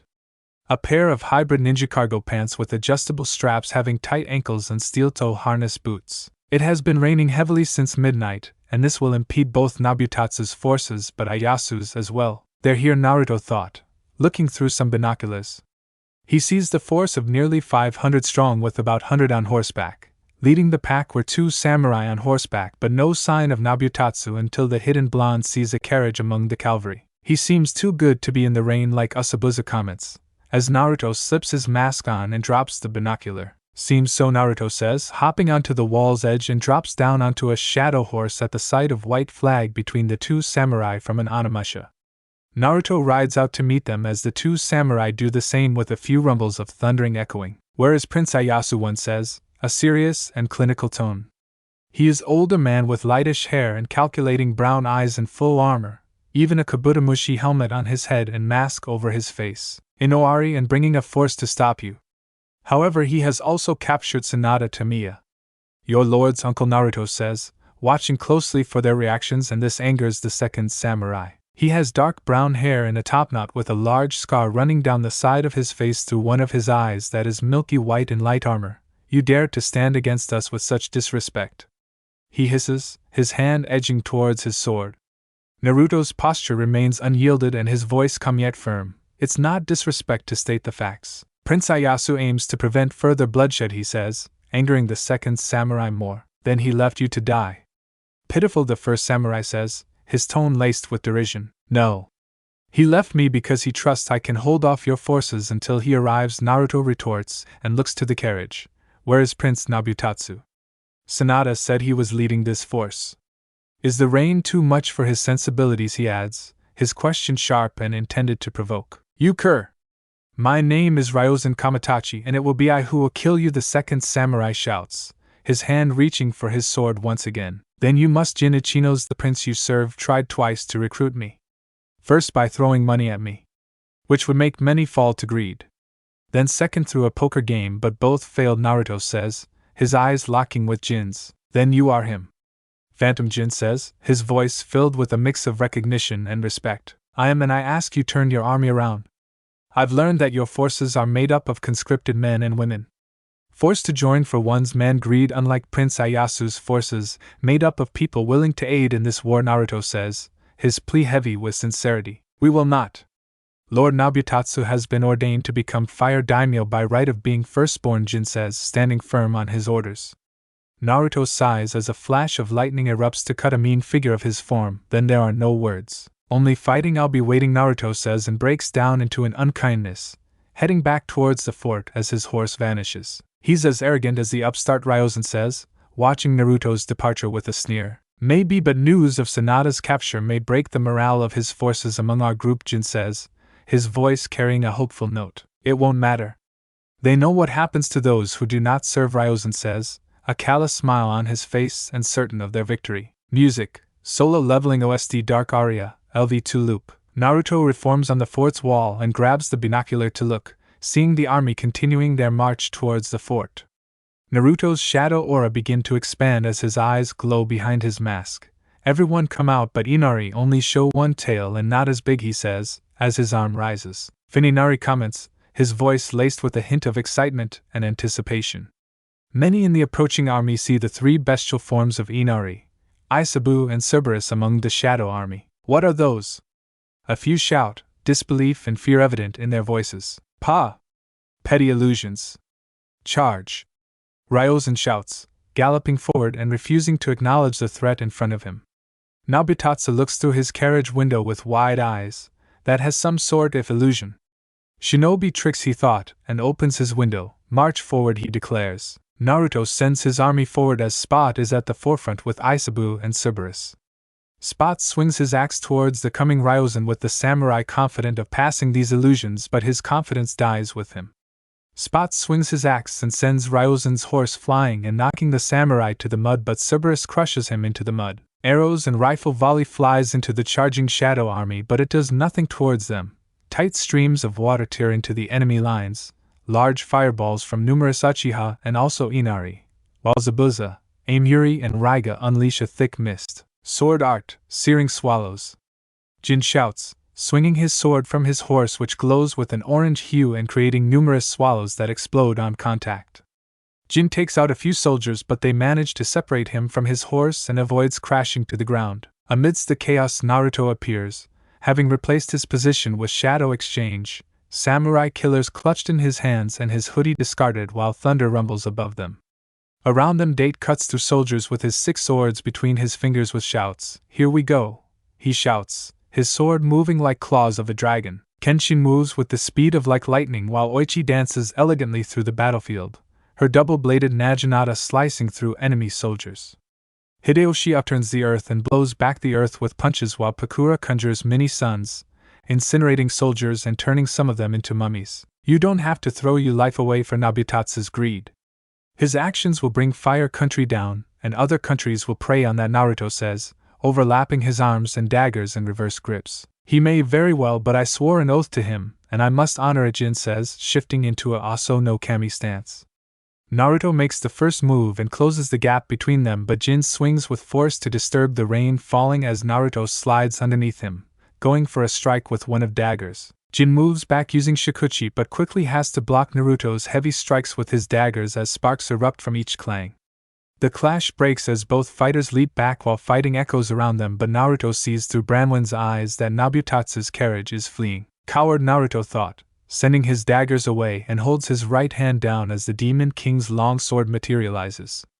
He swings and creates a miniature lightning storm that Jin is forced to avoid, but Naruto is on him with several heavying swings that Jin blocks but has to constantly pump chakra through his sword to keep it from breaking. Naruto breaks the clash as Jin swings down hard to slice a gash into the ground, and Jin meets him when he lands. Where is you, Lord? Why is he not fighting? Why is he letting all these people die for him? Naruto says, as both are now locked in a test of strength. Sword art, searing shockwave. Jin shouts, forcing Naruto back with a shockwave of searing heat. He then sheathes his sword and shifts into a Batajutsu while focusing his chakra as Naruto raises his sword high while lightning begins to skate along the long sword. However, unlike before, Jin has this fierce look on his face as his heart is screaming at him to win this battle. Thank you, Phantom. You given this old man one final fun fight, Jin thought. Censored sword art, Hellstorm beheading. Jin roars, drawing with lightning speed. He unleashes a powerful shockwave that becomes a massive and searing tornado, but Naruto brings his sword down, Akuma Rarya no Tatsumaki. He roars, creating a red-eyed dragon-shaped vortex that crashes through Jin's tornado. The dragon crashes into him as his tornado explodes with another shockwave, while Jin flies back and crashes into the muddy ground. He stares at the dark skies as his blood mixes with the mud and rain, but a large discharge of lightning crashes from the heaven-like spear. His blurry eyes see Naruto standing over him with the Demon King's longsword resting on his shoulder. That was amazing. I would love to have a samurai like you in my army, but I won't. Good to the Pure Land with you, honor intact. Jin hears, passing away. Song ends. Nabutatsu manages to push open the door off his overturned carriage with blood coming from his cut cheek and lip. He falls to the muddy ground as fighting is beginning to die down. How can this be happening? Nabutatsu thought, remembering a bright flash of light before his carriage was turned over. While your forces were fighting and dying for you, you were hiding inside this carriage, a voice says, and Nabutatsu looks up to see Naruto's masked face. This is the first we've met face to face, Naruto says. Nabutatsu tries to move his right towards the dagger, but Naruto fires Ebony at dagger, and the prince snatches his hand back. Why you won't kill me? I am the first prince of Fire Country, Nabutatsu says, his voice a mix of defiance and fear. You're right, I won't. Your fate is in your brother's hand, Naruto says, grabbing the prince and knocking him out with swift but non-lethal force. The remains of the day is escort the remains of Nabutatsu's forces that didn't flee in terror, and raising the others except for Jin. He seals the samurai in a scroll to be buried later. His army would guard Nabutatsu's captured army using the same encampments Sanada used. Nabutatsu switched between ordering Naruto releasing him, bargaining, anger, and whining to be free. Ieyasu would arrive 3 days later with his army to find Nabutatsu captured. Tell me, brother, was power worth all this? Ieyasu says, a mix of anguish and authority in his tone. A set of bars in the fort are between them. The daimyo seat was mine from birth, Nabutatsu defiantly asserts. Your right as firstborn justified this war. Turned your domain into a place where innocent are treated horribly. So much that they fled to mine for safety, Ieyasu says, his face tightening with emotion. The seat of daimyo is mine by tradition and law. These battles, whether victory or loss, are necessary steps to claim what is rightfully mine, commoners. Their lives are the currency of power. Their sacrifices are expected, if not inevitable, Nabutatsu says. His expression is cold and a stark contrast to the fire in his words. Ieyasu stares at his brother with disbelief so tangible it seems to vibrate in the air between them and clenches his fist. Necessary? Inevitable? Have you not listened to me? Akamitsuwari has incited open rebellion. Those commoners you speak of with disgust. You don't sacrifice them for personal gain, Ieyasu says, but Nabutatsu scoffs, a sound that echoes with arrogance and dismissal. You speak of ideals, as if they feed and clothe the masses. Power ensures survival. The lesser simply need to follow their betters, Nabutatsu says, his voice cold and firm, leaving no room for dispute. Ieyasu stares at his older brother with a piercing gaze, and this shakes a little of Nabutatsu's arrogance. Do you think those nobles will still follow you after learned you've been captured? They'll abandon your cause at the first chance they get, and they'll be dealt with in time, Ieyasu counter-argues, his tone layered with a calm yet undeniable authority, and turns on his heels. My mother will come for me, Nabutatsu shouts, desperate to reclaim some semblance of control over the situation, but Ieyasu ignores him. Ieyasu heads for the courtyard of the fort with his thoughts on what is to come. News soon spreads of the Battle of Hopi and the capture of Nabutatsu by Ieyasu's side, but also Sanada Tamiya as well. This event sent ripples through Konoha and Fire Country, further dividing opinions and testing loyalties. Miyako Tamiya, amidst the growing unrest, is attempting to rally forces to save her son. Her home was once a place of solace, has turned into a war room where strategies and pleas were as common as the air they breathe. My friends, Miyako begins with her voice steady despite the fear gnawing at her heart. Our beloved Nabutatsu needs us now more than ever. We must not let the darkness of these times overshadow our will. Who among you will stand with me, she adds, looking at the assembled confidants. The room falls into a heavy silence, each person weighed down by the gravity of her words, and they believe this is a test of loyalty and of courage. Lady Miyako, we are with you. You know that, but confronting Prince Ieyasu is akin to facing a typhoon with nothing but our bare hands. And with the riots here in Akamitsuwari, how can we protect our fields and families here while taking on such a formidable foe? Miyako's young beau Kaido says, his voice tinged with uncertainty. Miyako's eyes blaze with a fierce determination as she glares at Kaido. My son is more important than petty riots from commoners, she retorts sharply and looks to the rest. Once Nabutatsu is safe and back within these walls, then we will address and put down the riots. We cannot let fear dictate our actions now, she remarks. You are right, Lady Miyako. Forgive my hesitation. Your strength and clarity in these dark times give us light. I for one will follow where you lead, Kaido says, and lowers his gaze, chastened. There is a rustle as another confidant named Haruka, as she rises from her chair with her determination palpable. Lady Miyako speaks the truth. We are fighting for Prince Nabutatsu. If Akamitsuwari is to survive, we need him, she says. Haruka makes a poignant observation. Our fight is symbolic. Perhaps we could use a two-pronged approach. Some of our remaining forces will stay to protect Akamitsuwari and quell the riots, while others will join Lady Miyako to rescue Prince Nabutatsu. This way we address our immediate concerns and our long-term survival, an older man, Tsuyoshi says, known for his wisdom. The previously tense room, filled with hesitation, began to buzz with whispered discussions and contemplations as Miyako believed her son would be saved. The tranquility of the moment is suddenly shattered as the door bursts open. Soldiers rush in with their weapons drawn and faces set with determination, while the room turns chaotic as allies ready themselves for a confrontation, but Miyako's nephew rises from his seat. Hayato? Miyako says. Hayato cuts off the armor he is wearing over his kosode, and it drops to reveal a woman's bosom as Miyako's eyes widen, along with many present in the room. I am not Hayato. He died protecting me, his twin sister Ohatsu, Hayato says, and gasps fill the room as the revelation sinks in while Miyako stumbles on her words. Ohatsu? I thought you were, Miyako says, her voice barely above a whisper. Ohatsu's eyes meet Miyako's with a storm of emotions passing between them. To think you would try to have your own niece killed. The rumors about you are true, then, Ohatsu states, not as a question but as a fact. I had no choice. Nabutatsu wanted you gone, Miyako says, pinning the blame temporarily on her son. The room shifts uncomfortably at the mention of the crown prince, a silence enveloping the space as everyone processes her words. But why would Prince Nabutatsu want that, Haruka says to finally break the silence, her question hanging in the air heavy with implication. Miyako swallows hard as the truth painful to admit, and she need to spin it to fit her narrative, but Ohatsu beats her to he was blinded by jealousy and fear. He feared that the people of Akamitsuwari would see me as competition to his rule. Something he considered his right, Ohatsu says, glaring at her aunt. Kaido at that moment, due to his blind loyalty to Miyako, moves aggressively towards Ohatsu, his intent clear in his eyes. Ohatsu, with a swiftness born of necessity, pulls a hidden dagger from her sleeve. The motion is fluid and almost graceful, but the outcome is gruesome. Kaido's throat is sliced open before he could even make his intentions fully known, his body collapsing to the floor as life quickly abandons him. Ohatsu! You are ruining things! Like always, Miyako screams, her voice a mixture of horror and outrage. Ohatsu grips the dagger tightly with a calming breath. Ruining things? I'm not the one trying to kill their own blood. You only care about your son Nabutatsu, but what about your brother? My father Sanada Toimiya, she says, her voice wavering and betraying a hint of vulnerability beneath her steely exterior.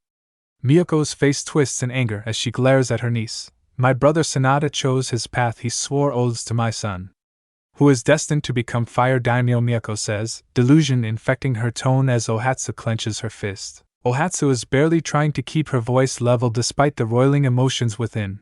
Destiny is earned, and Miyako, it's not handed down because of your delusions of grandeur, she retorts, unable to contain her disbelief. That's naive, Ohatsu. You know as well as I that power and birthright often decide our paths in this world. Not some idealistic notion of earning one's way, Miyako snaps back, her eyes narrowing. And yet, it is those idealistic notions that have propelled Prince Ieyasu over his half-brother Prince Nabutatsu, Ohatsu retorts, her fist unclenching slightly as she tries to reason with her aunt. Miyako laughs as this harsh sound fills the room with cold. Ieyasu may have the people's favor, but Nabutatsu has the rightful claim. That should be enough. Power, bloodline, alliances. These are the pillars that hold our world. You'll understand soon enough, she says. A silence stretches between them and charged with unspoken acknowledgments and the heavy weight of reality. Our people are suffering because of Nabutatsu's actions. With banditry, missing Nin running rampant. Even here in Akamitsuwari it is happening while you look down at them, Ohatsu says, her voice a mix of frustration and worry, but Miyako scoffs. I care nothing for the commoners. Lessers should follow their betters. It is the natural order of things.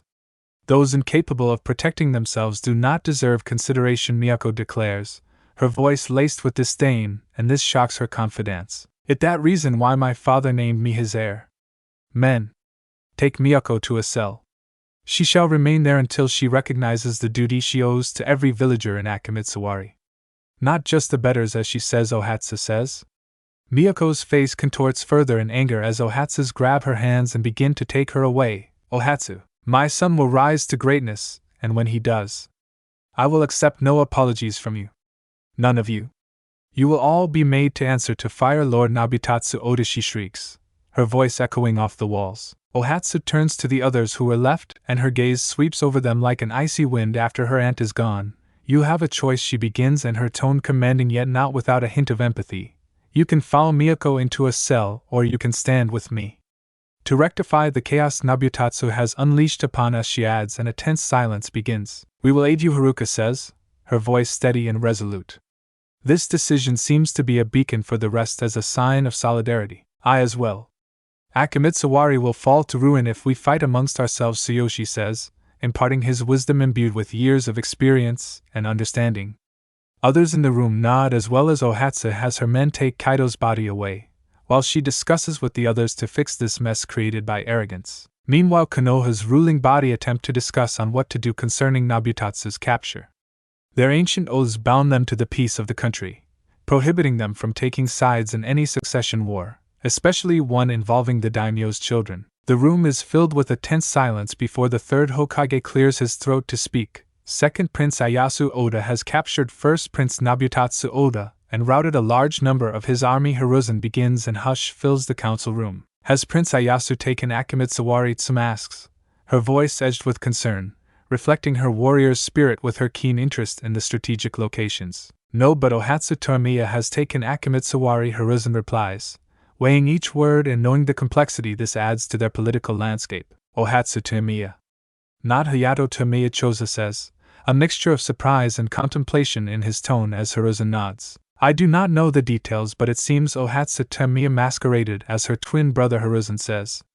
The room falls into a deeper silence as the council members digest this new piece of the puzzle. The dynamics within the Tormiya family were known to be volatile, and Ohatsu's move hinted at a significant shift in internal power structures, one that could have wide-reaching effects. The balance in the Fire Country has shifted with Prince Ieyasu's victory over Prince Nabutatsu. It holds significant implications for us, Shikaka says, concern evident on his face. Indeed it does. Konoha has remained true to its oaths, but we cannot be blind to the changes this victory brings us, Hiruzen says, and puffs his pipe, the smoke swirling around him like an ethereal dragon. Prince Ieyasu's methods show a leader who values strategy and the hearts of the people, though the involvement of this phantom raises questions. We must learn more about this ally of his, Kohara says, her voice steady and diplomatic. I agree. Phantom aided the rebels in Water Country. Now aids Prince Ieyasu. Could Water Country be trying to use the prince as a puppet? Hamura says, stroking his chin thoughtfully. I've had Jiraiya investigating Phantom, and his spies found evidence of him parting with the rebels after the installment of Godame Mangetsu. Hozuki Hiruzen says, the lines on his face deepening with the weight of his thoughts. We still need to know more about this Phantom. It is bad enough that Tsunade and her apprentice have joined forces with Ieyasu.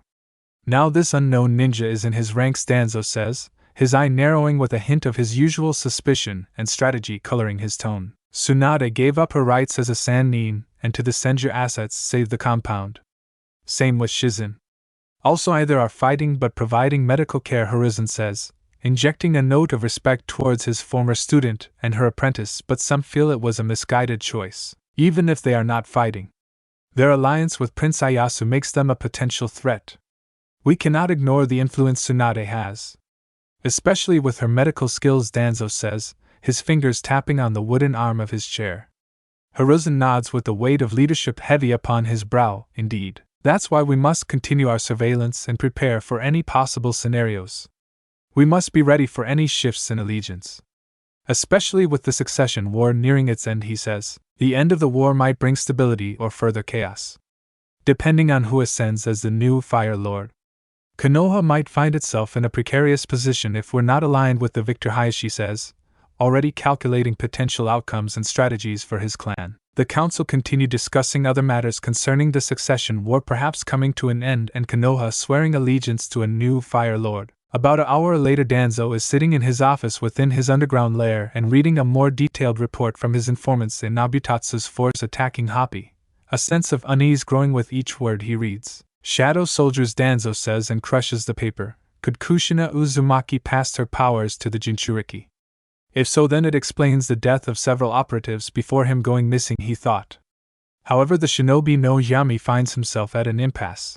A very severe impasse, as everything he has worked for is crumbling in front of him. If Ieyasu takes the throne as daimyo, my power could subtly diminish.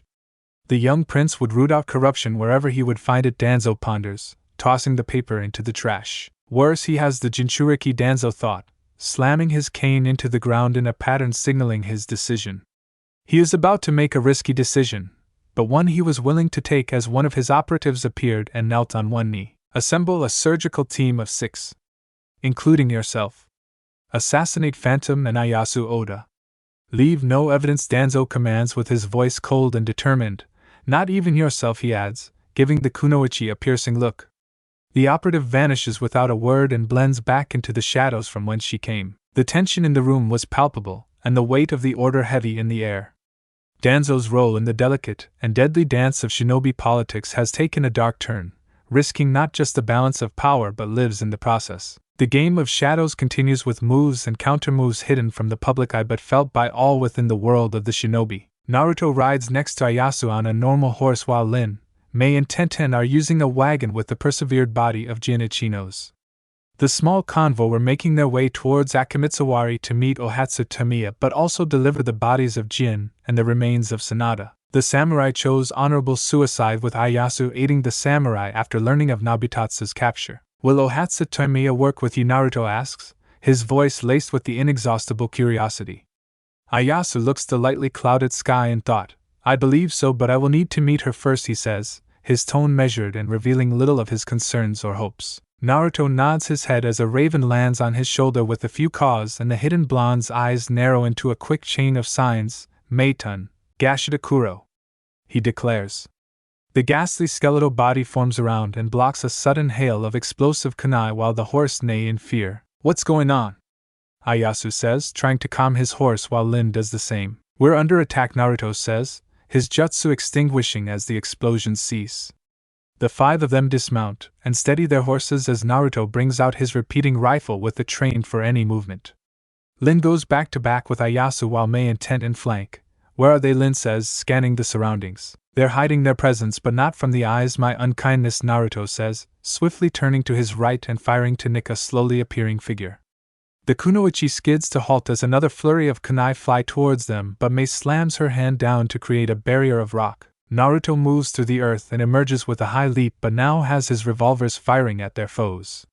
They quickly scatter and swap with logs in a classic substitution technique as Naruto lands but once goes for him with her tanto. Naruto blocks with his revolvers and in a swift motion, lands a heavy kick to her stomach that sends her skidding back, but she doesn't recover fast enough as he puts 2 bullets to her forehead. A second Ni comes behind with 2 long kunai knives, but he uses the substitution technique with a log. Katan, Gokakyu no Jutsu. A third Ni shouts, spewing a fireball towards Naruto.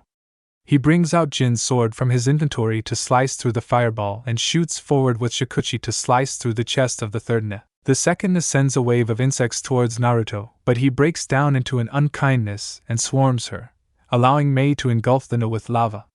The 6-person team were dead save for the leader, but she uses a suicide jutsu and Naruto uses Gashidakuro to protect them. This Danzo's Emo Mikoto comments from Naruto's shadow. I was lucky to get the Ni I got, Naruto says and looks to Ieyasu. We'll get him sooner or later, he adds. We should continue our journey, Milord Lin says, shooting the hidden blonde a look. We should continue. Naruto. Have your raven continued to search for ambushes, Ieyasu says, and they climb back on their horses.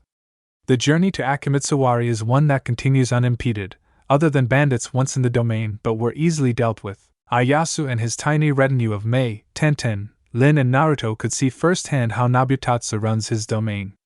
Ieyasu makes a mental note to send Tsunade, Shizen and young Karen with other doctors or apothecaries to aid these people here, also appointing a proper Jito to manage things. This domain requires attention. The people here are suffering under Nabutatsu's negligence, Ieyasu thought, reflecting on the current state, and he believes he can run a counter. Mikoto comments, her voice laced with a mix of disbelief and sarcasm. True. Bandits are running rampant, Naruto thought, tinged with a hint of frustration. They reach Nabutatsu's residence and guards keeping a few people from getting in amid their shouting. The guards and people see the convoy with a few recognizing Ieyasu as the second prince. Prince Ieyasu, one guard stutters, a mix of surprise and reverence in his tone. Yes. I am here to see Ohatsu Tomiya, Ieyasu says, his voice clear and authoritative. He then looks to the people with concern for their plight. Return to your home, Ieyasu commands, though gentle but was firm enough that the people slowly disperse as the convoy ride into the castle. A guard quickly fetches Ohatsu as Ieyasu and company dismount, but before long Ohatsu arrives. She has an effeminate face, making her able to pass for male or female, short black hair and a pixie cut, and her eyes are like her father with light samurai armor. Prince Ieyasu, Ohatsu says, bowing deeply. Ieyasu beckons for Ohatsu to follow him to the wagon to reveal her father's armor, weapon and ashes, but also the body of Gianichino's. Ohatsu's knees nearly buckle at the sight of her father's effects, but she knew this would come. He died with honor as a proper samurai, Ieyasu says, his tone somber yet respectful, and Ohatsu slowly nods. She calls for her people to carry Jin's coffin and father's effects inside while she and Ieyasu go to speak in private. Many things were discussed, like Miyako committing suicide with the servant's aid by drinking poison, most of her family's retainers fleeing along with similarly thinking nobles. By the end of their talks, Ieyasu would promise to make Ohatsu Jito of Akamitsuwari and send people for medical aid, but also deal with their banditry by way of Naruto, his army growing by another 100 by the end. You look good in a suit, sweetie, Chibi, Mikoto comments, her eyes sparkling with pride. The hidden blonde is wearing a 3-piece black suit with a purple dress shirt and matching tie. His mask is discarded and purple contacts are in his eyes as partygoers compliment him on his looks. I guess Aunt Miko, Naruto muses, running his fingers along his cheeks. It's been 5 months since the Nabutatsu's defeat at Hoppy and 2 months since Ieyasu's coronation as Fire Daimyo. He led his forces to Edo for a fight but didn't get one as his father's samurai general Kajikatsu Kurigane greets him as the Fire Daimyo. Kajikatsu informs him that once nobles learned of Nabutatsu's defeat at Hoppy and his capture, fled the country, but the number is few. Look, Tenten. Naruto looks good cleaned up, Mei comments, champagne in her hand. Her auburn hair flowing free, and she wears a dark blue and flowing dress to her calves with detached sleeves but linked by silk and arm-length gloves. Tenten is wearing a white and pink cheongsam having short sleeves, flower designs and white gloves. I agree. Though I prefer blonde and blue-eyed, Tenten says playfully, her eyes scanning the crowd. The party is held in a vast hall, adorned with banners of the Fire Country symbol. Around the room, Blossoms native to fire's various territories were arranged meticulously that shed a warmth akin to the spirit of the celebration. The atmosphere is electric with various dignitaries and samurai exchanging tales of valor. Naruto, Mei and Tenten see Momo carrying Nozomi flanked by the imposing Kajikatsu, each wondering if the man ever smiles and his own daughter Tsubaki with them. Lady Momo? Princess Nozomi, the three greet, bowing deeply. No need to bow so deeply. You saved my life and aided Ieyasu in ascending to the throne, Momo says, her voice gentle yet carrying an inherent strength. Perhaps, but it's proper decorum, milady, Kajikatsu says, his voice deep and commanding. He is tall and muscular man with almost permanent crease between his thick eyebrows, brown hair in top knot and dressed in a dark blue kosode with light armor, black hakama and Zora sandals. His daughter has inherited his thick eyebrows with large pink eyes, straight brown hair reaching her lower back with cropped bangs, apart from chin-length strands that frame the sides of her face, and in a high ponytail having a headpiece with two pink flower-like beads. Greetings, Tsubaki says with a small, respectful nod. She wears a white robe with pink lining on the collar and sleeves, a turtleneck undershirt, pink hakama pants, black socks and straw sandals. Nozomi coos softly with her tiny fingers reaching out towards Naruto. Tickle her hand, Mikoto comments. Naruto gently tickles Nozomi's hand and elicits a giggle that draws smiles from everyone gathered except Kajikatsu, but the man had a rep to maintain even though he is girl dad. Momo moves on to other guests with a tiny wave from Nozomi with Momo's help and Tenten waving. The joy of a child really brings everyone together, doesn't it? Tenten muses, watching the mother and child leaving. Mei notices a few casting curious glances in their direction, some good and some not, as they were of the mind that commoners should not be here. Seems some don't like we are here. We're not of proper breeding, Tenten says, imitating Hinata back in Konoha. Let them be jealous. In fact. How about 2 dances, Naruto says, a playful glint in his eyes and a mischievous smirk playing on his lips. I like the sound of that, Mei says, her voice carrying a mixture of excitement and a touch of defiance as Naruto extends his hand. Mei and Naruto step onto the dance floor as soft orchestra plays, whispers turning into curious silence. Their movements were fluid as a mesmerizing blend of strength and poise while Mei moves with grace. The dance is a spectacle of synergy and affection as Mei's dress is a flowing garment that mirrors the ocean's depth, swaying with every turn and step, catching the light in a mesmerizing display. Together they paint a picture of unity that transcends their lives, embodying the possibility of a world where differences only serve to enrich communal bonds. The dance slowly with a twirl by Naruto with Mei amidst a wave of applause towards Tenten. Ready, Naruto says, taking her hand. The dance with Tenten is a different kind of magic, where Mei and Naruto's dance was a display of elegance and power. Tenten and Naruto's performance is a symphony of precision, but also agility. Her expertise in weaponry is mirrored in her movements, each step in turn executed with the precision of a master, while Naruto matches her pace with ease, their movements telling a story of trust, resilience, and unspoken bonds. The Chonsam's fabric flows like water, its movements a dance of its own, capturing the essence of Tenten's strength and grace. The white of her dress reflects the ballroom's light, creating a visual spectacle that drew all eyes to them. Their performance is not only a testament to their skills but a reflection of their journey together. I didn't know Naruto could dance, Ieyasu says, sitting with Momo and holding Nozomi with his eyes shining with genuine surprise. He has many secrets, Momo says, drinking some sparkling water with a hint of lemon and a small smile playing on her lips. The second dance ends amid more applause but didn't seem to reach some of the nobles as they turned their noses up at the trio. They ignore this and continue to mingle, but also enjoying them until they leave around midnight, heading to their room in the east of the castle. The next morning Ieyasu calls them to a meeting that would change things. Present are Ieyasu, Kajikatsu, Neo, and Tsunade, who had arrived during the night. She, Shizun, and Karen have been in Akamitsuwari for medical aid to the new Jito Ohatsu Tamiya. Tsunade. You know of the 12 ninja guardians? Ieyasu asks, his voice steady, and the blonde nods. Yes, but they fell apart a few years ago during an attempted coup by some of their members. Surely you don't intend to revive it, Tsunade replies, her voice laced with skepticism. Her time in Akamitsuwari has shown her the delicate balance of power, and how quickly it could be upended with a corrupt ruler. Indeed I do, but this one will be different. This group I will call the Godai 13 or 13 Court Guard. It will be made up of 6 ninja and 6 samurai. You and Neo will its supreme commanders, overseeing each facet, Ieyasu explains, his words painting a vision of a new order. Quite the honor, my lord, Neo says, his voice tinged with undisguised pride. Humility is always more of a cloak than a trait for Neo, and his willingness to dive headfirst into the unknown is as predictable as the dawn. I agree, but who would fill these ranks? Tsunade asks, her mind already sifting through potential candidates, and dismissing some but pondering over others. Ieyasu looks to Naruto and his two companions. I will extend the offer to the three of you, Ieyasu says. Us? Tenten says, incredulously. Yes, the three of you aided me in taking the throne and deserve such a position. You will have the same rights as Sannin, and you will take orders from either Tsunade or Neo with supreme authority to me or Kajikatsu. Ieyasu explains and looks to Tsunade. You will also gain back what you lost to assist me, Lady Tsunade. Same with Shizen. She and Karen will be Momo and Nozomi's personal doctors and ladies-in-waiting, he adds with solemnity. Thank you, Daimyo-sama, Tsunade says, nodding her head respectfully. Thank you for such an honor, Daimyo-sama, Naruto says, as Mei and Tenten quickly voiced their gratitude as well. Excellent, though your first mission will take you to somewhere I believe you will not wish to go. Naruto. Ieyasu starts and takes a serious look. I would you to accompany Tsunade to Konoha, he adds, and the room goes cold.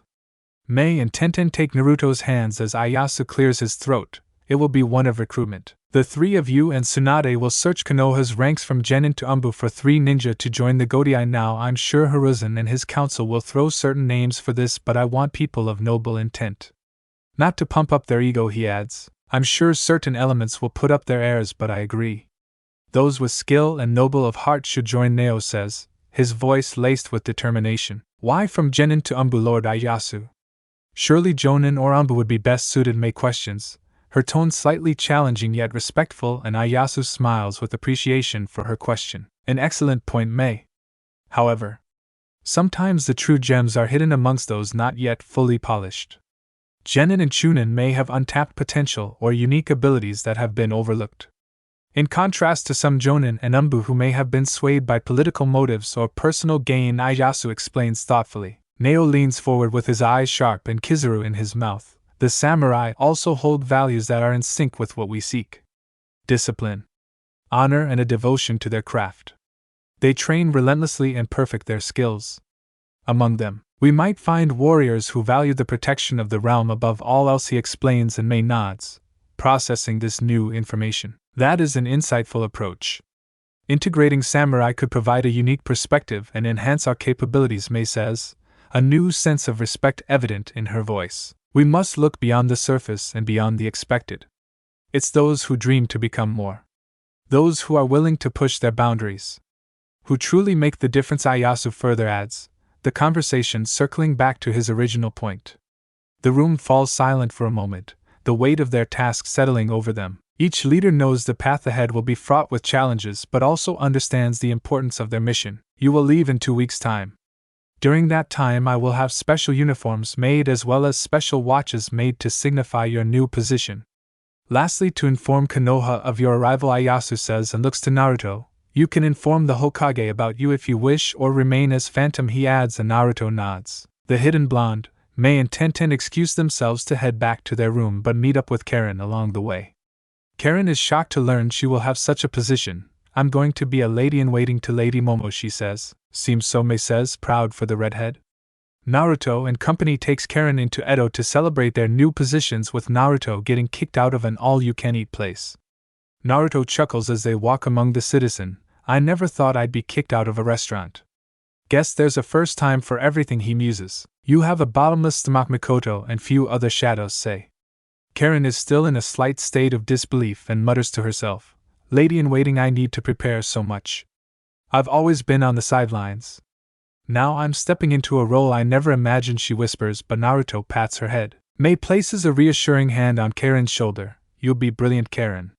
Your kindness and strength will make you an excellent lady-in-waiting to Lady Momo, Mei says, and Tenten nods with a smile. And think about it, you'll possibly get to play with baby Nozomi, Tenten adds with a smile. Karen's eyes light up at the mention of Princess Nozomi, and the thought brings a genuine smile to her face. That's right. I hadn't thought about that part. It would be wonderful to spend time with Princess Nozomi, she says. Their camaraderie is evident as they continue to share in the preparation excitement, their spirits high with anticipation for the unknown adventures that lay ahead. The four would spend the 2 weeks preparing for their new roles and new lives, especially Karen as a lady-in-waiting. Meanwhile in Konoha, Hiruzen calls another council meeting to discuss the scrolls sent Ieyasu, the new fire daimyo. His victory and coronation is a hot topic among the populace, as you've read from the missive before you. The formation of this Godai 13 under Prince Ieyasu's command marks a pivot in our stance. We remain neutral per our oaths to fire country itself, but now that Lord Ieyasu has ascended to the throne, we must affirm our loyalties, Hiruzen says, eyeing the room with a gravitas that demands attention. This Godai 13 will be led by Tsunade Senju and Nao Kanetsugu, Hamura says. His tone bore the implicit trust and respect these names commanded. Shikaku steeples his fingers as ever the strategist and leans forward. The creation of such a group. It is a blending of the arts of ninja and samurai. This is unprecedented, he says with his eyes sharp and calculating, seeming to see beyond the room to envision the implications of such a force. This coalition of forces could be a play at balancing power, or maybe it's a new approach to governance. Inoichi comments. His words floated in the room, and suggesting layers of potential that lay beneath the surface of this decision. It could also symbolize a new era of unity between different martial disciplines, potentially leading to peace or a stronger defense mechanism for the country, Choza says as his voice is steady and sure, bringing nods of agreement from several others. Like our ninja, it takes years to properly training samurai. Hence their small numbers save for Iron Country, or it's a show of power. We'd be fools to not prepare for any implications this may have on Konoha. Seeing as we didn't take sides, Tsum says, with a firm voice that commanded attention, which goes hand in hand with Konoha's oaths. We serve the seat and whoever sits in it, Hiruzen says. The conviction in his voice reinforced the foundation of their allegiance. Hayashi narrows his eyes and thought with a calm demeanor, we must consider all angles. This group under Lord Ieyasu's leadership could forge a new ally or a formidable foe. Our response should be equally measured, he says, eliciting thoughtful murmurs from around the room. Kohara and Hamura nod at Hayashi's sentiment as their years lend credence to their words. This is a new era, where strength and diplomacy go hand in hand, she says, emphasizing the duality of their upcoming challenges. Such a force led by Princess Tsunade and Kanetsugu could indeed change the geopolitical landscape. We must remain vigilant, Hamura adds to the weight of their responsibility. The ever-pragmatist Danzo interjects his opinion with a small tap from his cane to garner attention to him. While your optimism is commendable, do not forget the art of war teaches us to be wary of new formations on the battlefield. The formation of this Godai 13 could be a double-edged sword. I for one find it difficult to place my trust in such a sudden assembly of power, especially when one such as Tsunade is among its leaders. She had forsaken her oaths as a Konoha ninja and now she stands at the forefront of this new organization. How can we place our trust in someone who turned her back on her own village, he states. This remark sparks a murmur across the room with shinobi and merchants alike exchanging uneasy glances. Danzo, your concerns are noted, but suspicion alone cannot guide our policies, Hiruzen says, quick to interject. But vigilance and preparedness, as Danzo suggests, could prove wise, Hamura says, showing his unity with Danzo. The formulation of our response must be strategic and informed. Understanding their goals might be our best first move, Danzo says. The merchant clan leaders, being aware their role is more supportive, voice their concerns over trade and the economy. If the Godai 13 brings stability, it might also bring prosperity and new opportunities for trade, one points out, attempting to view the formation from a different perspective. Hiruzen seeks to steer the council back on course. There's more.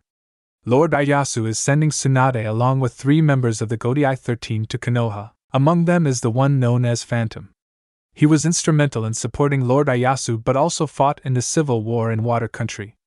They will come to assess our ninja corps to fill the remaining 3 spots, he says. A ripple of surprise and uncertainty spread through the room, but this intrigues Shikaku as Jonin commander. This presents both an opportunity and a potential threat. How do we ensure Konoha's interests are protected, he says, and Hiruzen nods solemnly. We must showcase our strengths while discerning their intent. It's crucial we engage diplomatically but prepare for all contingencies. Tsunade will be looking at all our ninja from Genin to Umbu, Hiruzen says, eliciting a shocked response from the council. We should push the likes of Sasuke Uchiha or Hinata Hyuga. Both are shinobi and kunoichi of the year. Their skills alone could open up new routes and safeguard our trades, Kohara says, keen on highlighting the village's assets. How exactly would featuring such prominent figures affect us? Aren't they too valuable for the front lines? let alone trade routes, a merchant member says, voicing the concerns of the more economically focused members of the council. While the potential of the likes of Sasuke and Hinata cannot be underestimated, they are still rookie genin fresh out of the academy. Lord Ieyasu did relay genin could be chosen, but their names or clan will not be enough. They'll need to be tested, seasoned by trials. Only then can we truly measure their worth to the Godai 13 and to our ambitions of prosperity. Hiruzen says, his wisdom shining. But surely, Hokage-sama, their potential alone. A third merchant leader interjects, brimming with impatience and ambition, but Hiruzen cuts in. Potential is like seeds in unfertilized soil. Without experience or guidance and the right opportunities to grow, they cannot flourish to their fullest. Hiruzen says, his tone firm yet not unkind. The room falls silent at the wisdom in Hiruzen's metaphor sinking in. The discussion that follows is more grounded with considerations on how best to support the growth of these young talents for the future of their nation. Do we know the two other members accompanying Tsunade and Phantom to form the shinobi contingent of the Godai 13? Shikaka asks, redirecting the flow of conversation. Hiruzen sits at the head of the U-shaped table and strokes his beard thoughtfully before responding. Their names weren't given, but one is Tsunade's second apprentice, known as Sword Dancer due to her unique fighting style, but this is a recent moniker. The other is a close partner to Phantom, though details about them are scarce, but came from Water Country with him, he says. Shikaka's interest is piqued as he leans forward to rest his chin on his interlocked fingers. A partner to Phantom, and knowing Phantom's reputation, this partner must be exceptionally skilled, he says. It's precisely this kind of unknown that puts us at a disadvantage. We must gather more intelligence on these individuals, their skills, motives, everything. Danzo comments, his voice carrying the weight of caution. Skills and motives aside, Tsunade leading this group signifies a formidable force. We can't underestimate them. Knowing Tsunade's capability and her knack for picking strong allies, Choza says, adding to the discussion with respect to Tsunade's reputation. Indeed, but we need to be cautious. The formation of the Godai 13 under Lord Ieyasu with Tsunade, Nao Kanetsugu, and these skilled shinobi but also samurai, marked the beginning of a significant shift. We must be ready for whatever comes next, Shikaka says, sitting back and absorbing this information. There is also talk amongst them about Tsunade taking a second apprentice, believing she could be bolstering Konoha or branching out on her own. We have deliberated enough for today, Hiruzen says and bangs his gavel. Inform your respective clans of our discussions and prepare them for what's to come, he adds. Nods of agreement circle the room with mixes of determination and concern etched on each face, as everyone begins to trickle out. The formation of the Godai 13 is a bold move by Lord Ieyasu. Aligning shinobi with samurai, we've not seen such an alliance in a very long time, Shikaka says, walking with Inoichi and Choza. Indeed, but our most pressing issue is the inclusion of Phantom within its ranks.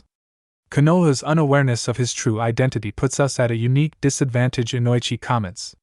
As the clan heads, merchant heads, and elders file out of the room, each was lost in thought, pondering the future and the role they would play in the upcoming events. The shadows continue to dance along the walls, mirroring the uncertainty that lay ahead, but all of them are unaware that the Phantom they are inviting into Konoha is none other than Naruto. Ever wonder how much Konoha has changed? Tenten says, walking next to Naruto and Mei with Tsunade in the front.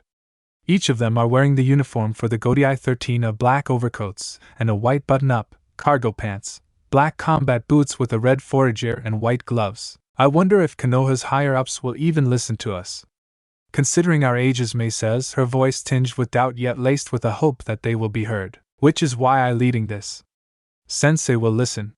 He and everyone else will want to stay on Lord Ieyasu's good side and reaffirm their loyalty to the daimyo's seat, Tsunade says and glances back to the three. Plus Sensei understands the importance of balance, she adds, her tone firm, yet reassuring. Mei and Tenten nod, but Naruto remains silent with his mask on, hiding the whirlwind of emotions he is grappling with. Coming back here after so long.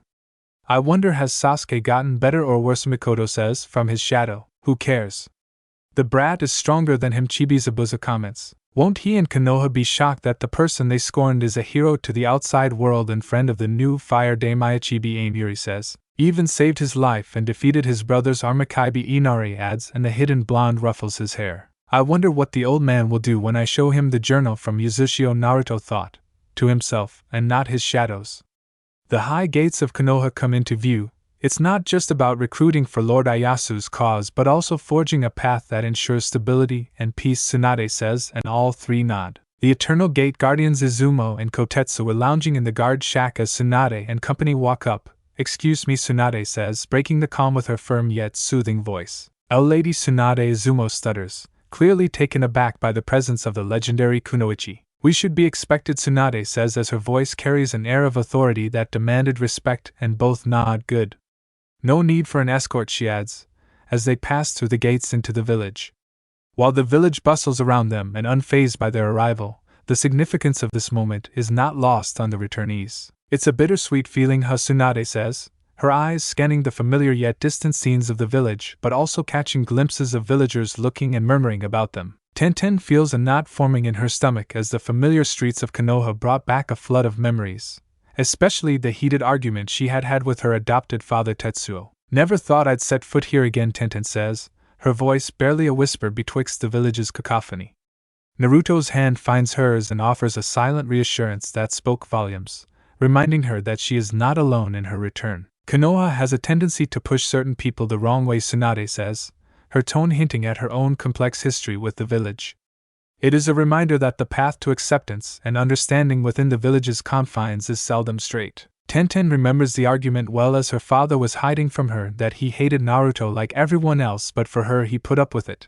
However, when it affected his work, and he was losing money, the mask came off. Yes. He was more concerned with money than his daughter's happiness, Tenten says. "I've been there. When I lost Dan and Iwaki, I was told to move on. People die. The village must come first," Tsunade says, ignoring the curious glances from the villagers. They do catch the attention of known gossip Ino Yamanaka and friend or rival Sakura Haruno, daughter of merchant guild member Kazashi Haruno. "Hey, Ino, isn't that Lady Tsunade? One of the legendary Sannin, and look. Isn't that Tenten, our upperclassman who dropped out? You know the one. She hung out with that bad kid." "But who are the other two?" Sakura asks, squinting in an attempt to recognize the faces shrouded in mystery. "Yeah, but who's the masked guy and what's with their clothes? They are walking with a purpose. Maybe it's a high-profile mission," Ino says, leaning closer to the pinkette. Sakura's brow furrows with concern in her green eyes. "You think it's got something to do with those murmurs about Fire Lord Ieyasu's plan for this Godai 13, she says. "Definitely looks like something big." Ino muses and cups her chin. "With Lady Tsunade here like this, it's definitely no ordinary assignment," she adds. "Then this is my chance to tell them to add Sasuke. When they do, he'll be so impressed by me," Sakura says, seeing the disappearing group, but Ino rolls her eyes. "Forget it, forehead, you just want to swoop in and play the heroine in front of Sasuke." "Well, I had the idea first. So I should be the one to talk to Lady Tsunade," Ino says. Their bickering over who would win Sasuke's affections is a momentary distraction from the gravity of the unfolding events. Back with Tsunade and the group, they are at the Hokage Tower, and make their way to Hiruzen's office.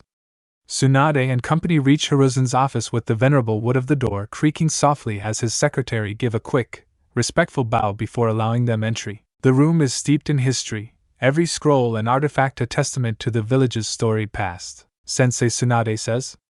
Hiruzen's gaze is sharp and discerning but still holds the grandfatherly aura. 3 of the 4 know, Tsunade. "It's been a long while since our last encounter," he says, his eyes sweeping over Tenten and Mei, but it is Naruto that gives him pause. "Indeed, but I'm here on important business for Fire Daimyo Ieyasu Oda." "Which you know," Tsunade says. "Yes. This Godai 13, and they are your new comrades," Hiruzen says, looking over the 3 young ninja. "Hello, Lord Third. It's good to see you doing well," Tenten says, bowing, and Hiruzen nods. "I am Meitoremi. I have looked forward to this meeting. Your reputation as a shinobi and leader precedes you," Mei says, her voice carrying the calm force of the ocean, but her gaze is as piercing as the tide. Hiruzen nods in acknowledgement with a slight smile forming on his face as he regards each of his visitors in turn, but his eyes fall on the last of the group. "And you must be Phantom. I am well aware of your achievements in Mizu and here. Your reputations as a skilled shinobi has reached even these elders," Hiruzen says, and the silence that follows is palpable. Naruto simply stares at Hokage as his body is rigid as if locked in a battle with unseen foes of the past. "Your words are kind, old man," Naruto says, and reaches his hand to his black hair, and it becomes sun-ed blonde, before reaching for his mask and revealing his face. Hiruzen, the wise and venerable leader of Konoha, is taken aback to learn Phantom, someone who defeated a perfect Jinchuriki in Yagura Karatachi and was pivotal in aiding Ieyasu, is Konoha's missing Jinchuriki. Naruto, my boy, Hiruzen says, disbelief coloring his tone. Surprised old man, Naruto says, his tone holds no warmth for Hiruzen. He examines Naruto, and the blonde looks nearly identical to his father, but his mother's features were there, and his whiskers have faded. How have survived all these years, Hiruzen says, almost forgetting Tsunade and the others were there. The room hangs silent for a moment as the weight of the reveal pressing down on the Kage, and Naruto's gaze hardens. It's a long story, old man. One fraught with, he starts, but his words were cut short. A figure dramatically enters through the window, and it's none other than Jiraiya, making an entrance as grand as always is. Naruto's body goes rigid and he nearly explodes in rage, but Mei grabs his right hand as his rage is abated for the moment. Hein? Jiraiya says and sees Naruto. Minato? No. It's Naruto. He thought, also thinking that his plan could still be salvaged. Jiraiya. You of all people should understand the gravity of why I'm here. As the spy master of Konoha, or is peeping more important, Tsunade says, glaring at him. Jiraiya chuckles, but it fades into a more sheepish grin. You wound me, Haim. As a man of culture and a writer of the Ika Ika series, I need to do field research. It's not all peeping, he says, but Tsunade's glare doesn't waver. I'm in no mood. Sensei. We'll talk more later. We'll be staying at the Senju estate, Tsunade says. Yes, Tsunade. I'll call a council meeting to discuss things, Hiruzen says, and the blonde nods, ushering the trio out with her as both blondes glare at Jiraiya. Sensei. Why is Naruto with Tsunade? Is he a part of the forming Godai 13? Jiraiya says.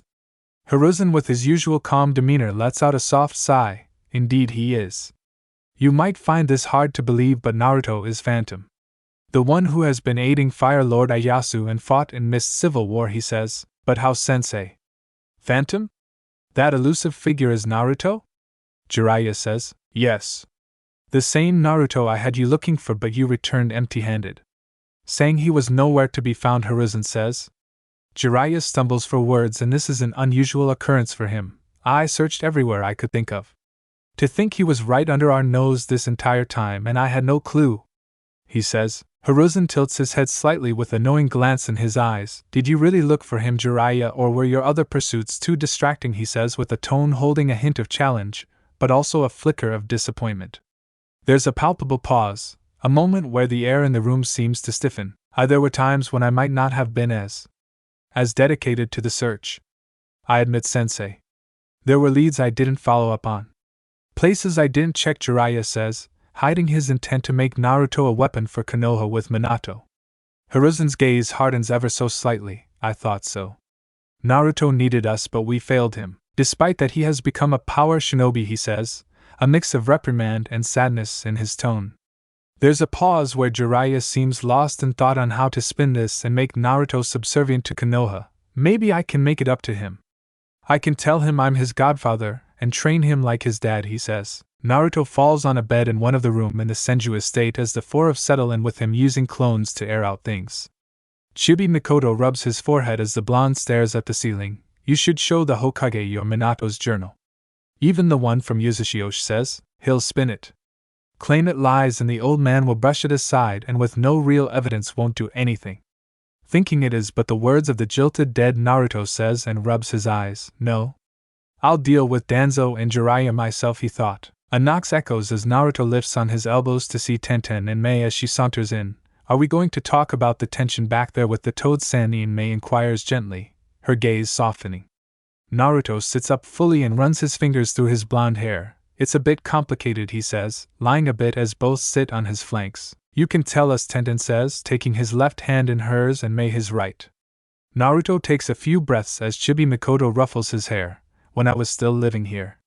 After I awakened my monarch powers, I found my parents' home thanks to the seal my mom placed on me, he starts and sighs. I found 2 journals.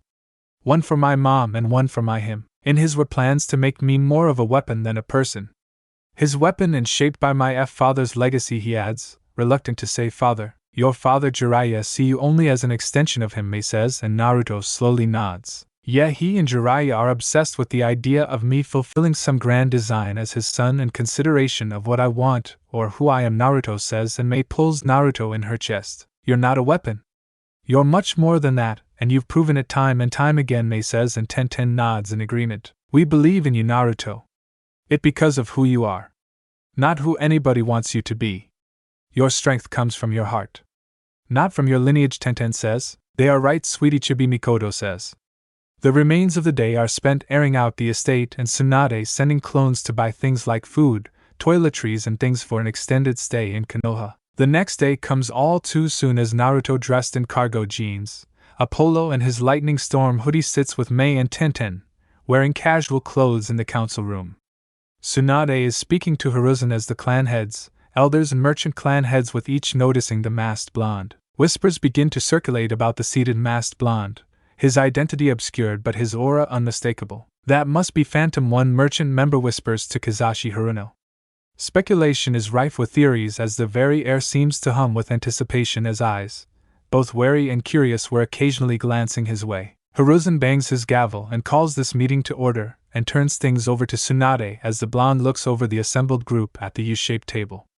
As an uneasy silence envelopes the room before Tsunade clears her throat, I stand before you as the co-leader of Fire Lord Ieyasu's newly formed Godai 13, namely the shinobi side, she begins, her voice resonating with authority. Tsunade-sama, could you elaborate on how the Godai 13 will function within Konoha and Fire Country? Shikaka asks. The Godai 13 will function similarly to the 12 Ninja Guardians did at one time, but will be distinct in its integration of samurai and ninja. This hybrid force will not only enhance our military capabilities but also pave the way for a greater understanding and cooperation between these two warrior classes, Tsunade explains. The room erupts in whispers and murmurs as the clan heads, elders and merchant clan heads ponder the implications of such a force and the honor of having their clans possibly represented in this group. Who are those three? Danzo questions, his visible eye on the seated three. These three fill 3 spots among the Godai. First is Tenten, originally from here and one of my apprentices, Mei Terumi from Water Country, and lastly Phantom. Tsunade replies, keeping Naruto identity under wraps for the moment. Are you not Tetsuo Higarashi's adopted daughter? One merchant head says. Yes, technically, but we had a falling out, Tenten says curtly. Danzo the ever-skeptic has his eye on Mei with suspicion of foreign alliances ever evident. Why would someone from the Water Country come to Konoha in such times, he says, his typical and underlying paranoia mixing in. Mei being unfazed by his inquiry and with a steadiness that matches the calm flow of water she wields so expertly. I go where Phantom goes, she replies, simply, and carries a weight of allegiance but mystery as well. This brief exchange adds a new layer to their assembly, hinting at personal loyalties that transcend village boundaries and speak of a uniting cause greater than any individual ambition. What are the precise prerequisites to fill the remaining 3 spots? Inoichi asks, shifting the flow back to the Godai 13. The requirements are multifaceted. The spots can be filled with ninja from Genin to Umbu members. Tsunade starts and looks to the clan heads. Lord Ieyasu is seeking individuals with unique abilities that can complement others within. This isn't about sheer power, but specialized talents that offer strategic advantages. Lastly, a potential for growth, she adds. The clarity of Tsunade's criteria resonates with those present, sparking conversations among Konoha's council about promising Genin and Umbu operatives who fit these descriptions. Considering the significance of leadership and heritage, I believe special consideration should be given to heirs of the great houses of Konoha. In this regard, I recommend my daughter Hinata. Despite her rank as a genin, her adeptness in the gentle fist and her innate ability to exemplify leadership grace under pressure make her a prime candidate, Hayashi states, but many present know this was ploy by the Haiga to get close to the new Fire Lord. A growl from some interrupts Hayashi's pitch of his daughter. Why should Hayashi's snobby daughter get preferential treatment, she challenges, her voice carrying a mix of skepticism and annoyance. The room falls into a tense silence, the question hanging in the air, heavy with implications of clan bias and the complexities of internal village politics. We should also consider Sasuke Uchiha as an heir of the Uchiha clan, Hamura says. Sasuke's abilities and his lineage hold potential strategic advantages for the Godai 13, Kohara adds. Tsunade, with an undercurrent of killer intent that is not to be ignored, clears his throat. Let me make something crystal clear. The Godai 13 has no place for candidates who rely solely on political clout or the prestige of their lineage. Each candidate will be evaluated based on their individual merits. their combat effectiveness, and their willingness to embrace the responsibilities that will come with being a member of the Godai 13. Anything less would compromise the integrity and purpose of our mission, she says, laced with an unarguable authority. This pronouncement settled the room's immediate disputes, quieting the voices of Hayashi, Hamura, and Koharu, yet it did not deter them from their resolve to champion their choices. What is the timetable for these members to be chosen? Choza asks.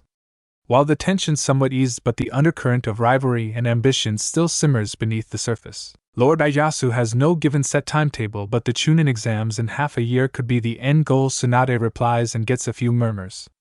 Her statement underscores their task and compels everyone to focus on the critical objective at hand rather than personal or clan agendas. Perhaps I can add a suggestion.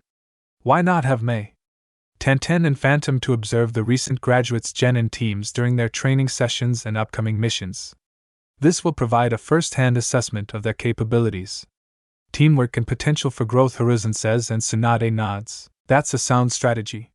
It's critical we understand not just their individual strengths but how well they work in a team, Tsunade says, glancing to Naruto. He pats Tenten and Mei on the thigh as he rises to his feet.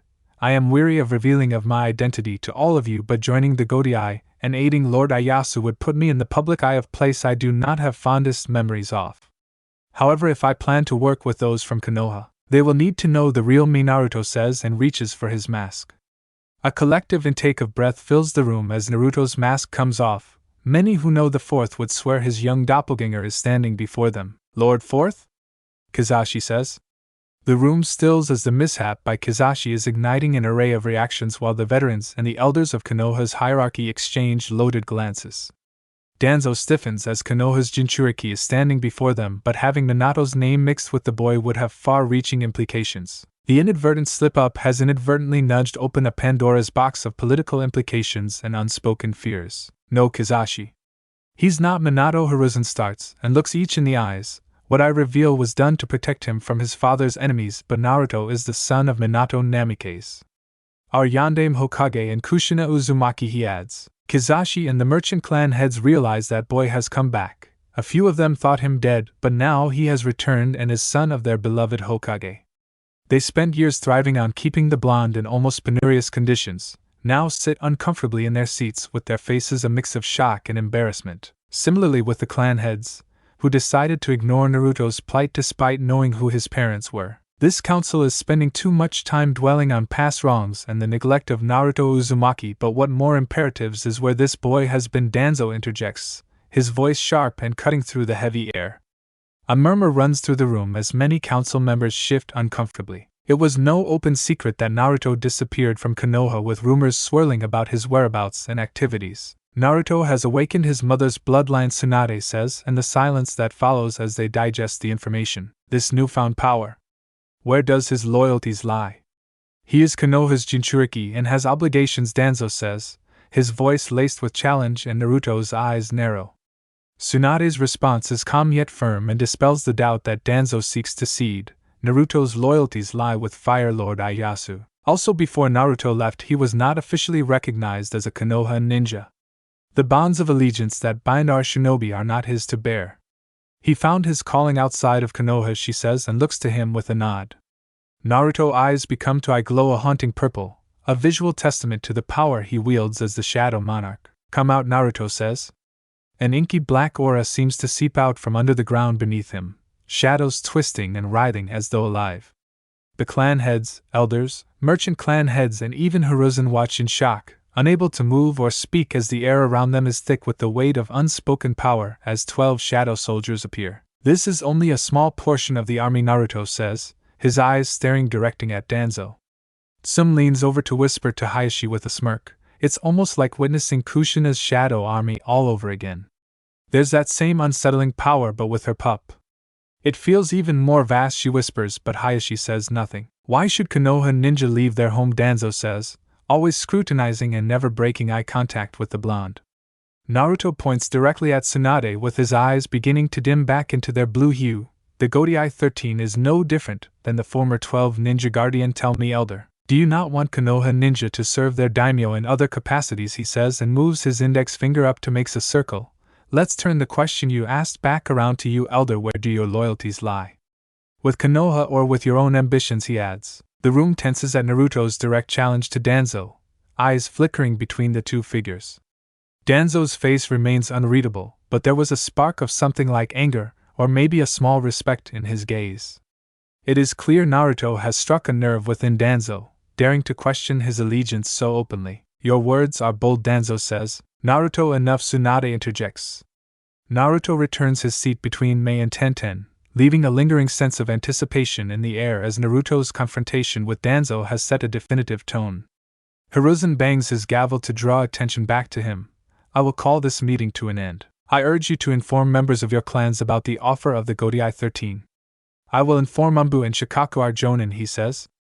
The council members begin to leave with Danzo leading the pack, but a few gazes linger on him, but his own perceptiveness notices the subtle shifts in their postures and the exchanged glances laden with unspoken thoughts. I can guarantee by tomorrow all of Konoha will know their demon child is back, Naruto thought. Naruto, Hiruzen says, and the blonde shoots him a cold look. You.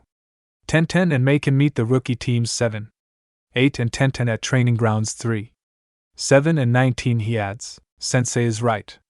Observe them. Introduce yourselves if you wish, Tsunade says. Naruto slips his mask back onto his face and salutes with a slam of his fist to his chest as Mei and Tenten do the same before excusing themselves. What an intense meeting, Tenten says, as they make their way down the tower. I agree. I thought Naruto would kill that elder, but directly challenging him, Mei comments. How do you want to tackle these genin teams, Naruto says, changing the subject. 3 teams. 3 of us. We each take one, Tenten says, but cups her chin in thought, though who gets who, she adds. Naruto raises his right fist and Tenten smirks. Janken it is, she says. The 3 reach the base of the tower and play their game of Janken, with Naruto winning first with rock against Mei's scissors. Tenten wins with paper against Naruto's rock and beats Mei's paper with scissors. I'll take team 8. Mei team 10, Tenten says. Team 7 for me, Naruto says, and the 3 vanish to find their teams. Naruto hops along the roofs in search of training ground 3 to find team 7 and observe them for their possible recruitment. The village seems relatively the same as he remembers, with no major changes, perhaps a stop at Ichiraku. Once I'm done, Naruto muses, before using Shunshin no Jutsu to hasten his arrival. He reaches the training ground and erases his presence with stealth, finding a high tree having wide branch to see 3 genin milling about, but not just any 3 genin, causing Naruto to nearly let a curse slip from his mouth. Hinata Hyuga. Kizashi Haruno's daughter Sakura and Sasukechibi Mikoto says, coming from Naruto's shadow to peer at her near-adult son. How are you going to test them? Chibizabuza cuts in, his voice low and curious. Naruto's eyes glow purple behind his mask as raises Winter, Blue's mom or Iga, Fugaku or Greed, and Zabuza himself as the 4 head for Team 7. In the clearing, Team 7 were waiting for their sensei Kakashi Hatake. First is Sasuke Uchiha and Rookie Genin of the Year, but also the last loyal Uchiha after his older sister slaughtered everyone. Where is Kakashi? Sasuke says, his tone laced with annoyance. His second teammate is Hinata Hyuga and Kunoichi of the Year, but also uncontested heiress of the Hyuga, brutally stamping out competition from her younger sister Hanabi. He's at least 2 hours late today, Hinata says. Her voice carries a calm demeanor and belying the fierce competitiveness she harbors within.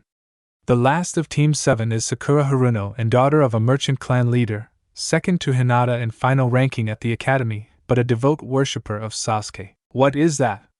Sakura exclaims, her eyes widening at the sight of unusual creatures. The 3 genin go on guard as a large bear that is 10 feet tall is standing, a humanoid and a very large wolf made of what look like shadows are charging them. Sasuke quickly weaves signs to Tiger with an inhale to spew a fire towards the beasts, while a thick mist comes from behind them to cloud their senses. Hinata immediately activates her Byakugan. This mist is man-made, she says, looking from right to left. Not bad, Hyuga, but is it good enough? A voice says, ominously and seemingly from everywhere. What's the plan? Sasuke snaps, glancing between his teammates. Sakura shifts her green eyes from right to left for any movement, steps forward with a little determination in her eyes. We stick together. Whatever is they're testing us. Let's show them we're not just any genin, she says, and Hinata nods in agreement. Right. Sakura. Sasuke.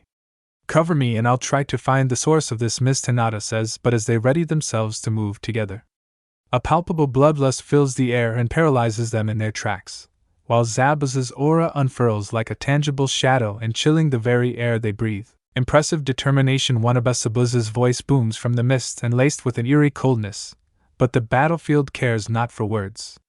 Let's see how you handle true fear, he adds, circling around them with IJ. Sasuke's eyes narrow with the weight of the moment drawing his Sharingan to the surface. Fear isn't in my vocabulary, he retorts, though his voice slightly betrays the effort it takes to remain defiant. Hinata is while visibly shaken but manages to stay defiant. Our wills are stronger than any fear, she says as her Byakugan flares brighter, attempting to see through the mist and the paralyzing fear. Sakura clenches her fists, as her resolve is cracking like tempered glass. We won't back down. Not now, not ever, she states, the fear in her voice washed away by a minor surge of determination to impress Sasuke. Like I said. Words aren't enough, Zabuza says, laughing deeply. From the mist, winter hurls itself at them with silent ferocity, only to vanish before they can land a hit as they toss kunai or shuriken. IGA darts around to nip at their heels, a ghostly terror that refuses to be caught. Greed strikes with precision at his son amidst the chaos, a daunting opponent that seems to appear and disappear at will and challenging them directly in a whisper that promises no mercy. Not bad so far, but are you three even real ninja? Seems raising the age to 18 has made newbies soft, Sabuza says and strikes Sasuke from behind. How do you expect to survive in the real world, adds with disdain thick in his voice, emphasizing his doubt in their abilities. Sasuke slightly staggers by the sudden attack but regains his composure and eyes narrowing to find his foe. Underestimating us just because we're young is a mistake, he retorts, his voice cool but filled with determination. Naruto watches from his tree with his legs dangling and drops his stealth. Are you upset, Aunt Miko, he thought, the smugness evident even without seeing his face. I don't know him. He was a sweet boy, but greed corrupted him, Mikoto says, her voice tinged with venom as she hisses Fugaku's new name. Naruto is about to reply when suddenly a kunai presses against his back of his neck courtesy of Kakashi and his father's trained dog. Who are you? Kakashi says, his voice cool but filled with a deadly calm. I'm sure the Hokage told you, Naruto says, his voice confident but almost casual, breaking down into an unkindness of ravens towards Kakashi's team, and the copy ninja follows. Naruto lands outside the mist as he pulls out a silver pocket watch from his pocket, engraved with the Fire Country symbol as Kakashi arrives. This is my proof. I'm Phantom of the Godai. I'm observing you and your team, Naruto says, not even looking back at Kakashi. Those summons. They look like, Kakashi says, seeing Winter and IJ. Naruto turns his masked face to his former Anbu minder, careful. I do not wish to spoil things, Naruto says, a finger theatrically pressed to his mask's lips. What do you need? Observe Konoha's shinobi, Kakashi asks, slightly unnerved yet intrigued.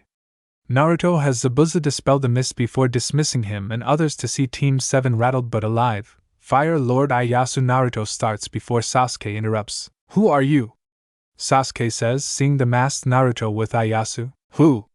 Who is but the function following the function of what, and what I am is a man in a mask, Naruto says, his voice curiously playful under the circumstances. We can see that, Sakura says, unable to hide her confusion and siding with Sasuke's line of inquiry. Of course you can. I'm not questioning your powers of observation. I'm merely remarking on the paradox of asking a masked person who they are.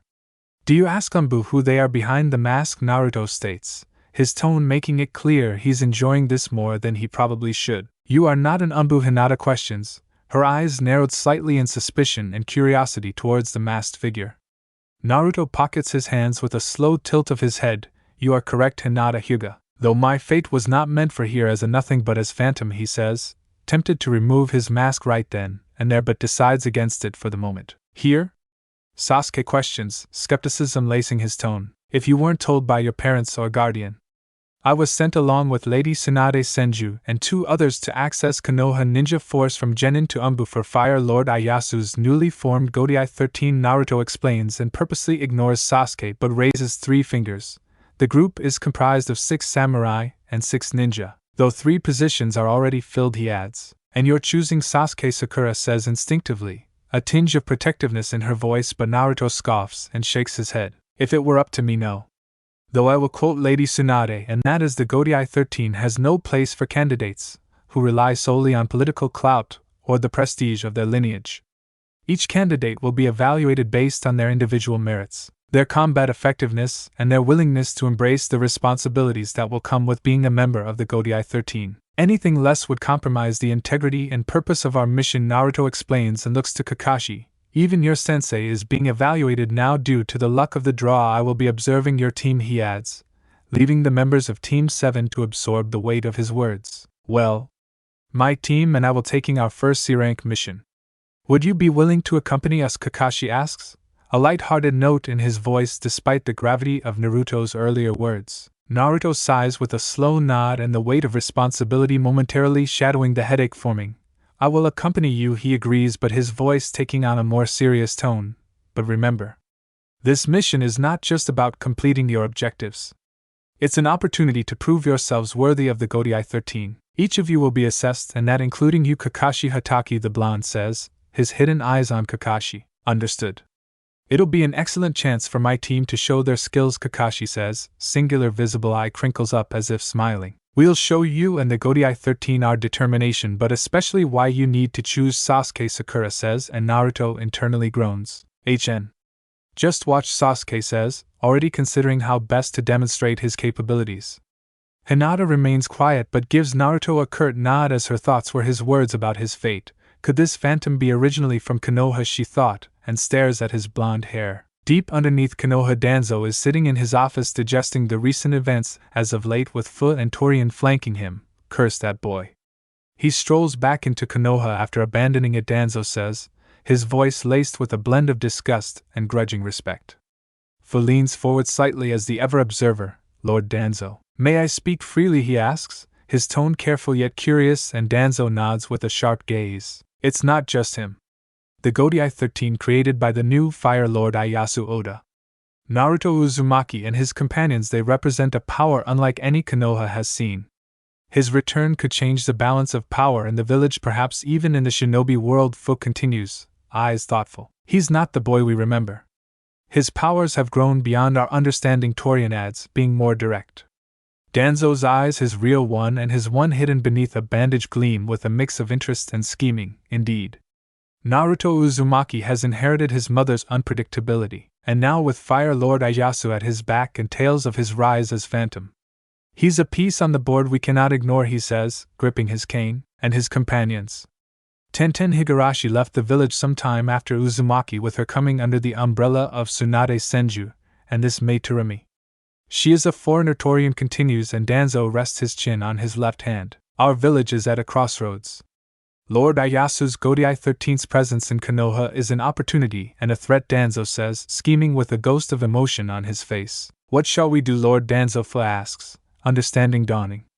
Danzo stands and turns to look at a map of the shinobi world spread out on the wall. For now, we watch and wait. Naruto Uzumaki's actions will speak volumes about his intent. And as for the Godai 13's desire to recruit from our ranks, we need to see how this plays into our advantages, he says, thinking of calling in a few favors. We move in the shadows. For the greater good of Konoha, Torian says, a hint of irony in his tone. Yes, and if needed, we will strike from it. For Konoha and for its future, Danzo says, his gaze still on the map.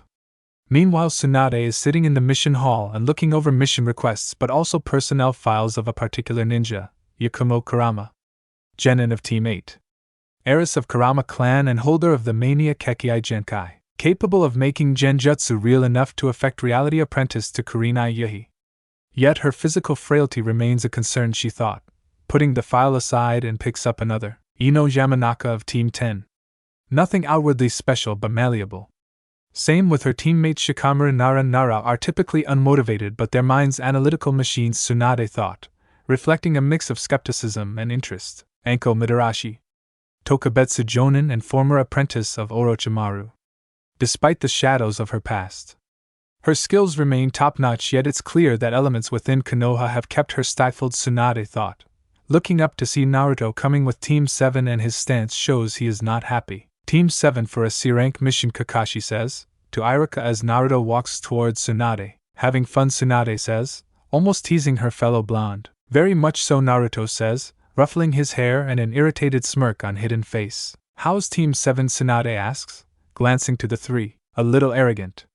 Though they don't know who I really am, Naruto says, leaning close to her with a conspiratorial whisper. Will you take it off? Tsunade asks with her curiosity piqued, and Naruto slowly nods, Be ready, she adds, and Naruto waves his hand dismissively. Phantom.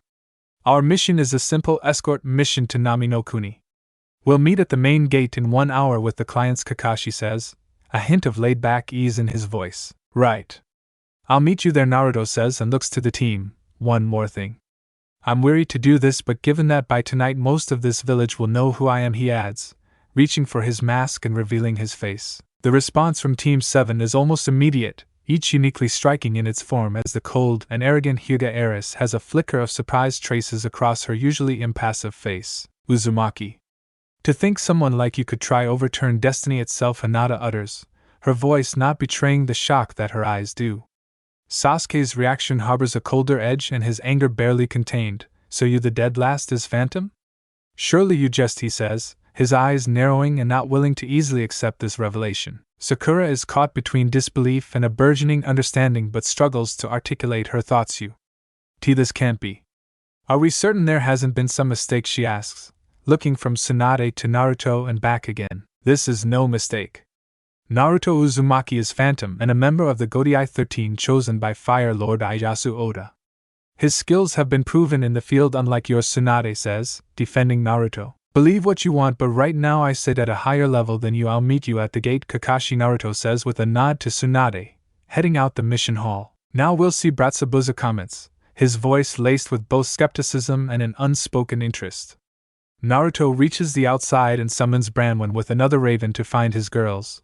Let them know I'm leaving on a mission, he instructs, giving both a piece of bread from a seal. We'll find, Branwen confirms before she and her sibling take to the skies. Naruto shins to the Senju estate and changes into his Godai uniform before heading for Ichiraku for some ramen before leaving. Welcome to Ichi IM starts and sees Naruto but immediately recognizes him. And Naruto, she adds, a mix of surprise and joy lacing her voice. Naruto takes a seat on a stool with a smile and wave. Hey IM, he greets warmly, and IM comes around to hug him tightly. It's been so long. We didn't know what happened, IM says, the concern evident in her voice. I left to grow stronger, Naruto says, as Tsuchi comes out to see the commotion. Naruto! Tsuchi exclaims, a big grin spreading across his face. Hey old man Tsuchi. Hook me up, Naruto says, rubbing IM's back. Got it. Come on, IM. Our favorite customer is back, Tsuchi says. The father and daughter begin on Naruto's order, as a few people see him and whisper if that could be that boy, but groan. The first bowl soon comes and the aroma is heavenly for Naruto, the noodles soft, the broth rich, and the taste divine. Oh how I miss you, Naruto coos, his voice a mix of reverence and relief as he looks down at the steaming bowl before him. We missed you too, IM responds from behind the counter, a playful smile on her face as she watches Naruto prepare to dig in. I was talking to the ramen, Naruto muses, not looking up from his bowl and the corners of his mouth turned up in a mischievous grin. IM rolls her eyes and almost hits him with her ladle, but she holds back with a small chuckle instead. Where have you been, IM asks, curiosity coloring her tone as Naruto enjoys his ramen. Between bowls, Naruto explains some of his journeys, going to Wave, Yuzushio, Water Country, meeting Ieyasu and aiding him in his victory over Nabutatsu. Excuse me, sir, but you mentioned Wave. Do you remember when a man at another stool interjects, his voice hesitant as if unsure he should be intruding on the conversation?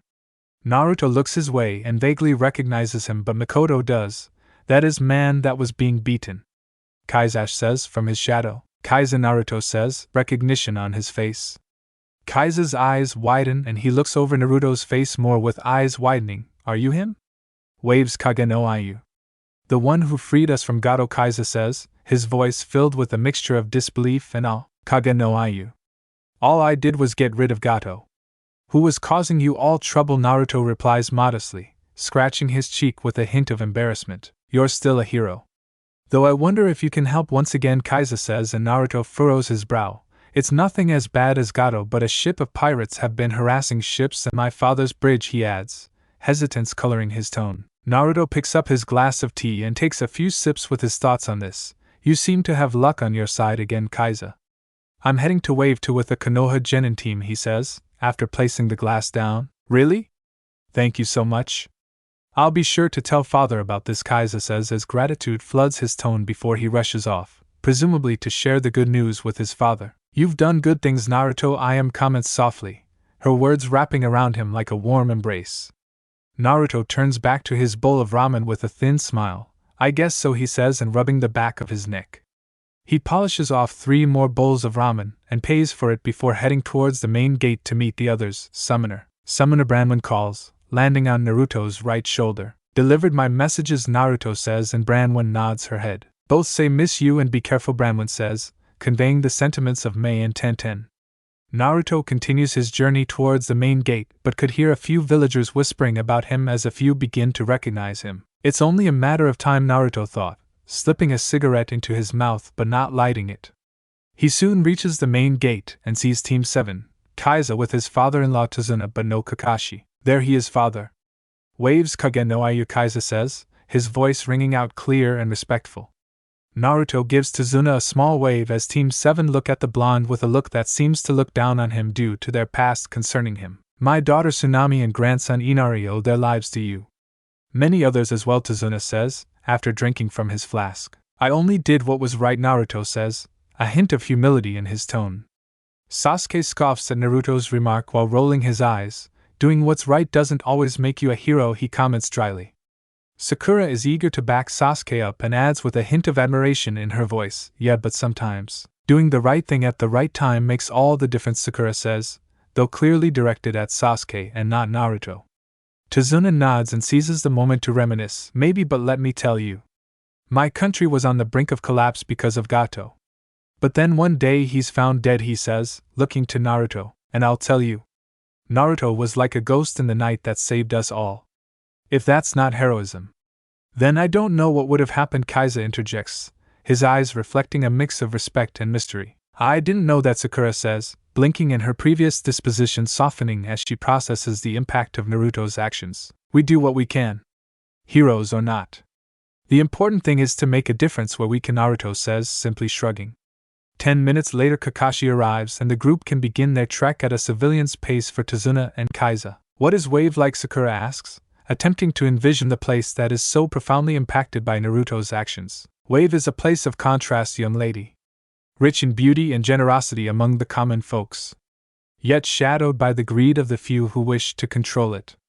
It's a land that breathes hope and despair in the same breath, Tazuna says, warmly looking over the horizon. But it's also a testament to the fact that change is possible. Naruto saved our country from collapse, but I hope he will do it again if needed, Kazuya adds, agreeing with Tazuna, but Kakashi picks up on the again statement. Hope and change. Naruto might have done his part, but there are battles even he can't fight alone. It's naive to think one person can keep saving the world, Sasuke says, with a small scoff, while Naruto's victories are celebrated. It's naive to disregard the immovable forces of destiny. Not everything can be conquered with hope. Some battles are lost to fate. A reality many are too blinded by optimism to see, Hinata says, her voice giving of an icy demeanor. It's true that Naruto has been a beacon of hope and has reshaped many destinies through his actions in Wave. Yet Sasuke and Hinata make valid points. It's a combination of will, circumstance, and perhaps fate that shapes our world. But believing in change and working towards it is what keeps us moving forward, though. Kaiza, could you please elaborate on what you mean by hoping Naruto will do it again if needed? Has something happened? Kakashi says, acknowledging each perspective, and Naruto sighs quietly. As of late, pirates are harassing ships around Wave, threatening the livelihood of many, including father-in-law's bridge. It's becoming a critical situation that might need Naruto's attention soon, Kaiza says with a worried tone. Don't worry about it. I'll handle it, Naruto says while moving his cigarette from right to left. My team's primary mission here is to escort Tazuna and Kaiza safely. Dealing with pirates isn't something we were asked to do, Kakashi says, raising a cautious hand. This I know, Kakashi. You will handle your mission and I'll deal with the pirates while observing the 4 of you, Naruto says, hands in his pockets. Sasuke, Sakura and Hinata maintain a loose formation around Tazuna and Kaiza, with Kakashi taking point and Naruto in the rear. The crackle of a freshly lit cigarette breaks the silence, turning all eyes towards Naruto taking a deep drag. Sakura's face twists in disapproval as her voice is shrill with concern. Naruto, how dare you smoke around Sasuke? She screeches, her eyes flicking towards Sasuke to gauge his reaction with the concern for his health evident in her gaze. Relax, Sakura, I'm downwind. The smoke won't reach you, Naruto responds, unfazed with a dismissive wave of his hand and tilt of his head. Kakashi tries to be the mediator and chimes in with a light-hearted tone to seek to ease the tension in the air. Let's keep our focus, team. We have bigger fish to fry than a bit of windblown smoke, he said, pulling up his mask slightly as if to emphasize his point before replacing it back over his nose. Sakura glares at Naruto, but her and the team refocus on the task at hand. Chibi Yuri emerges from his shadow to rest on his head with her tiny eyes surveying Team 7 with a mix of amusement and scrutiny. They are coddled, aren't they? She remarks in a voice only audible to Naruto. Very much so, Naruto whispers, smirking at her comment and his eyes glancing upwards towards his small companion. Sakura catches the smirk on Naruto's face as Amuri vanishes. What's so funny now? She demands, her curiosity piqued yet again by Naruto's enigmatic nature. Just thinking about how everyone has room to grow. Right, Sasuke? Hinata. Kakashi. Naruto replies smoothly, deftly avoiding the truth of his private commentary and expelling a cloud of flavored smoke. Growth is a never-ending path, Sasuke states, begrudgingly echoing Naruto's sentiment as Hinata remains silent. Indeed. Naruto makes a good point. Let's ensure we all strive for that growth as ninjas and as individuals, Kakashi says, his visible eye crinkling in amusement. About an hour passes as the group continue their trek to the coast and Tazuna's bridge. The atmosphere within the team has lightened considerably due to Kaiza and Tazuna gushing about Inari. Kakashi is leading the group with a seemingly casual demeanor but spots a puddle of water on the road ahead. His visible eye narrows slightly under his hitate, a silent signal that he suspects more than just rainwater at play. That's odd. Wasn't the weather been clear all week? Kakashi muses aloud, more to himself than to his team, but to test his team and also Naruto. Each pass around the puddle, but Naruto walks right over, and as he passes, two men burst from dressed in rebreather with a large claw on the right and left hand respectively with a shuriken-style chain between them. Without a moment's hesitation, Naruto acts and whips around with Evany in his hand to fire a precise shoot to break the chain linking them, before using ruler's authority to slam both into the ground. Kakashi, Team 7, Tazuna and Kaiza were visibly shocked. However, for Sasuke and Hinata it is anger because the former dead last is showing them up in front of the clients. And Naruto. When did you? Sakura starts, but her shock quickly morphs into annoyance. Are you trying to upstage Sasuke? She shouts, a note of accusation in her tone but mixed with disbelief. It is clear she is torn between being impressed by Naruto's prowess and feeling defensive on behalf of Sasuke, perceiving that his pride taken a hit due to Naruto showcasing his strength. Sasuke's scowl deepens at the sight of Naruto's skill, igniting an ember of rage within him. Show off, he mutters under his breath, his tone laced with irritation, but his frustration didn't stop. Think you're better than us now, dead last?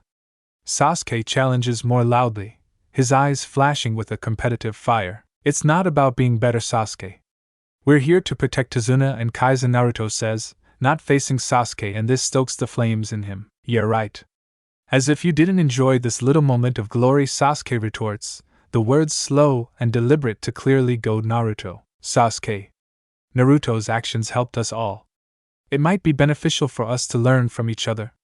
Rather than see it as a competition, Kakashi says, sensing the escalating tension and intervenes smoothly. Sasuke's response is a non-committal huff, though the look he gives Naruto still heated, but it seems Sasuke's anger is tempered by the realization that Naruto's abilities did indeed show some of the blonde's strength, even if admitting it out loud was a step too far for him at the moment. Uzumaki's strength is noted, Hinata remarks coldly.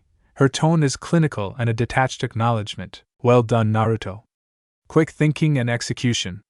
This is an excellent example of how we must always be prepared for the unexpected, Kakashi says, glancing to his team. Don't get cocky. It was just a couple of low-level thugs, Sasuke says, unwilling to let it go, but the blonde ignores him. Naruto kneels to one knee as both men struggle vainly to move and points Evany. Who hired you, demon brothers Gozu and Meizu? He asks, each word dripping with a lethal coldness that makes Team 7 and their clients shiver. The demon brothers are visibly shaken by ruler's authority and the palpable danger in Naruto's tone. We were just told to stall you. To not let you reach the bridge, Gozu stutters out, through gritted teeth. By who? Naruto says, his demand is sharp and cutting through the tension like a knife. The atmosphere is heavy and everyone's focus narrows to the answer that might slip from the assailant's lips. We won't say. He paid us a lot of money, Meizu says, but Naruto points Evany to his left eye, his eyes glowing menacingly. Give me a name. Naruto commands, his tone cold as he cocked the hammer of his revolver. Krieg! Meizu shouts, staring down the barrel of ebony. Thank you, Naruto said simply and rises to his feet before pulling the trigger twice, ending the demon brothers with a clinical shots to the head. The stark reality of Naruto's actions settle over Sakura, Sasuke, and even the normally reserved Hinata show visible signs of shock. Sakura's hands fly to her mouth, and her eyes wide with disbelief at the cold-blooded display before them. Naruto. How could you? She says as the words were a whisper, trailing off into silence. Sasuke's expression is usually so guarded and controlled but flicker with an unfamiliar sense of unease. This is not the dead last I know, he said quietly, more to himself than to anyone else. His eyes remain fixed on Naruto, trying to reconcile this new but unnerving side of their former classmate. The path of the shinobi is indeed fraught with darkness, Hinata murmurs, a hint of sorrow lacing her words as she watches Naruto with a kind of detached curiosity. The silence that follows is heavy but gets interrupted only by Naruto's next actions. Arise, he says, his eyes glowing purple. The bodies of the demon brothers stir as their shadow soldiers rise, but their forms shift and contort, fusing into a single entity with massive and clawed hands. The transformation is grotesque and spellbinding, but eliciting a mixture of fascination and horror from Team 7 as Sakura recalls. This is monstrous, she says, her horror finally finding its way into her voice. Such power, it's both terrifying and mesmerizing, Hinata says, her eyes narrowed and her analytical mind trying to make sense of the shadows that now dance at Naruto's command. Kakashi observing the scene unfold, and feels a chill run down his spine. The display of power is eerily reminiscent of Kushina's power, the same twisted manner and control over death he could scarcely believe. This is not the legacy you were meant to inherit, Naruto, Kakashi says, clenching his fist in anger. Legacy? Sasuke questions, heavy with implications. This dark spectacle is the power of the Shadow Monarch, a formidable and rare ability that manifests in certain members of the Uzumaki clan. The last known wielder was Kushina Uzumaki. Naruto's mother, Kakashi replies, as Naruto stands flanked by his grotesque shadow soldier. Yes. My mother passed this power to me. So did my honorable ancestor. This is no different than any bloodline, Naruto says and dismisses his new soldier, Kaiza. Tizuna. Is Krieg the pirate harassing you, he adds, the tone of his voice unexpectedly gentle compared to the dark display moments before. Yes. Some call him Don Krieg, Kaiza replies, with a hesitant nod. Konoha can't openly interfere with the matters outside our jurisdiction, but we will ensure your protection, Kakashi said, addressing Tizuna and Kaiza with a serious yet calming demeanor. We're a team, she whispers, trying to remind him of their bond. Naruto seals the demon brothers' bodies into scrolls for their bounties as Hinata stares at him. Should we not continue on? We have a mission to complete to make a good impression for the Godai 13 that Uzumaki is a part of, Hinata says, looking to her sensei. Hinata's right. This mission is crucial in showing the strengths of Konoha and its hidden talents. We should proceed with diligence and caution, Kakashi says, hearing Hinata's words as the group continues back on the trek to Wave Country. Back in Konoha, Tsunade is in her home as Mei and Tenten return from their evaluations of Team 8 and Team 10. How was it, Tsunade asks, her voice carrying a mix of authority and genuine curiosity. Team 8 showed impressive synergy, especially considering the unique abilities of Kiba and Shino, though Yakumo's control over her illusions adds a strategic advantage. Kurenai-sensei's guidance is what truly binds them. Tenten begins, her words painting a vivid picture of the team's potential. Mei nods with her eyes reflecting a tactical mindset, and Team 10 under Asuma Sarutobi's leadership is like a well-oiled machine. Shikamaru Nara's intellect, despite his laziness, can't be underestimated. Ino Yamanaka's mind techniques, combined with Choji Akimichi's raw power, they complement each other perfectly, she adds, her tone underscoring the distinct strengths of each team member. Your evaluations give us much to consider. Konoha's strength has always been in the diversity of its shinobi. Each team with its unique composition brings something invaluable to our cause, Tsunade says, picking up her teacup and pondering the input. It also means we would need a team instead of an individual if we pick someone from Team 10 and Team 8, Tenten says, crossing her legs and her voice thoughtful yet decisive. I agree. Naruto. Tenten and I are a team, but we can work as individuals.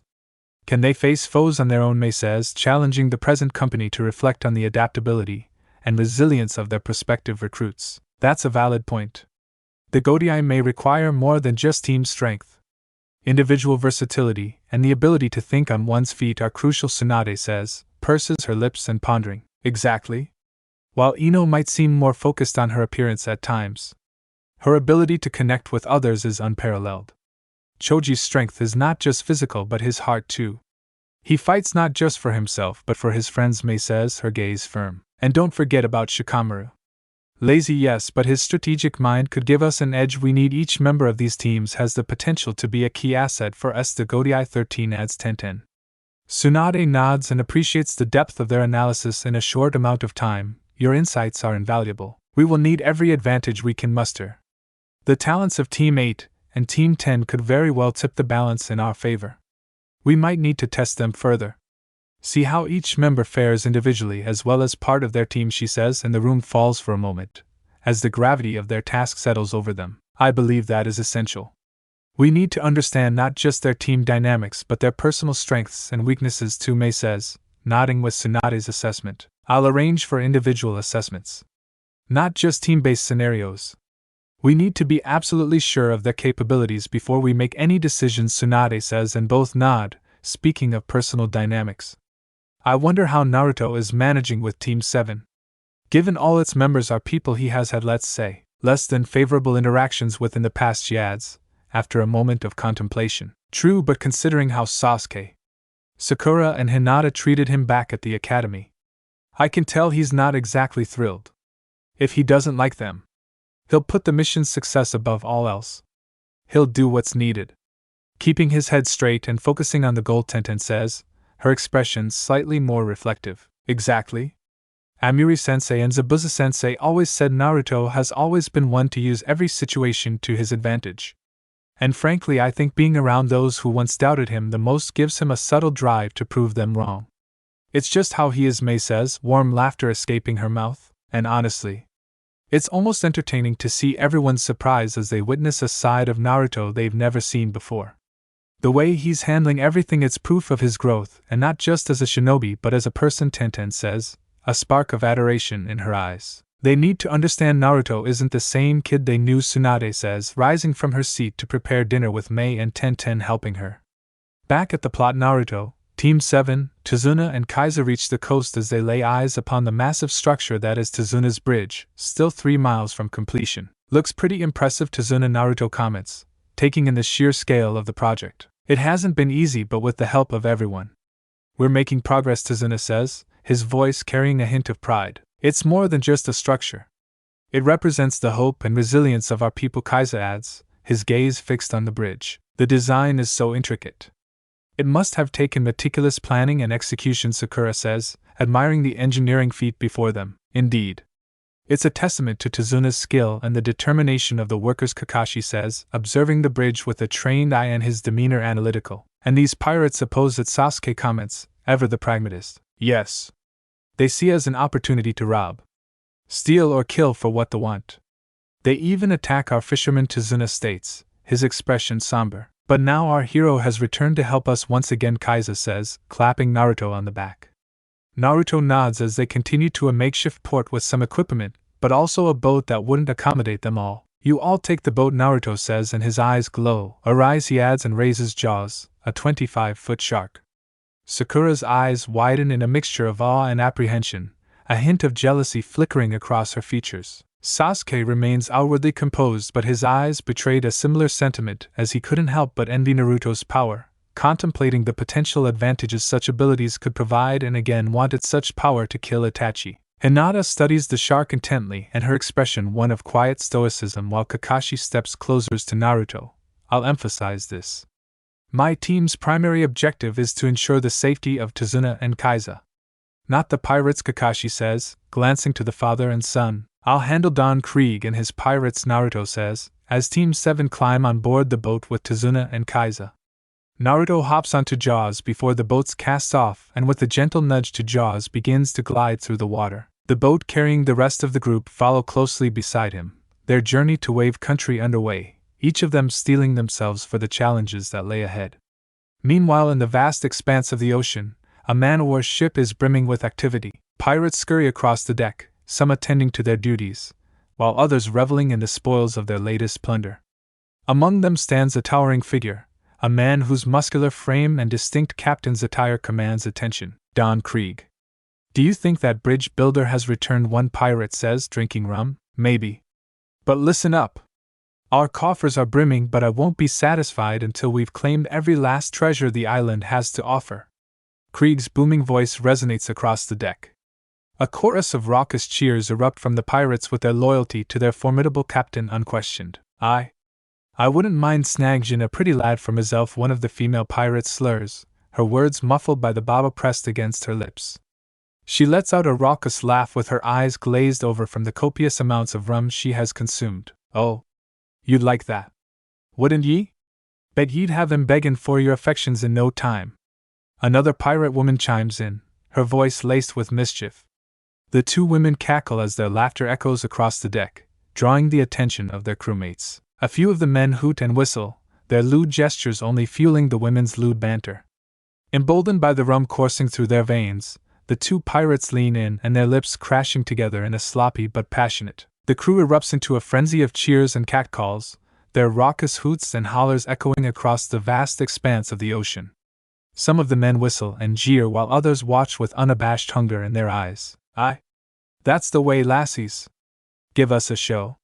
Will ye? A grizzled pirate bellows, his voice barely audible over the din.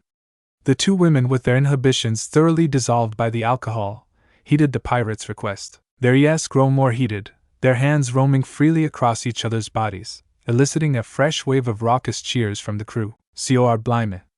That's a sight for sore eyes. Another pirate exclaims, his eyes fixed on the spectacle unfolding before them. As the two women continue their lewd display, the crew's enthusiasm reach a fever pitch, their hoots and hollers reverberating across the deck. It is a scene of unbridled debauchery, fueled by the heady concoction of rum and lust that permeates the air.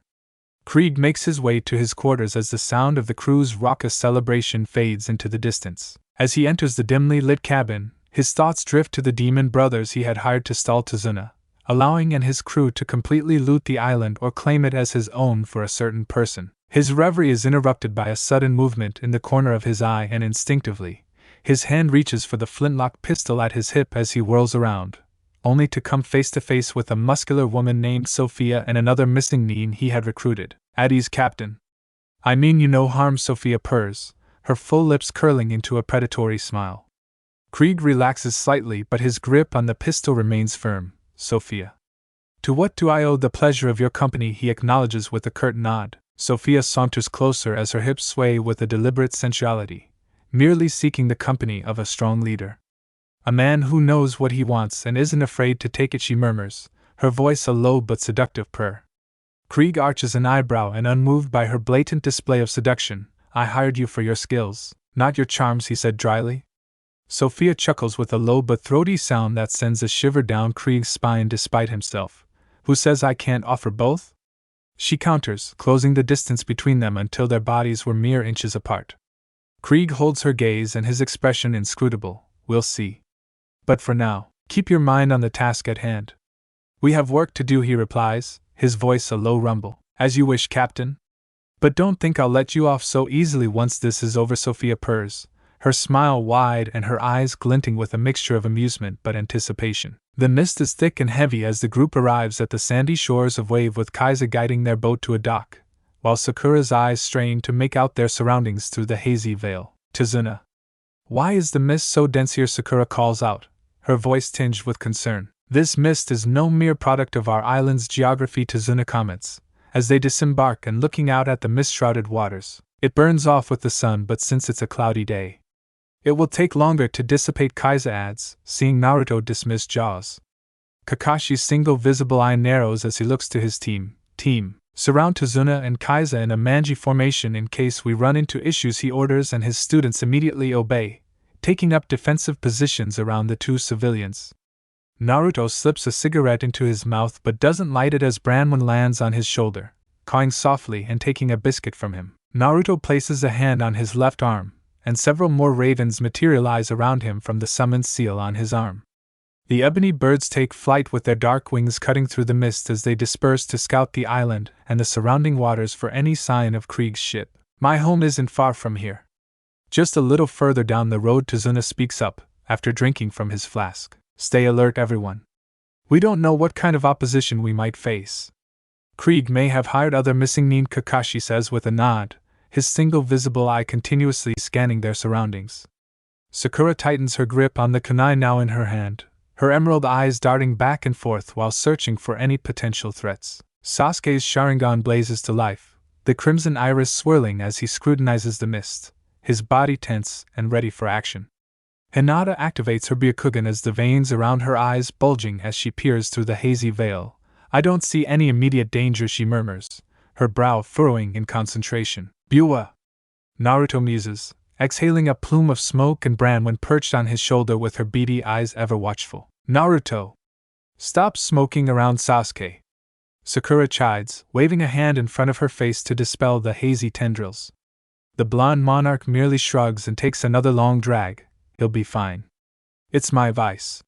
You don't complain when he reads his porn in public, Naruto murmurs, his gaze flickering to Kakashi with his orange book. They soon reach a modest dwelling nestled near the water's edge as a young woman with long, dark hair emerges from the doorway, a 6-year-old toddler clutching her hand. The child's eyes lit up as he catches sight of Tazuna and Kaiza before he lets go of his mother's grasp, tottering forward on unsteady legs. Papa! Grandpa! The little boy cries out joyfully, his cherubic face alight with unbridled glee. Tazuna's weathered features soften as he scoops up his grandson and enveloping him in a warm embrace. Inari, he chuckles, ruffling the child's unruly locks. Hey son, Kaiza says, ing his son's chubby cheek. Father. Kaiza. You're back safely and you've brought guests, the woman says before embracing her husband. Their lips met in a sweet, lingering, a momentary respite from the trials that has plagued their lives. Kaiza's strong arms envelope her, his calloused hands resting protectively on the swell of her belly. Tsunami.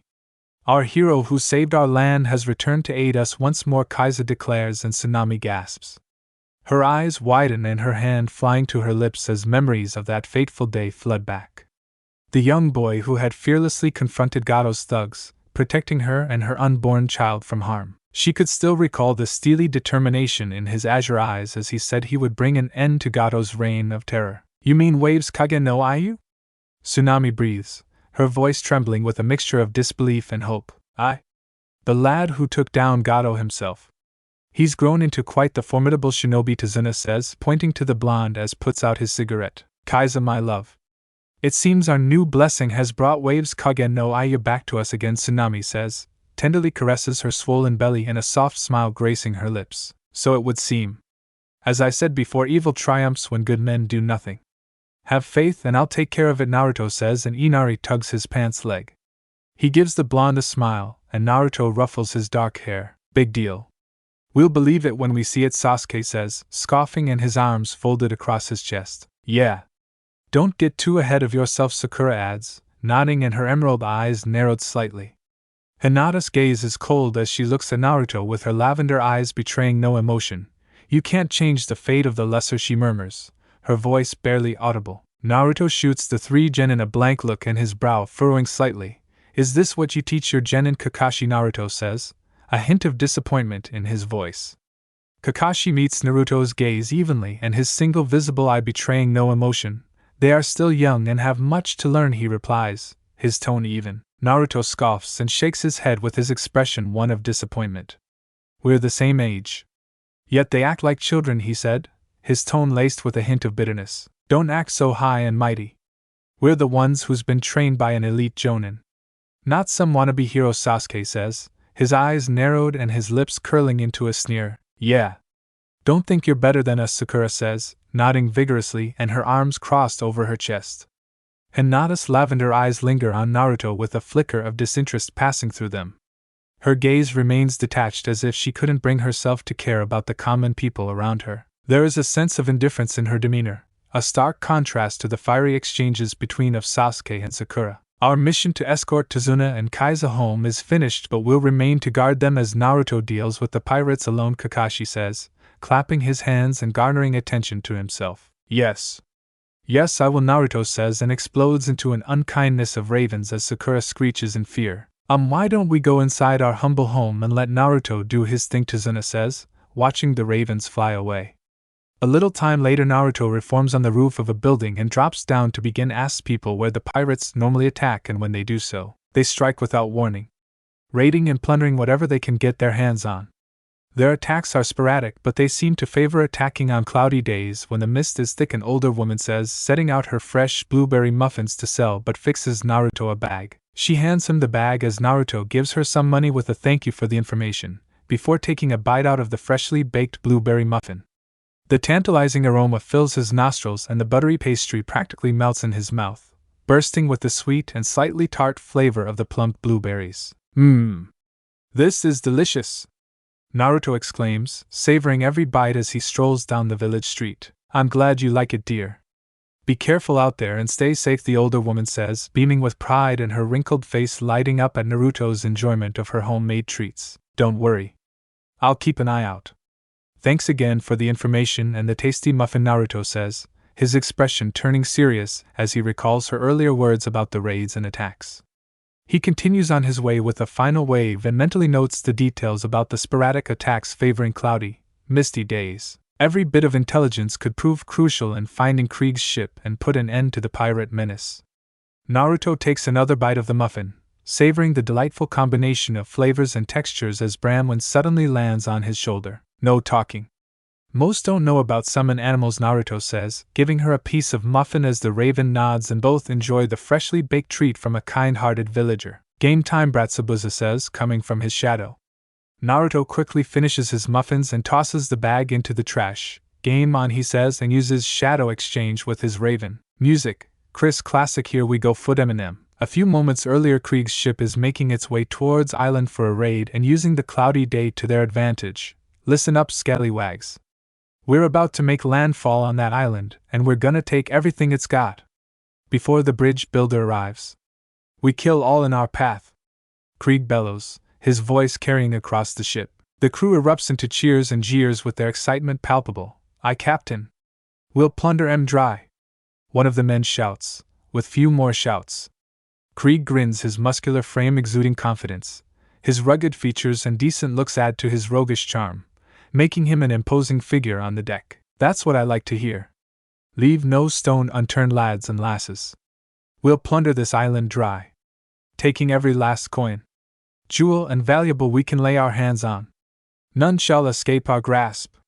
Krieg bellows, his voice resonating with authority. The crew's enthusiasm escalates as their cheers and jeers echoing across the ship while they eagerly anticipate the impending raid. Sophia leans against the mast and observes Krieg's ramblings with a hint of amusement, but her attention is drawn to a raven that lands on the rigging above Krieg's head, causing her to narrow her eyes and sensing something amiss. What is with that bird? Sophia murmurs, her brow furrowing as the ominous bird. The raven lets out a haunting caw and its beady eyes fixed on Krieg as if observing his every move. Sophia's grip tightens on her tanto, her shinobi training kicking in as she senses a potential threat. The raven's form suddenly shimmers and transforms into a young man perched on the rigging, his piercing blue eyes holding a dangerous glint. Who are you? Krieg demands, now seeing the blonde and his hand instinctively reaching for his pistol. Naruto hops down from the rigging and lands lightly on the deck with faint smirk playing on his lips as he regards the pirate, Don Krieg. I presume, he said, his voice calm but carrying an undercurrent of power. That's right, and you've made a grave mistake by boarding my ship, Krieg says, puffing out his chest and a boastful sneer twisting his features. We'll see about that, Naruto says, materializing ebony and firing a deafening gunshot. The bullet tears through Krieg's skull, punching a neat hole between his eyes. The pirate captain's body crumbles to the deck and blood pooling around his lifeless form. Who are you? Sofa says, noting Naruto's impassive gaze. I'm here to kill all the pirates aboard before they reach wave, Naruto said, his voice low and dangerous. Get him! The pirate shouts, brandishing their weapons. Naruto's eyes brightly as Winter and Iga burst from his shadow with greed, Zabuza, Amuri, the conjoined demon brothers, Yagura and Haku as well. The pirates falter with their bravado wavering in the face of such formidable opponents and shadow soldiers at the ready, their stances exuding confidence and lethality. Sophia's grin remains unwavering as her eyes are alight with a mixture of amusement and defiance. You'll have to do better than that, darling, she taunts, unfazed by the display of power. Suit yourself, Naruto says with a low chuckle and a flick of his wrist, sends his allies surging forward. Sophia wastes no time and shoots forward with impressive speed, her blade slicing through the air as she aims for Naruto's throat. He effortlessly sidesteps her strikes with his revolver still trained on her as his shadow soldiers engage the pirates in a flurry of clashing steel and grunts of exertion.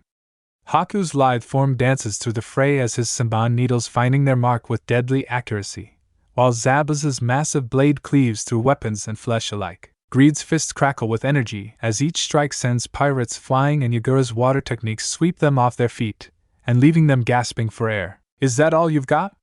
Naruto taunts, his voice laced with amusement as he effortlessly dodges her strikes. Sophia's eyes narrow and she redoubles her efforts, her blade whirling with renewed vigor.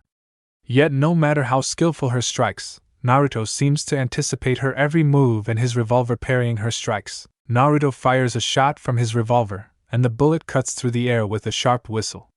Sophia twists her body and narrowly avoiding the projectile, but it grazes her right thigh to draw a thin line of crimson. Sophia leaps back undeterred and wipes the blood from her wound with her hand. She swiftly weaves a series of hand signs with her fingers moving with practiced precision, summoning jutsu. Sophia shouts, slamming her palm onto the ground. A summoning array forms and the boat suddenly lurches beneath their feet as something colossal emerges from underneath the ocean. Huh! Naruto thought, as massive tentacles rise from the churning waters and each thick like a tree. A gargantuan octopus breaches the surface and its beady eyes fixated on the ship. Try and stop, baby, Sophia taunts, a wicked grin playing on her lips as its tentacles grip the ship. Naruto's eyes narrow and a confident smile spreads across his face. You're not the only one who can summon powerful beasts, Aisabu, he retorts, his voice carrying a hint of amusement. Aisabu launches from Naruto's shadow and slams into the octopus as he grows in size, unleashing a deafening roar that's shaking the very air. Sophia's cocky expression falters with her jaw dropping in disbelief. Impossible, she murmurs, her voice barely audible over the crashing waves and the rumbling growls of the summoned titans. Very possible, Naruto says, his grin wide and pointing ebony at Sophia. The kraken lashes out with blinding speed and its colossal tentacles whipping through the air like massive bullwhips. Aisabu swivels its bulk and avoids the initial onslaught with surprising agility for its immense size. Krieg's ship is at the mercy of the waves, but Sophia charges Naruto with her tanto clutched in her hand. She thrusts her weapon forward, but Naruto explodes into an unkindness of ravens, the shadowy birds swirling around her with their wings buffeting her face. Sophia's eyes widens as the shadows coalesce behind her, and reforming into Naruto with both his sleek revolvers, leveling it at her legs, and two thunderous shots ring out. The bullets tearing through the flesh of her thighs, and Sophia cries out in agony, collapsing to the deck as blood seeps from the wounds. Naruto steps over her writhing form, his gaze fixed on the titanic battle unfolding before them. Lay there and watch your baby die, Naruto murmurs, his voice devoid of emotion. The kraken unleashes a barrage of strikes, and its tentacles slamming into Aisabu's shell with thunderous force. Aisabu unleashes another deafening roar. The kraken's tentacles recoil momentarily as if stunned by the sheer volume of the sound. You bastard, Sophia hisses with her teeth gritted, glaring at Naruto through the haze of pain. My mother loved me very much, Naruto says, chuckling, but the sound is devoid of mirth as he points ebony. Aisabu seizes the opportunity and surges forward, its colossal bulk slamming into the kraken with devastating force. The creature's armored shell pummels the kraken's rubbery flesh and driving it down into the depths of the ocean. A few moments later, does tattered tentacles begin to surface, drifting listlessly amidst the turbulent waves. Game over, Naruto says, leveling ebony with her forehead, and Sophia's eyes widen in fear with her lips parting to plead for mercy. A single gunshot rings out and echoing across the deck as Sophia's body went limp. Now arise, Naruto says, his voice devoid of remorse. Sophia's body twitches as her shadowy doppelganger rises to her feet and eyes glowing with an eerie purple radiance. Krieg is next, along with the fallen pirates rise, and the kraken is last, forming into a colossal, amorphous mass that towers above the deck. Glowing purple eyes burn within its inky depths, fixing their baleful gaze upon Naruto. You shall be called Krathawk, Naruto says after thinking of the name for the octopus, and with a wave of his hand, dismisses his shadow soldiers. He then summons a dozen shadow clones into existence. Scour every inch of this ship, Naruto instructs them. The pirates are dealt with, and Wave is free again. I can only imagine how Team 7 will react, Naruto muses, as his clones disperse to carry out their orders and sighs. Chibi Imuri rises from his shadow and takes a seat on his head. They'll be jealous. Especially Mikoto's baby boy, she quips, her tiny form exuding a mischievous energy. I blame greed, Mikoto huffs, casting a playful glare at Naruto. Naruto summons greed, and without a word, the hulking figure drops to all fours as the blonde plops down on his back. Naruto chuckles and plucks a cigarette from his pack that was in pocket and slips it between his lips as he lights with the Zippo. Thick tendrils of smoke curl into the air as he takes a long drag and savoring the rich flavor. The gentle rocking of the ship lulls him into a contemplative state, and Naruto's thoughts drift to the potential recruits that might be found among the ranks of Konoha's forces. Naruto strolls through the town but lets out a weary sigh as a familiar figure trails behind him. Sakura follows as her pink hair sways with each determined step, trying to catch up to him with a resolute expression etched on her features. Naruto. You need to pick Sasuke for the Godai 13, Sakura declares, her emerald eyes boring into his own as he turns. Oh? And why should I do that, Sakura? Naruto says, arching an eyebrow and his lips curling into a half smirk. Because he's the last Uchiha. He's powerful and he'll be a valuable asset to the group. Much than you seem to, Sakura retorts, her hands planted firmly on her hips. Power alone does not make one worthy, Sakura. There are far more important qualities to consider, Naruto says, shaking his head and chuckling softly. Sakura opens her mouth to protest, but Naruto holds up a hand and silences her. Tell me. What do you know of Sasuke's true motivations? His dreams. His desires. He walks a path of vengeance, consumed by hatred and a thirst for power to kill Itachi. Such emotions can lead one astray, clouding their judgment and corrupting their soul, he says, his gaze intensifying and challenging her. Sakura falters as her brow furrows while she struggles to find a rebuttal. I may not know him as well as you think, but you need to give Sasuke a chance. He's powerful and could be a valuable asset to the Godai 13, Sakura retorts, her brow furrowing with determination. Naruto lets out a groan of exasperation. You are so blinded by your infatuation with him. Can't you see beyond this edifice you've built concerning him and recognize the darkness that festers within him, he says, pinching the bridge of his nose. You, Sakura starts, but Naruto breaks down into an unkindness of ravens, putting distance between them. Sakura stands there with her mouth agape, watching as the flock take flight and her fists clenched at her sides. Naruto! This discussion isn't over, Sakura calls out, frustration lacing her voice as several townspeople turn to look at her, and shaking their heads disapprovingly. Her cheeks immediately flush with embarrassment at the unwanted attention, but she remains undeterred. Her fists remain clenched tightly at her sides and she huffs in annoyance. A middle-aged woman tuts, muttering something about the youth of today under her breath as she bustles past, her shopping basket swinging precariously from the crook of her elbow. A group of children giggle and point, whispering to one another before scampering off, their laughter echoing in the narrow street. Damn that Naruto, Sakura thought, gritting her teeth while ignoring the judgmental stares and whispers from the townspeople. She would not be deterred so easily, and with a determined gleam in her emerald eyes, sets off in pursuit, and her footsteps echoing against the streets, as she followed the path ravens took. The unkindness of Raven soon reform into the physical body of Naruto as he approaches Tazuna's house. Naruto! Thank you again for your assistance in dealing with Krieg's pirates. You are truly waves, Kage no Iyu, Kaiza greets warmly, a grateful smile spreading across his weather-beaten features. It was no problem, Kaiza.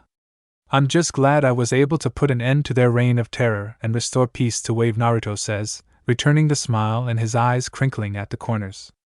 Kaiza nods with his admiration for the young monarch evident in his gaze.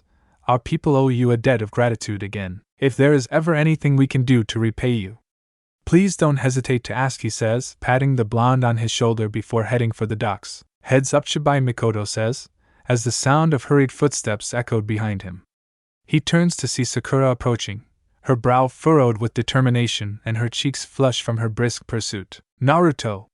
We need to talk about this now, Sakura calls out, her voice laced with a mix of frustration and resolve. Naruto turns to face her with his expression hardening as he meets her determined gaze.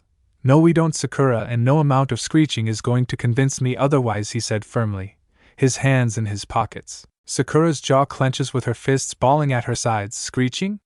Is that what you think I'm doing? I'm trying to reason with you, Naruto. Sasuke is a valuable asset, and you need him on your side, she says after taking a deep breath, attempting to rein in her temper. You're repeating yourself, and you have me doing the same. He's a ticking time bomb, and I won't risk the safety of the Godai 13 by bringing someone like that into our ranks, Naruto says, shaking his head with a scoff. You're being unreasonable. Sasuke has incredible power, and with the right guidance, he could be a force for good, Sakura says, her voice rising and her frustration mounting. What seems to be the problem here? A familiar voice calls out from behind them, before the blonde could respond. Naruto. Sakura. I couldn't help but overhear your spirited discussion, Kakashi says, strolling over and his visible eye crinkled in a casual eye smile. Kakashi-sensei. Please. You have to talk some sense into Naruto. He's refusing to consider Sasuke for the Godai 13 and they need his power on their side, Sakura says, her eyes blazing with determination. And I said no, and that is a complete sentence, Naruto says, rubbing his upper right arm. Now. Let's not be too hasty. Sasuke's path has been a difficult one, but he possesses immense potential.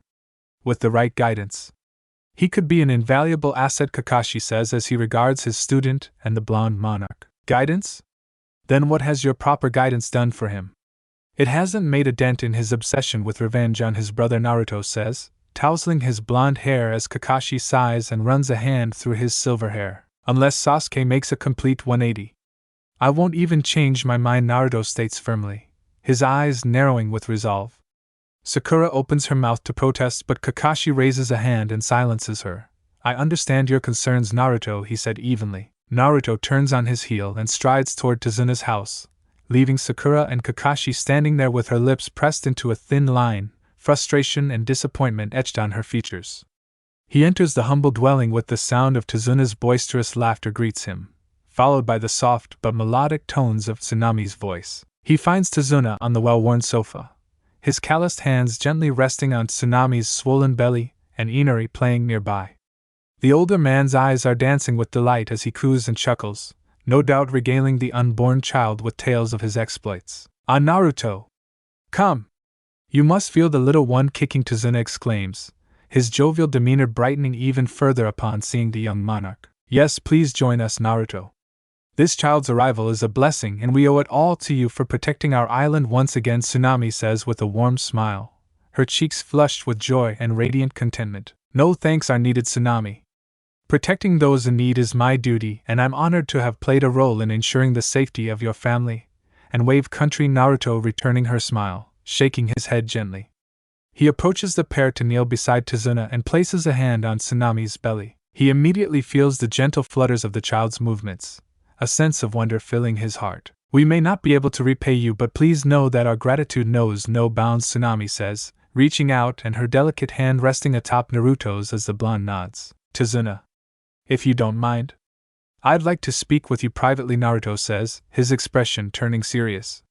Tazuna's jovial demeanor sobers as he catches the gravity in Naruto's tone. Of course, lad. Lead the way, he says as he gently pats Tsunami's hand and rises from the sofa. The two men venture outside and making their way towards the docks. Tazuna. I need to understand how Krieg and his pirates managed to attack Wave Country so brazenly. Weren't there supposed to be measures in place to prevent such incursions, Naruto asks, once they reach the end of the dock and his brow furrowed in concern. I'm not entirely sure, lad, but perhaps the answer lies with the new daimyo Lady Miyuki Tachibana. She controls the shipping lanes now, Tazuna says while scratching his chin, a thoughtful expression crossing his weathered features. Tachibana, huh? What can you tell me about her, Naruto says, his eyes narrowing at the mention of the daimyo's name. Well, she's a newcomer, that's for sure. Came into power after Gato died. Rumor has it she's got connections with some less than savory types, but nothing concrete, Tazuna muses, looking out at the water. Is that so? If true, it would certainly explain how Krieg managed to slip past the defenses undetected. I'll need to look into this Lady Tachibana and her potential ties to the criminal underworld, Naruto says, intrigued by Tazuna's claim and gives him a glance. Be careful. If these rumors are true, she's not someone to be trifled with, Tazuna says, worry etched on his face. I appreciate your concern, Tazuna. I'll be fine, Naruto replies, a hint of a smile on his lips. Nightfall comes as Naruto slips away from Tazuna's house, his form melting into the shadows and his mask hiding his face. The new moon provides the perfect cover for his approach to the daimyo's manor, as he explodes into an unkindness of ravens and the black birds scatter, flying silently through the night sky towards their target. Naruto nears the manor and reforms but sends a few ravens to circle the building, searching for a weak point in the defenses as he hides in a tree. He covers his left eye and links to one of his ravens. The black bird soars silently through the night air, and its keen eyes scanning the building below. Let's see, Naruto thought, as the raven notices a window left slightly ajar and directs the raven to land on the windowsill.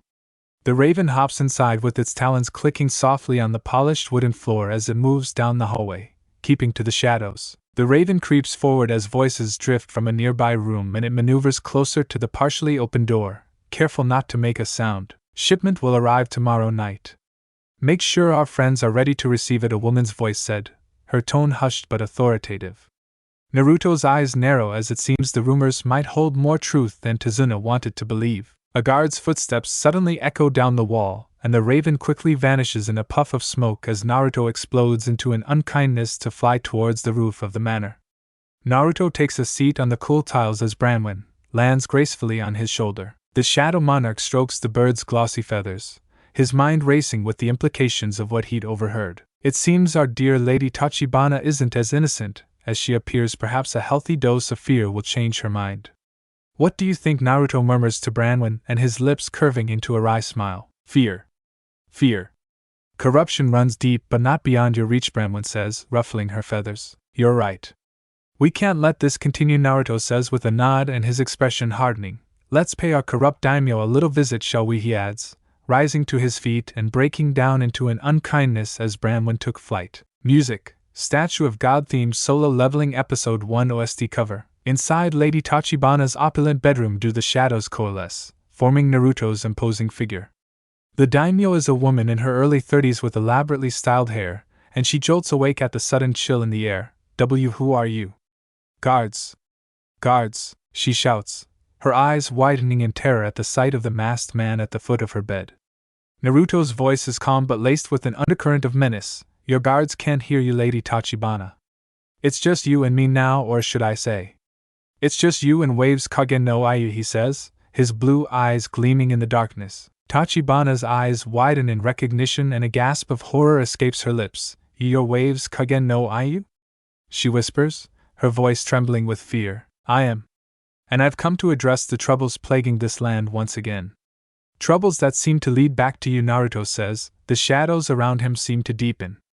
The daimyo's face pales even further, her hands clutching the silk sheets as if they could offer some protection. We need to have a little chat about your business arrangements with certain unsavory characters, Naruto says, his hidden blue eyes glowing with an otherworldly purple light. I don't know what you're talking about, Tachibana stammers, her bravado crumbling. Oh, I think you do.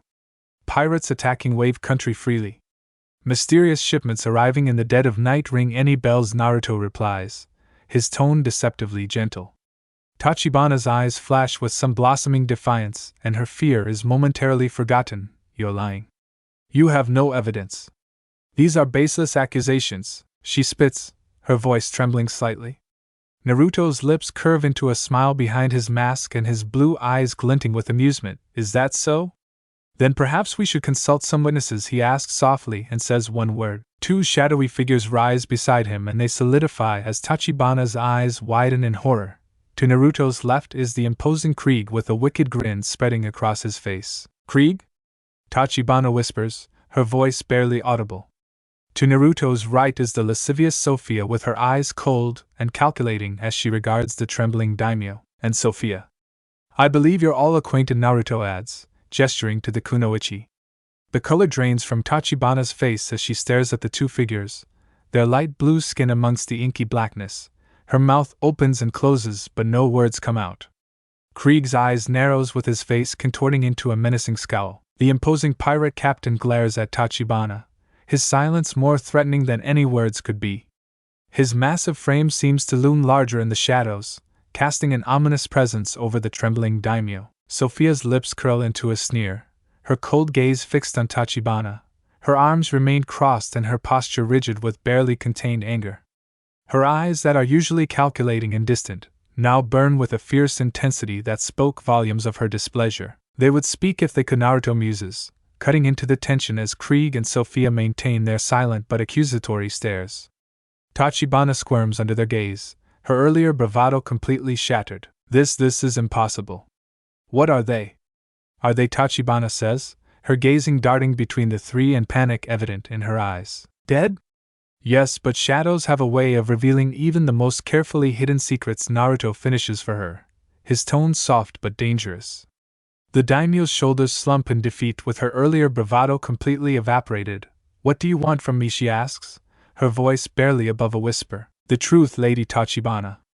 And then we'll discuss how you're going to make things right for the people of Wave Country, Naruto said, his presence filling the room with an otherworldly chill.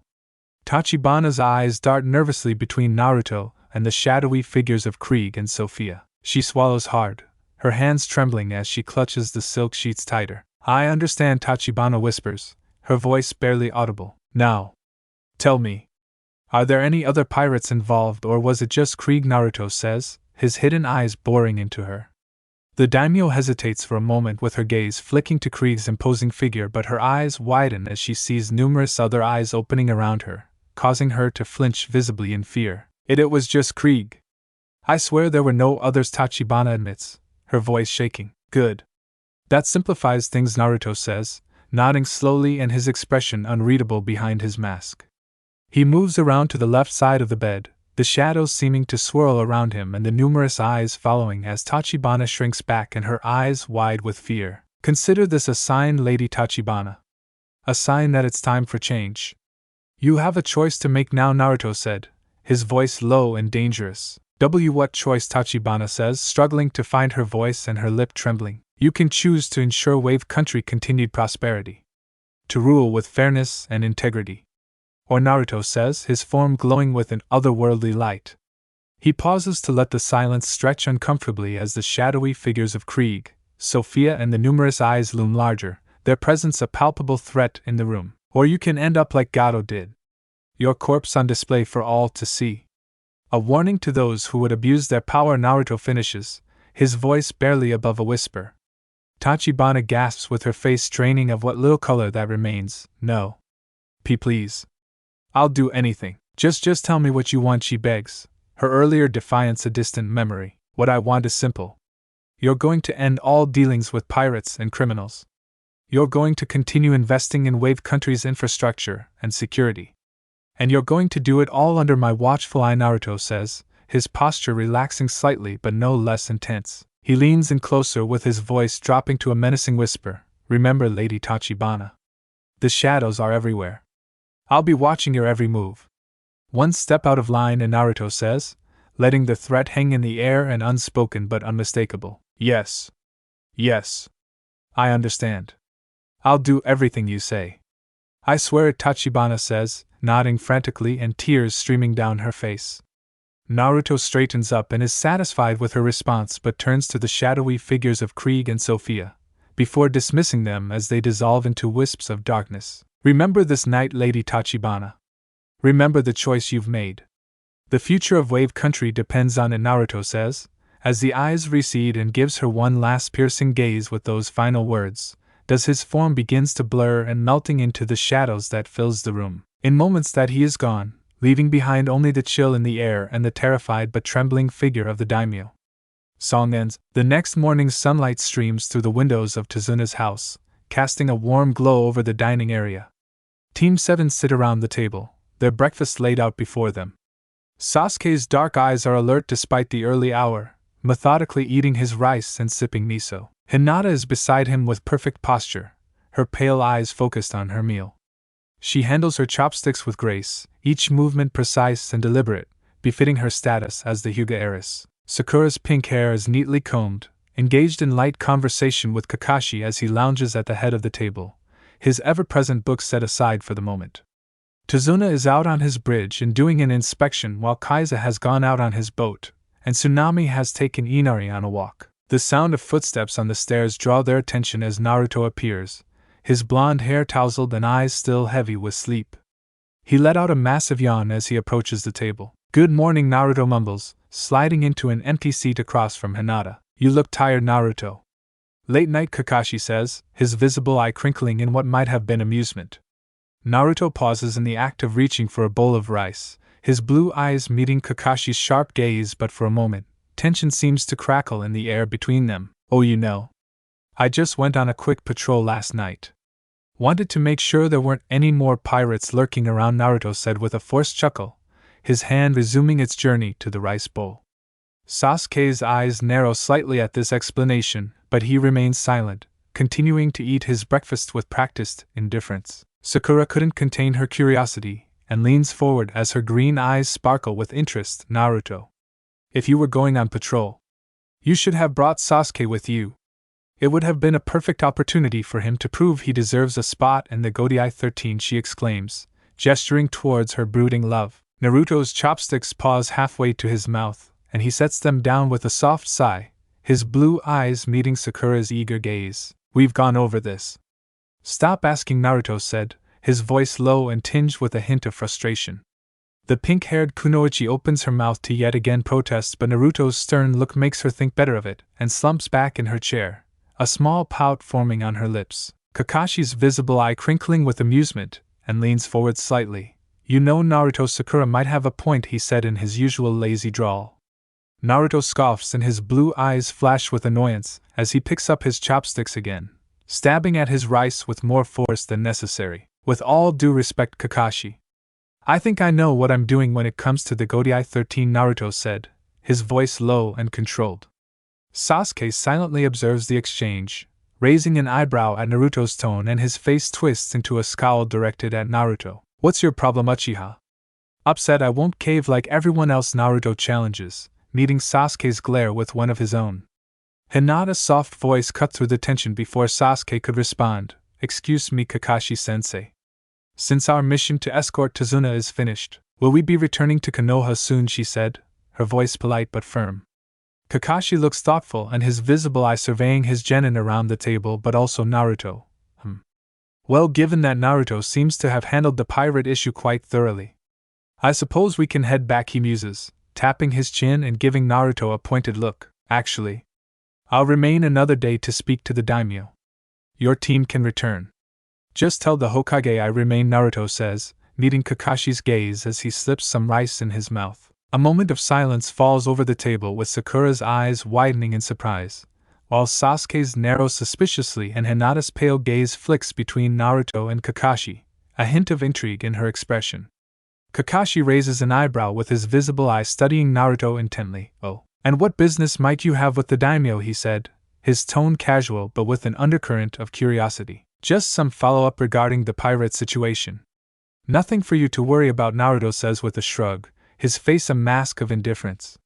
Sasuke scoffs to break his silence. Since when do you handle diplomatic matters, he asks, his voice dripping with sarcasm. Naruto's blue eyes flash with a mixture of annoyance and something else, a weariness that seems out of place on his young face. He sets down his chopsticks with a soft clatter and turns to face Sasuke fully, unlike Green Genin like the three of you. I have been dealing with diplomatic matters for some time now, and your words are proving why the Godai 13 don't need you, Naruto said, his voice low but carrying a sharp edge. The table falls silent with the tension palpable in the air. Sasuke's face contorts with anger, his dark eyes blazing with indignation, and without a word, abruptly stands up with his chair scraping loudly against the floor. He storms out of the room, his fists clenched at his sides, and Sakura immediately follows after the king of the brooding. Sasuke, wait! Sakura calls out, hurrying after her teammate. Hinata remains seated and her pale eyes fixed on Naruto with a blank expression. The silence in the room grows heavy, broken only by the distant echoes of Sakura's voice calling out to Sasuke. Kakashi sighs while running a hand through his silver hair. He fixes Naruto with a stern look and his visible eye narrowed slightly. You didn't need to say that, Naruto, he said, his voice carrying a note of disappointment. What? It's the truth, isn't it? Naruto retorts, meeting Kakashi's gaze without flinching and a defiant set to his jaw. Kakashi leans back in his chair with his visible eye narrowing slightly. He lets out a long but tired sigh before speaking. Perhaps you should set a better example as a member of the Godai 13. I'm sure Lady Tsunade and Lord Ieyasu would think so, he said, his voice calm but carrying a note of reproach. The blonde reaches for his cup, taking a slow sip of tea before responding. The warm liquid seems to soothe some of his irritation, and when he speaks again, his voice was more measured. Perhaps. But Sasuke needs to learn that things are different now. At the academy. He was the big fish in a small pond. But now he's swimming with sharks in the ocean, Naruto concedes with a wry smile, setting the cup down gently. You're a shark then, Hinata said curtly, her voice carrying an edge that cuts through the tension in the room. I am. He needs to see the reality he faces. The world outside Konoha isn't going to coddle him just because he's an Uchiha, Naruto says, his expression calm and measured. You're not wrong, Naruto. But remember. You were once in Sasuke's position too. It wasn't so long ago that I'm sure you were struggling to find your place in the world, Kakashi said, his tone thoughtful. Naruto's blue eyes hardened with a cold look settling over his features. Have you forgotten, Kakashi? I left Konoha at 12 and survived the last 6 years in the real world. Not in the safety of this village like your team, he says, his voice dropping to a low but intense whisper. The Jonin's visible eye widens slightly, and is caught off guard by the intensity in Naruto's voice. I've traveled to various countries. Seen things that would make your genin tremble in their sleep. The world out there? It's not the same as the one you're preparing them for, Naruto said, gesturing vaguely towards the window. Hinata's breath is caught in her throat, her pale eyes fixed on Naruto, wondering just what he had experienced in those 6 years away from Konoha. I see, Kakashi said, leaning back in his chair and his earlier relaxed demeanor replaced by a more serious expression. Yes, you should see. Sasuke needs to understand that his name and his clan's reputation won't always be enough, Naruto says, his voice losing some of its earlier edge and some of the tension leaving his shoulders. Naruto pushes his chair back and stands up with those words, his movements fluid and purposeful. I'm going to get dressed.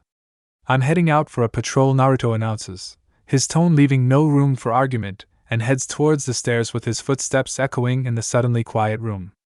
Kakashi and Hinata watch him go with a heavy silence settling over the table. The Jonin's visible eye follows Naruto's retreating form, a mix of intrigue and slight anger in his gaze. Hinata's pale eyes too remain fixed on the spot where Naruto disappeared, her brow furrowed in quiet contemplation. Hinata. Find Sasuke and Sakura. Tell them to pack their things. We'll be leaving soon, Kakashi said, his voice gentle but firm. Hinata nods as her pale eyes flickers with understanding. Of course, Sensei, she said, rising gracefully from her seat. Without another word, turns and leaves the room, her steps light but purposeful as she goes in search of her teammates. As Hinata's footsteps fade away and Kakashi left at the table, his thoughts turned inward. The Jonin's visible eye narrows slightly as he considers the complexities of the situation and how much his sensei's son changed, but not in a way he likes. In Konoha there are 2 kunoichi who are feeling the absence of their favorite blonde shinobi as they stroll the street of the village. Mei turns to her companion with a mischievous glint in her green eyes. Tenten. What do you say we do a bit of shopping while Naruto's away? It might help take our minds off missing him, she said, a smile playing on her lips. Tenten perks up at the suggestion. That's not a bad idea, Mei. I'd been meaning to explore more of Konoha anyway.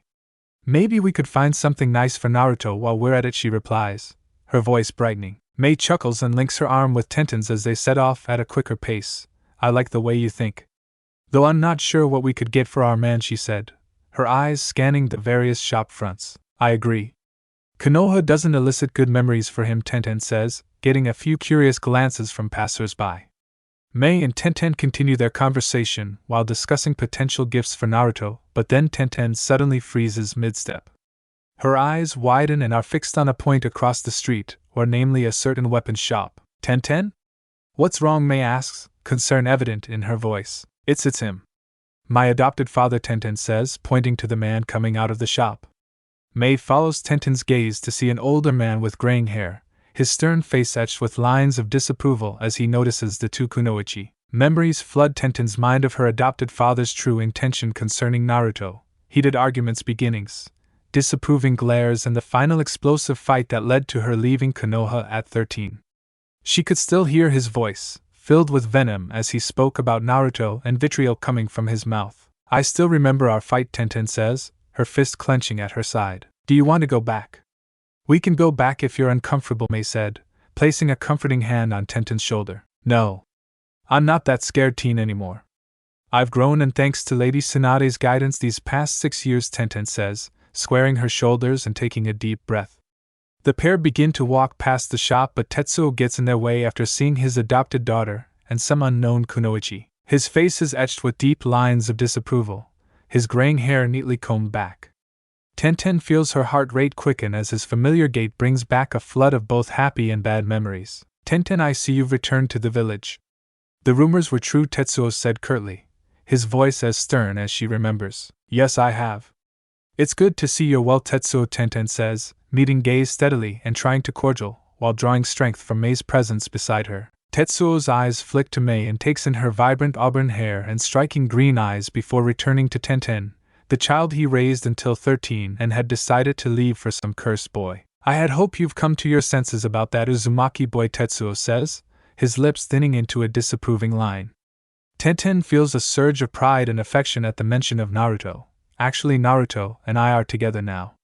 He's remarkable and an even better person. I wish you could have seen that, but you let prejudice blind you, she says, straightening her shoulders with her voice clear and confident. Tetsuo's face darkens with his brows furrowing deeply. I see you're still as foolish as ever.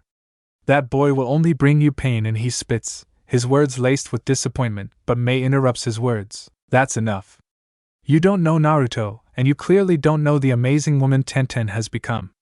She doesn't need your approval anymore, Mei interjects, her green eyes flashing dangerously and her posture protective as she moves in front of Tenten. The bun-hair girl feels a rush of gratitude towards Mei and is touched by her friend's fierce defense. She places a hand on Mei's arm, gently moving to stand beside her. I'm sorry you still feel that way, Tetsuo. But I'm not sorry for my choices. They led me to become who I am today. A strong kunoichi. A trusted friend and a young woman in love, Tenten said, her brown eyes meeting Tetsuo's unflinchingly with her voice calm but firm, and pauses. I've grown beyond the girl you knew, Tetsuo. I've trained under Lady Tsunade. Faced challenges you couldn't imagine and found happiness with Naruto, but also Mei. Your bigotry will no longer affect me. I'm no longer just an orphan named Tenten, but Tenten the sword dancer, Tenten says, determination in her brown eyes as Mei smiles. Tetsuo's face contorts with a mix of anger and something that might have been regret as he opens his mouth to speak, but Tenten holds up a hand, silencing him. Goodbye, Tetsuo, Tenten said softly, a note of finality in her voice.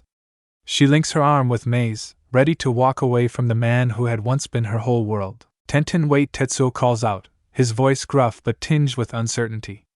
But Tenten and Mei were already walking away, their steps in sync and leaving Tetsuo standing alone in the bustling street. That's what friends are for.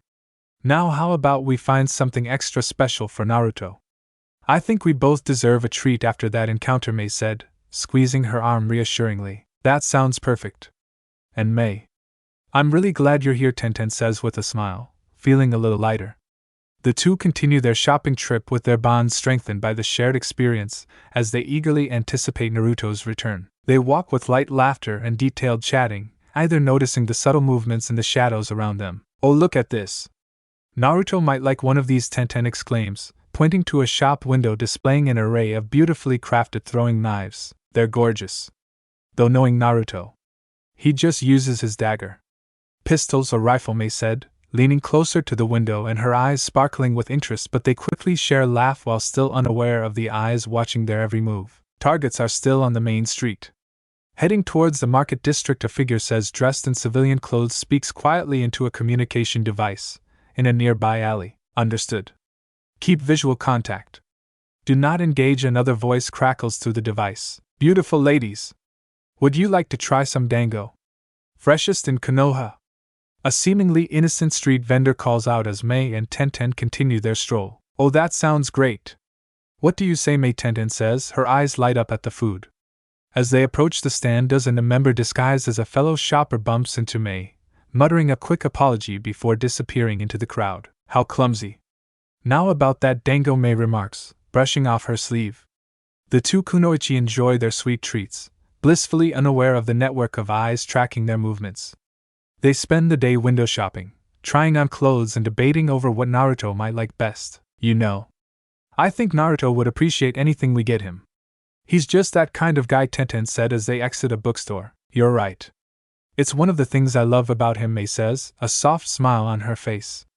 As the sun begins to set, casting long shadows across the streets of Konoha, Mei and Tenten decide it is time to head back. They walk arm in arm, their shopping bags swinging gently at their sides, filled with the day's purchases. This was nice.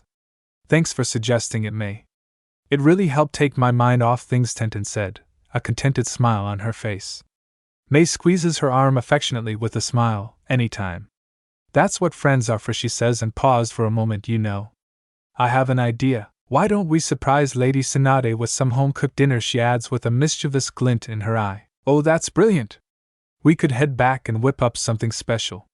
I bet she'd love that after a long day of work, Tenten says with her eyes on the sky. Exactly. And I know just the recipe. Amuri-sensei taught me this amazing seafood dish that I think Lady Tsunade would adore, May says with a nod, her auburn hair catching the last rays of sunlight. I hope you're a better cook than me. The last time I tried to make something fancy, I nearly set a kitchen on fire, Tenten says, as they change direction back to the market district. Don't worry. I'll guide you through it. We'll make a chef out of you yet, Tenten, May says with a laugh, the sound carrying through the busy street. They make their way through the crowded market, picking up fresh ingredients for their surprise dinner. The air is filled with the enticing aromas of spices and freshly baked bread, making their stomachs growl in anticipation. Do you think Lady Tsunade will be surprised, Tenten asks as they headed towards the Senju Manor, their arms now laden with groceries and the purchases. Definitely. And who knows? Maybe we'll even manage to get her to take a break from her sake for one evening, May comments with a soft grin, as they near the gates of the Senju compound. The two friends shared a knowing look, both well aware of their mentor's fondness for alcohol. They arrive at the manor with the excitement of their surprise plan bubbles between them, momentarily pushing aside thoughts of Naruto and the challenges that lay ahead. Targets returning Senju compound. Awaiting further instructions, a cloaked figure on a nearby rooftop whispers into a communicator. In the depths of Konoha and in a dimly lit room does Danzo receive the reports from his operatives. Continue surveillance. I want to know everything about their movements, their relationships, and especially potential weaknesses for Uzumaki. Danzo orders, his single visible eye narrowing as he processes the information. Back in Tsunade's kitchen, May and Tenten bustle around it. The aroma of simmering seafood and fragrant herbs fill the air. Tenten watches in awe as May expertly seasons the dish with her movements graceful and assured. Wow, May. You really know your way around a kitchen. This smells amazing, Tenten said, stirring the pot of rice. May smiles with a light blush dusting her cheeks. Thanks, Tenten. Amuri-sensei always said cooking is an art form, she says, but pauses. Speaking of things that are amazing, she adds, after gather her thoughts. Yet, Tenten says, looking up, curious about May's sudden change in tone. May's blush deepens as she focuses intently on chopping vegetables. I was thinking about Naruto. And as she starts and takes a deep breath before meeting Tenten's gaze, what would you think about all three of us being together when he gets back, she adds, and Tenten's eyes widen. You mean? Tenten says, her hand stilling on the wooden spoon. Yes. I mean intimately. All three of us, May says, her voice soft but determined. The only sound in the kitchen is the gentle bubbling of the seafood dish. For a moment, May. I think that's a wonderful idea. We all care about each other so much, and well, I've thought about it before too, Tenten says, her face breaking into a warm smile. Really? I'm so glad you feel that way. I was a bit nervous to bring it up, May says. Her relief is palpable as she returns Tenten's smile. No need to be nervous with me. We're in this together, remember, Tenten says, moving closer and giving May a reassuring hug. Well then, we should start planning how to surprise Naruto when he returns. I have a few ideas, May says with her eyes sparkling from mischief. As they pull apart, and both women giggle softly, the two continue cooking, and their conversation is now peppered with playful suggestions and shared laughter, the bond between them growing stronger with each passing moment. The anticipation of Naruto's return is now tinged with an exciting new dimension, added an extra warmth to the cozy kitchen scene. Suddenly there is a clearing of a throat behind them, causing both girls to jump in surprise. They spin around to find Tsunade standing with an amused smile playing on her lips. Well, what do we have here? A secret cooking session in my kitchen, Tsunade said, her honey eyes twinkling with mirth. Tenten and May exchanges quick glances as their cheeks flush with a mix of embarrassment and excitement. We wanted to surprise you with dinner, Tenten exclaims, hastily wiping her hands on her apron. It's a special seafood dish from my homeland. We thought you might enjoy it after a long day, May adds, gesturing to the simmering pot.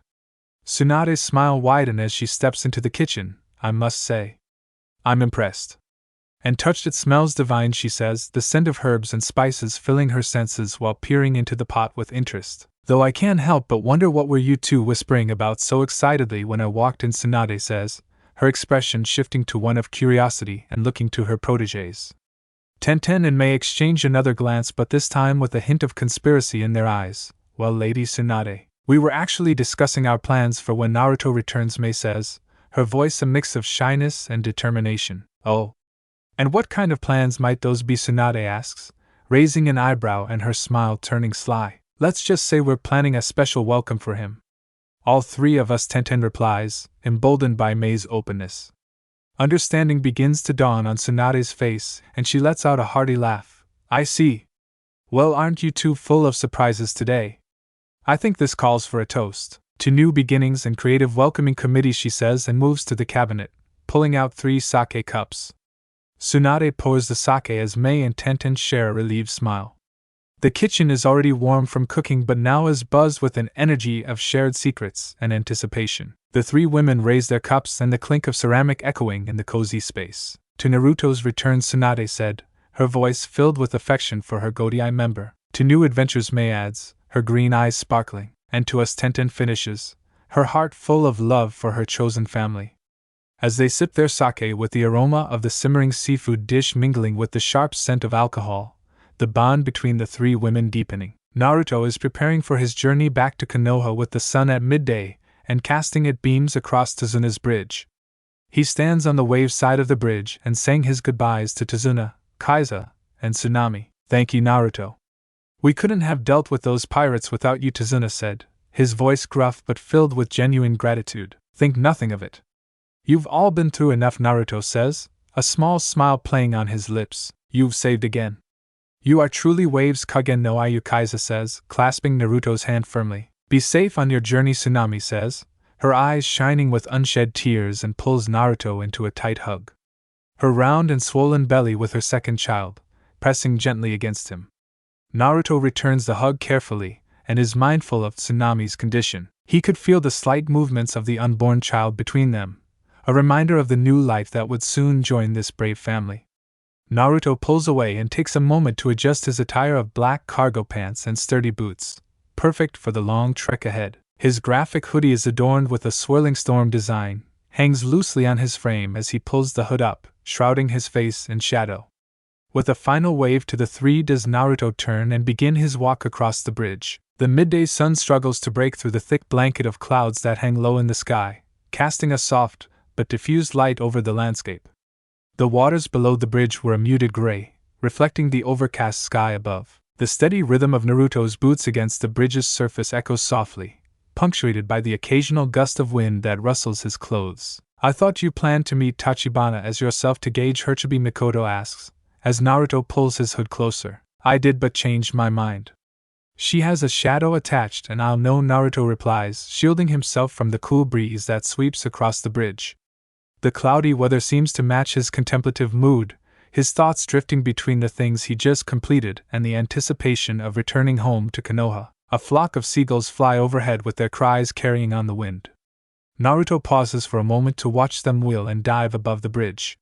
He takes a deep breath and inhales the salty sea air, a reminder of the unique blend of climates that characterizes the land of waves. I hope Mei and Tenten are doing okay, Naruto muses, slipping a cigarette into mouth and lighting it. He continues on, and from beneath his hood with a small puff of smoke escaping, curling upwards before dissipating in the wind. Above him Branwen is soaring with her wings spreading wide as she rides the air currents. The bird's keen eyes scan the horizon and is ever watchful for any potential threats. He soon reaches the midpoint of the bridge, but something makes him stop in his tracks. 2 figures stood there with black cloaks having red clouds, their faces hidden in shadow from conical hats. One is tall with a large and wrapped bundle on their back, while the other is shorter than the first. Naruto takes a long drag from his cigarette, blowing out a stream of smoke, but lifts his head and revealing a single glowing orb beneath his hood. Well, looks like I've got company.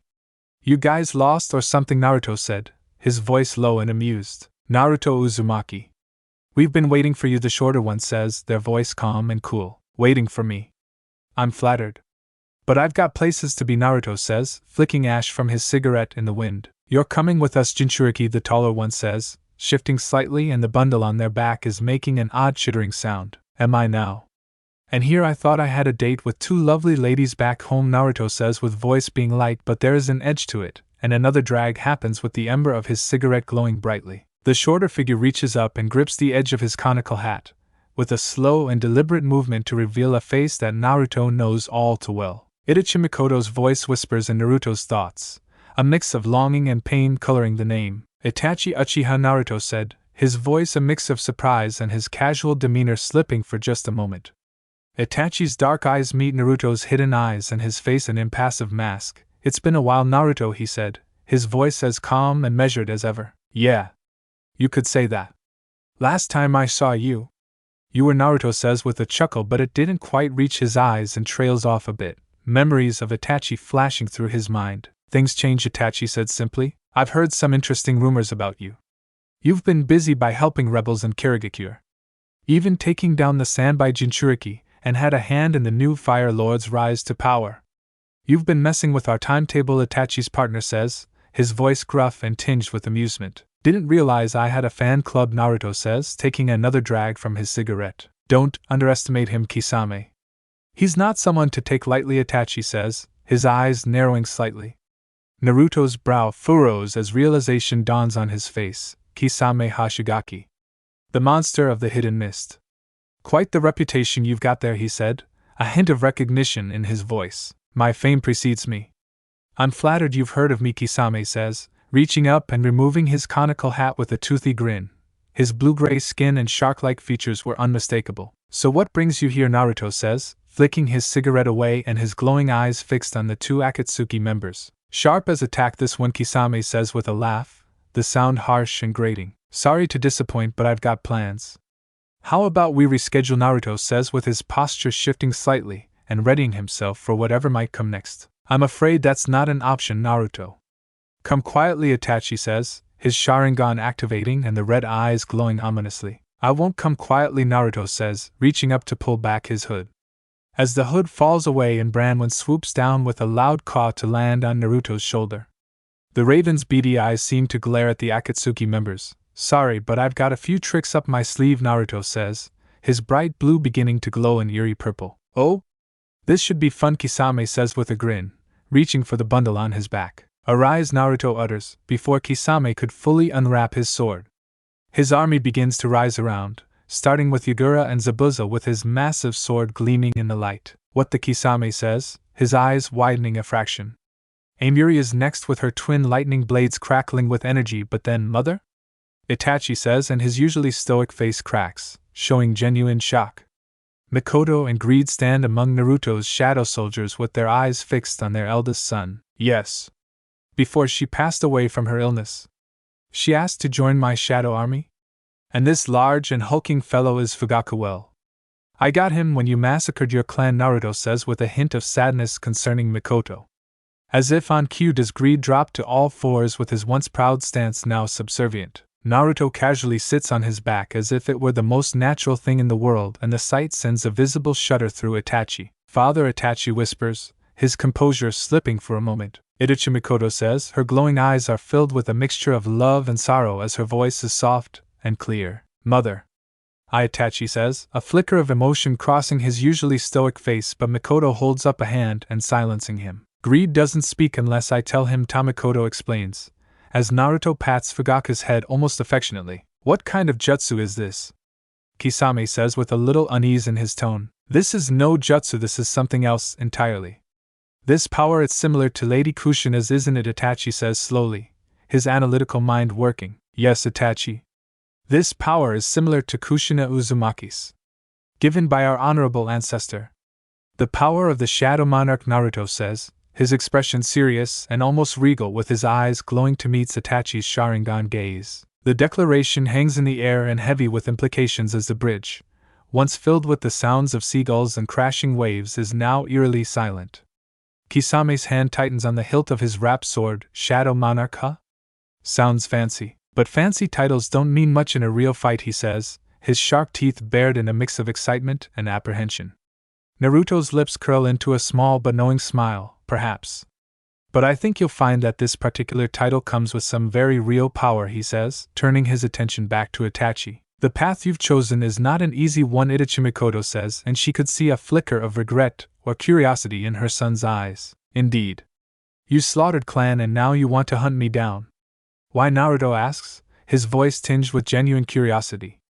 For a moment, it seems as if Itachi might actually respond, might reveal something of his true motives. It is something you will not understand, Itachi says, his eyes hardening. Perhaps, but I can't let you take me, Naruto says, his arms folded and his legs crossed. The tension on the bridge is thick enough to cut with a kunai, as Kisame's shark-like grin widens, his beady eyes glinting with bloodlust. Itachi's Sharingan spins lazily and ready to trap Naruto in a genjutsu at a moment's notice. Naruto is casually perched on Greed's back and raises his hand with a smirk. Oh, I almost forgot. I've got a few more friends I'd like you to meet, Naruto said, his tone light despite the heavy atmosphere. More tricks up your sleeve, Kisame says, pointing his sword. Samahata? You could say that. First up is the Sanbai Aisabu, Naruto says, his grin growing wider. The water to their right begins to churn and bubble as the massive and shadowy form of Aisabu bursts from the waves. 3 shrimp-like tails whipping through the air and visible eye locked on the 2 Akatsuki members. Well, I'll be damned, Kisame mutters, his eyes widening a little. Next is something I picked up recently here in Wave, Naruto says, uncrossing his legs and pointing left.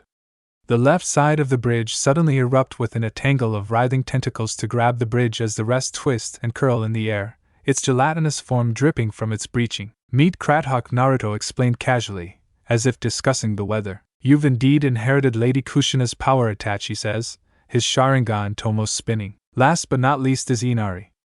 Otherwise known as the Kyuubi no Yoko, Naruto says, his haunting now glowing brighter, and Inari appears behind Naruto, but is horse-sized with 9 swishing tails. There are more, but this should suffice. Now shall we dance, Naruto says, preparing to bring out Inari's fangs. Kisame's grin widens with his sharp teeth glinting in the fading light, and grips Samahata, readying to shave off Naruto's limbs, but Itachi's left arm shoots out to block him. We're leaving, Itachi said, his voice calm but firm. What? But we just got to the good part, Kisame says, looking to Itachi with disbelief etched on his face. Itachi's eyes were still swirling with the Sharingan, and never leave Naruto's glowing orbs. We're not prepared to face him. His shadow soldiers are nearly equal to their strength when they were alive. He has the Kyuubi and Sanbai under his control. We can't beat both, he continues, his tone leaving no room for argument. You would be correct, Itachi, Naruto says, glancing between the members of his army. Come on, Itachi. We can take him. Kisame growls, his frustration evident. No, Kisame.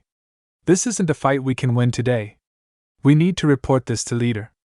The situation has changed, Itachi says, shaking his head and his voice lowering a bit. Smart move, Itachi.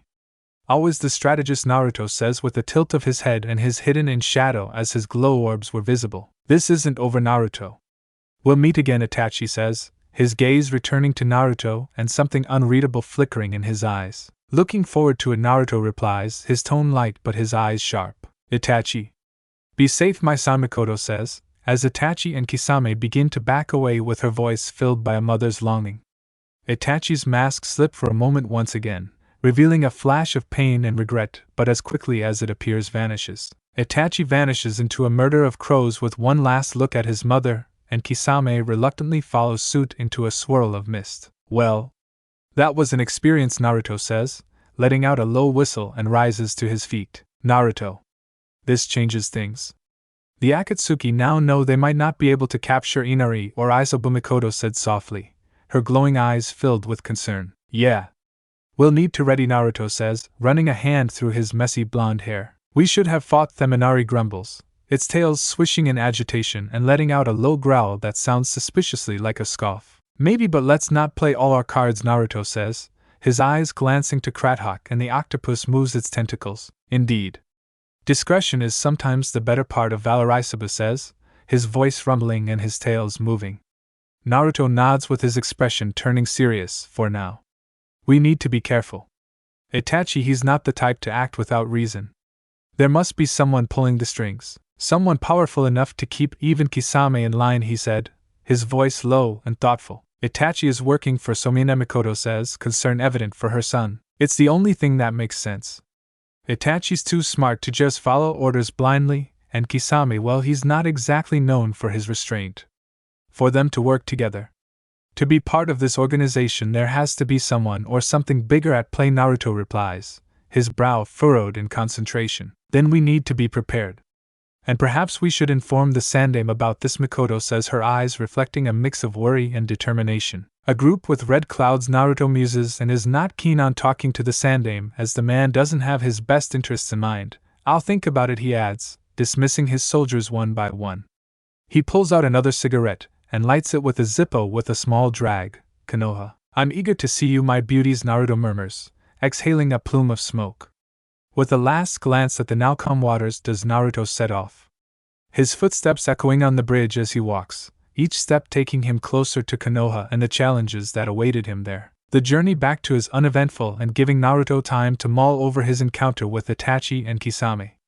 The sun begins to dip below the horizon while painting the sky in vibrant hues of orange and pink with the massive gates of Konoha coming into view. Naruto approaches the entrance, and his eyes scan the familiar guard shack, seeing Kotetsu and Izumo hunched over a small table and deeply engrossed in a game of cards. Hey Naruto. Back from wave, Kotetsu says, looking up and a small smile on his lips. You know the drill, Naruto. Sign and please, Izumo chimes in, not taking his eyes off his cards. Naruto nods while stepping forward to scribble his name on the visitor's log. He gives the pair a friendly wave as he strolls into village, but both guards exchange looks between themselves, before going back to their card game. The streets of Konoha were bathed in the warm glow of the setting sun, casting long shadows across the familiar buildings, but he notices the whispers. The demon has indeed returned. I thought we were free of him, an older woman mutters, her eyes narrowing as Naruto walks by. Shh. Not so loud. You know what they say about him now. He has the favor of the daimyo, her companion hisses, casting a nervous glance at Naruto. Naruto keeps his face impassive but inwardly sighs as it seems the council had been busy in his absence. Danzo, his fellow elders, merchant heads and clan heads have been spreading his return, playing on the villagers' old fears and prejudices. As he continues through the village, the whispers follow him, with some being fearful, others filled with barely concealed hostility, but a few seem more curious than afraid, eyeing him with a mix of awe and uncertainty as perhaps his good deeds have spread. Naruto quickens his pace to head towards the Hokage Tower. He needed to catch the Hokage before he left for the night, but as he approaches the tower, sees the Sandaime exiting the building with his traditional robes billowing slightly in the evening breeze. Naruto Hiruzen calls out, his voice warm and welcoming. I wanted to catch you before left. I needed to discuss something with you, Naruto says, studying the Hokage's face. I see. Did the extra day help you, Hiruzen says, his brow furrowed slightly. It did. I wanted to make sure there were no more pirates lurking around, Naruto confirms, his voice taking on a more serious tone. The Hokage nods approval clear in his eyes, but there is something else there too, a hesitation that Naruto couldn't quite place. Something on your mind, Naruto asks, his piercing gaze fixed on Hiruzen. Naruto. About what you said to Team 7, Hiruzen says with a sigh, his shoulders sagging slightly. I'm not taking back my words. If that's what you're asking. They needed to hear it, Hokage-sama, Naruto says with his eyes hardened, his posture straightening. I understand, Naruto. But perhaps the manner in which. Hiruzen says and raises a hand, a placating gesture. No. With all due respect.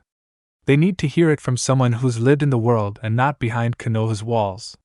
The life of a shinobi isn't a game, and they need to understand that. Naruto interrupts, his voice firm but trying to be respectful. The Hokage studies Naruto for a long moment, and his eyes searching. You've grown, Naruto. In more ways than one, it seems, Hiruzen says, a mix of pride and sadness in his expression. The world doesn't wait for us to grow up. Sometimes we have to catch up to it, Naruto says, his stance relaxing slightly but his eyes remaining serious. I see. Since you've returned. Would you care to join me for some tea, Hiruzen says with a smile and trying to get back on the blonde's good side. I appreciate the offer, but I'm afraid I'll have to pass. I want to see Mei and Tenten, Naruto says curtly, his glancing in the direction of the Senju compound. Of course, Naruto. I won't keep you, Hiruzen says, his face one of understanding. Naruto turns to leave but then pauses. Oh, there is one more thing. On my way back, I encountered Itachi Uchiha and Kisame Hashigaki, he said, his voice dropping to a more serious tone. What? What happened, Hiruzen says, his eyes widening and his posture stiffening. I'm fine. I managed to chase them off by showing some of my army, Naruto says, a hint of pride in his voice. I see. Then you should know. Itachi is part of a group called Akatsuki. Their goal, as far as we know, is to capture the Biju. Hiruzen said slowly, with brow furrowed deeply and his eyes clouding in concern. I'll contact Jiraiya. He has some information that might be useful in this situation, Hiruzen adds, his tone grave. Naruto keeps his mouth shut as Jiraiya is on his kill list, but he'll be civil to quell his suspicions about Akatsuki and gives the Hokage a curt nod. Be careful, Naruto. These are dangerous times, Hiruzen says, reaching out and placing a weathered hand on Naruto's shoulder. I always am, Naruto says, and meets the Hokage's gaze. Good evening, Hokage-sama, he said over his shoulder after turning to leave, vanishing into an unkindness of ravens and heading for the Senju compound. The evening air is cool against his face as he reforms in the forest of the Senju compound, his footsteps barely disturbing the undergrowth. The trees here were old and thick, their branches intertwining to create a natural canopy that filtered the fading sunlight. He moves deeper into the woods with the sounds of the village faded away, replaced by the gentle rustling of leaves and the occasional call of a night bird. I know you hate Jiraiya, and I understand your desire to address his possible actions regarding Uzushio. But his information could be useful. Mikoto's voice whispers from his shadow, her tone cautious and gentle. I'll be good. But if he pushes me, Naruto replies, his voice low and controlled. He takes a deep breath, trying to calm the storm of emotions that threaten to overwhelm him. Chibi Mikoto's ethereal form shimmers into existence in front of him. I know, Naruto.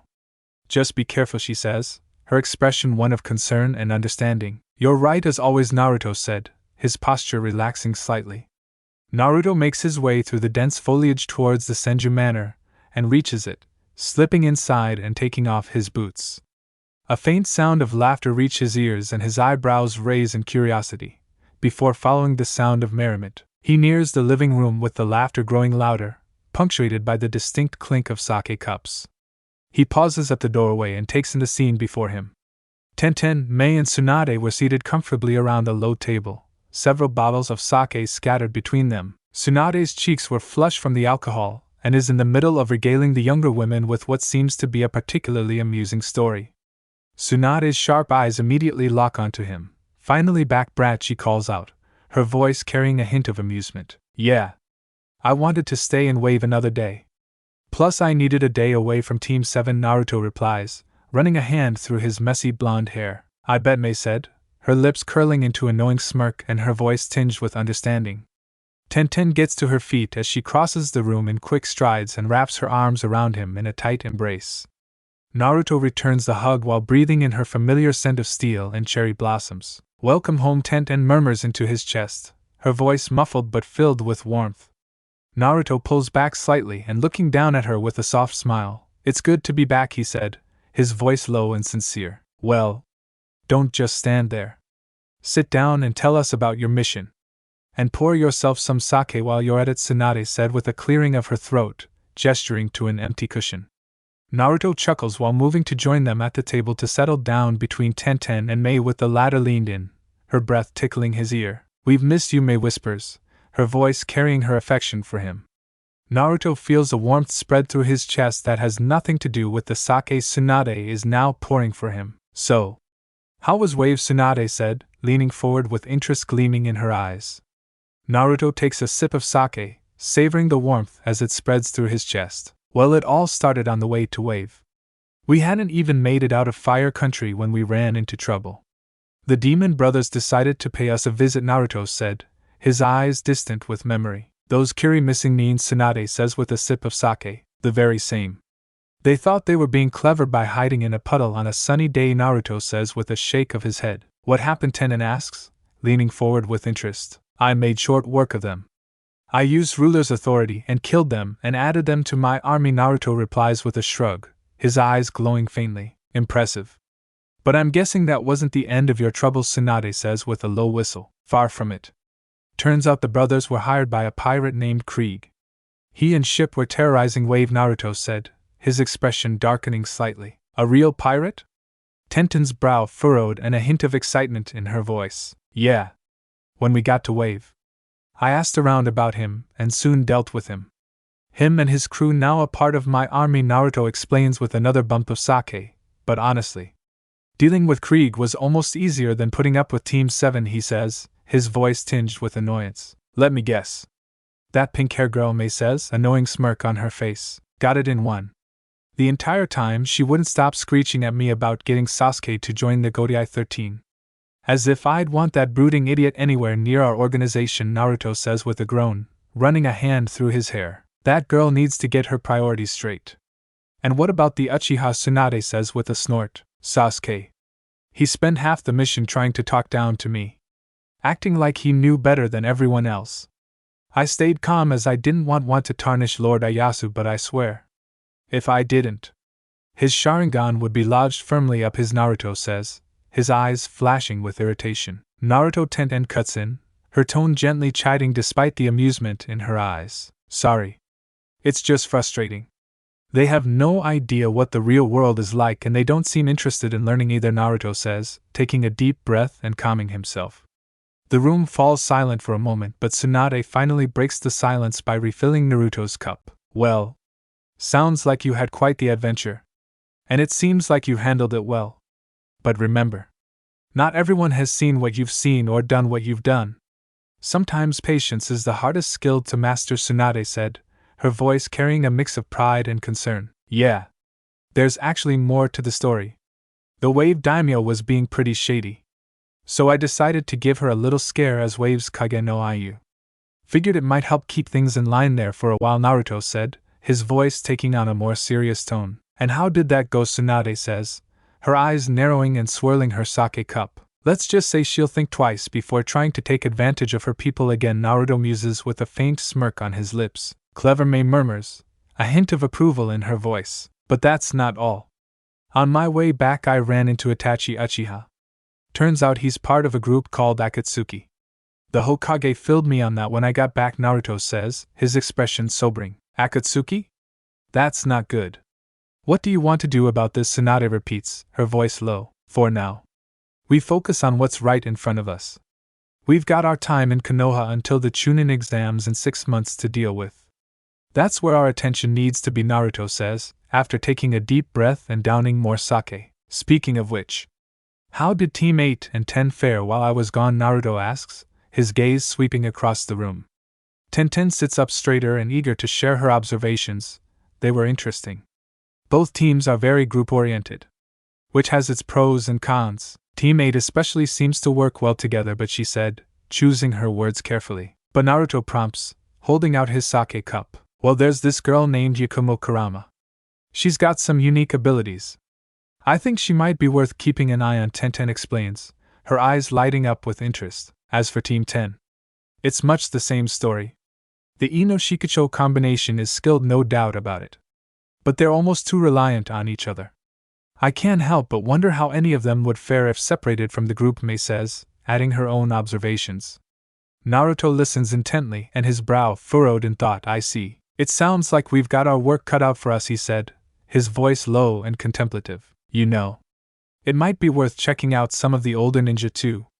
Get a feel for the overall state of Konoha's forces, Tsunade says, her amber eyes glinting with an idea. That's not a bad idea. And speaking of teams, I was wondering if you could do me a favor. Naruto agrees, nodding slowly and looking to Tsunade. Oh. And what might that be? Tsunade says while raising an eyebrow. I was hoping you could check out Team 7 for me. That way, I don't have to put up with them, Naruto said, a hint of relief in his voice. All right.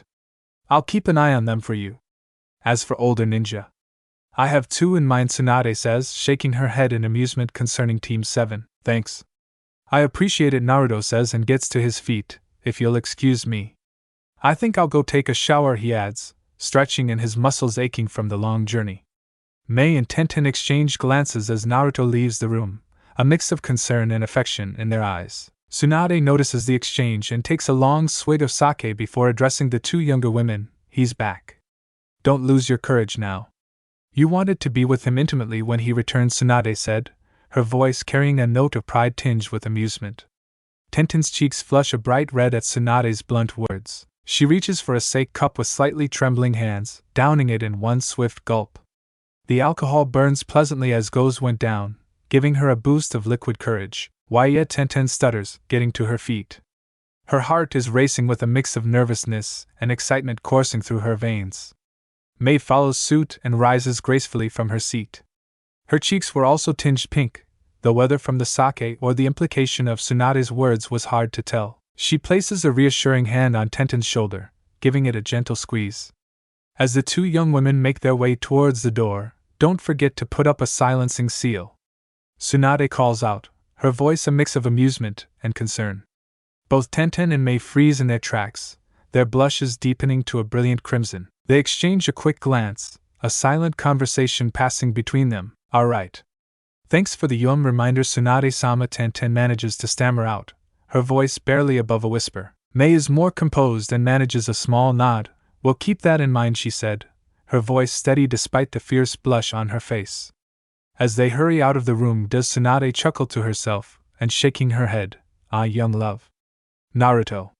You are one lucky brat," she murmurs, pouring herself another cup of sake. Lemon alert, avert your eyes. Naruto is savoring the hot shower and letting the warm water wash away the fatigue of his journey. The steam fills the bathroom while fogging up the mirror as he finally steps out, feeling refreshed and rejuvenated. He dries himself off with a soft towel with his mind still processing the events of the day. He slips on a pair of comfortable but loose-fitting pants that rode low on his hips and drapes another towel over his head to catch the water droplets from his damp hair. He grabs his tank top but didn't put it on, preferring to let his skin breathe after the hot shower. Naruto opens the door to his bedroom with a content sigh, expecting to find it empty and quiet, but is instead greeted by an unexpected sight that makes him pause in the doorway. Mei and Tenten were sitting on his bed, both dressed in night clothes that leave little to the imagination. Tenten wears a silk nightgown that hugs her curves, while Mei had opts for a more revealing outfit of shorts and a crop top. Hey there. Didn't expect to find you two here," Naruto said, his voice a mix of surprise and amusement. Tenten's cheeks flush a deep red as her eyes trail over Naruto's exposed torso as Mei meets his gaze with a mischievous glint in her eyes. "We thought we'd surprise you." "We miss you," Mei said, her voice low and sultry. Naruto feels a warmth spread through his chest that has nothing to do with the hot shower he'd just taken before stepping fully into the room and closing the door behind him with a soft click. "Is that so?" "Well, consider me pleasantly surprised," Naruto says, a smile playing on his lips as he moved closer to the bed. Tenten finally finds her voice, but it comes out as more of a squeak. We thought maybe you'd like some company tonight," she said, her eyes darting between Naruto's face and his bare chest. Naruto's smile softens as he looks at Tenten while sensing her nervousness, but sits down on the edge of the bed, close enough that his knee brushes against hers. "I'd love some company. Especially from the two of you," Naruto said softly, reaching out to tuck a stray strand of free hair behind Tenten's ear. Mei shifts closer with her hand coming to rest on Naruto's arm. "We've been talking, Naruto. About us. About you. About everything," she said, her voice serious despite the intimate setting. "Oh. And what conclusions did you come to?" Naruto says, his gaze moving between the two women. Mei leans in closer with her hand gently cups Naruto's chin and turns his face towards her. Her emerald eyes lock with his, a mix of determination and vulnerability swimming in their depths. "Tenten and I. We want to go all the way, Naruto. We want to give our virginity to you," Mei begins, her voice soft but steady. Naruto's eyes widen with his breath catching in his throat and glances at Tenten, who is blushing furiously but nodding in agreement. Are you sure? This is a big step. I don't want you to feel pressured or..." Naruto asks, his voice soft.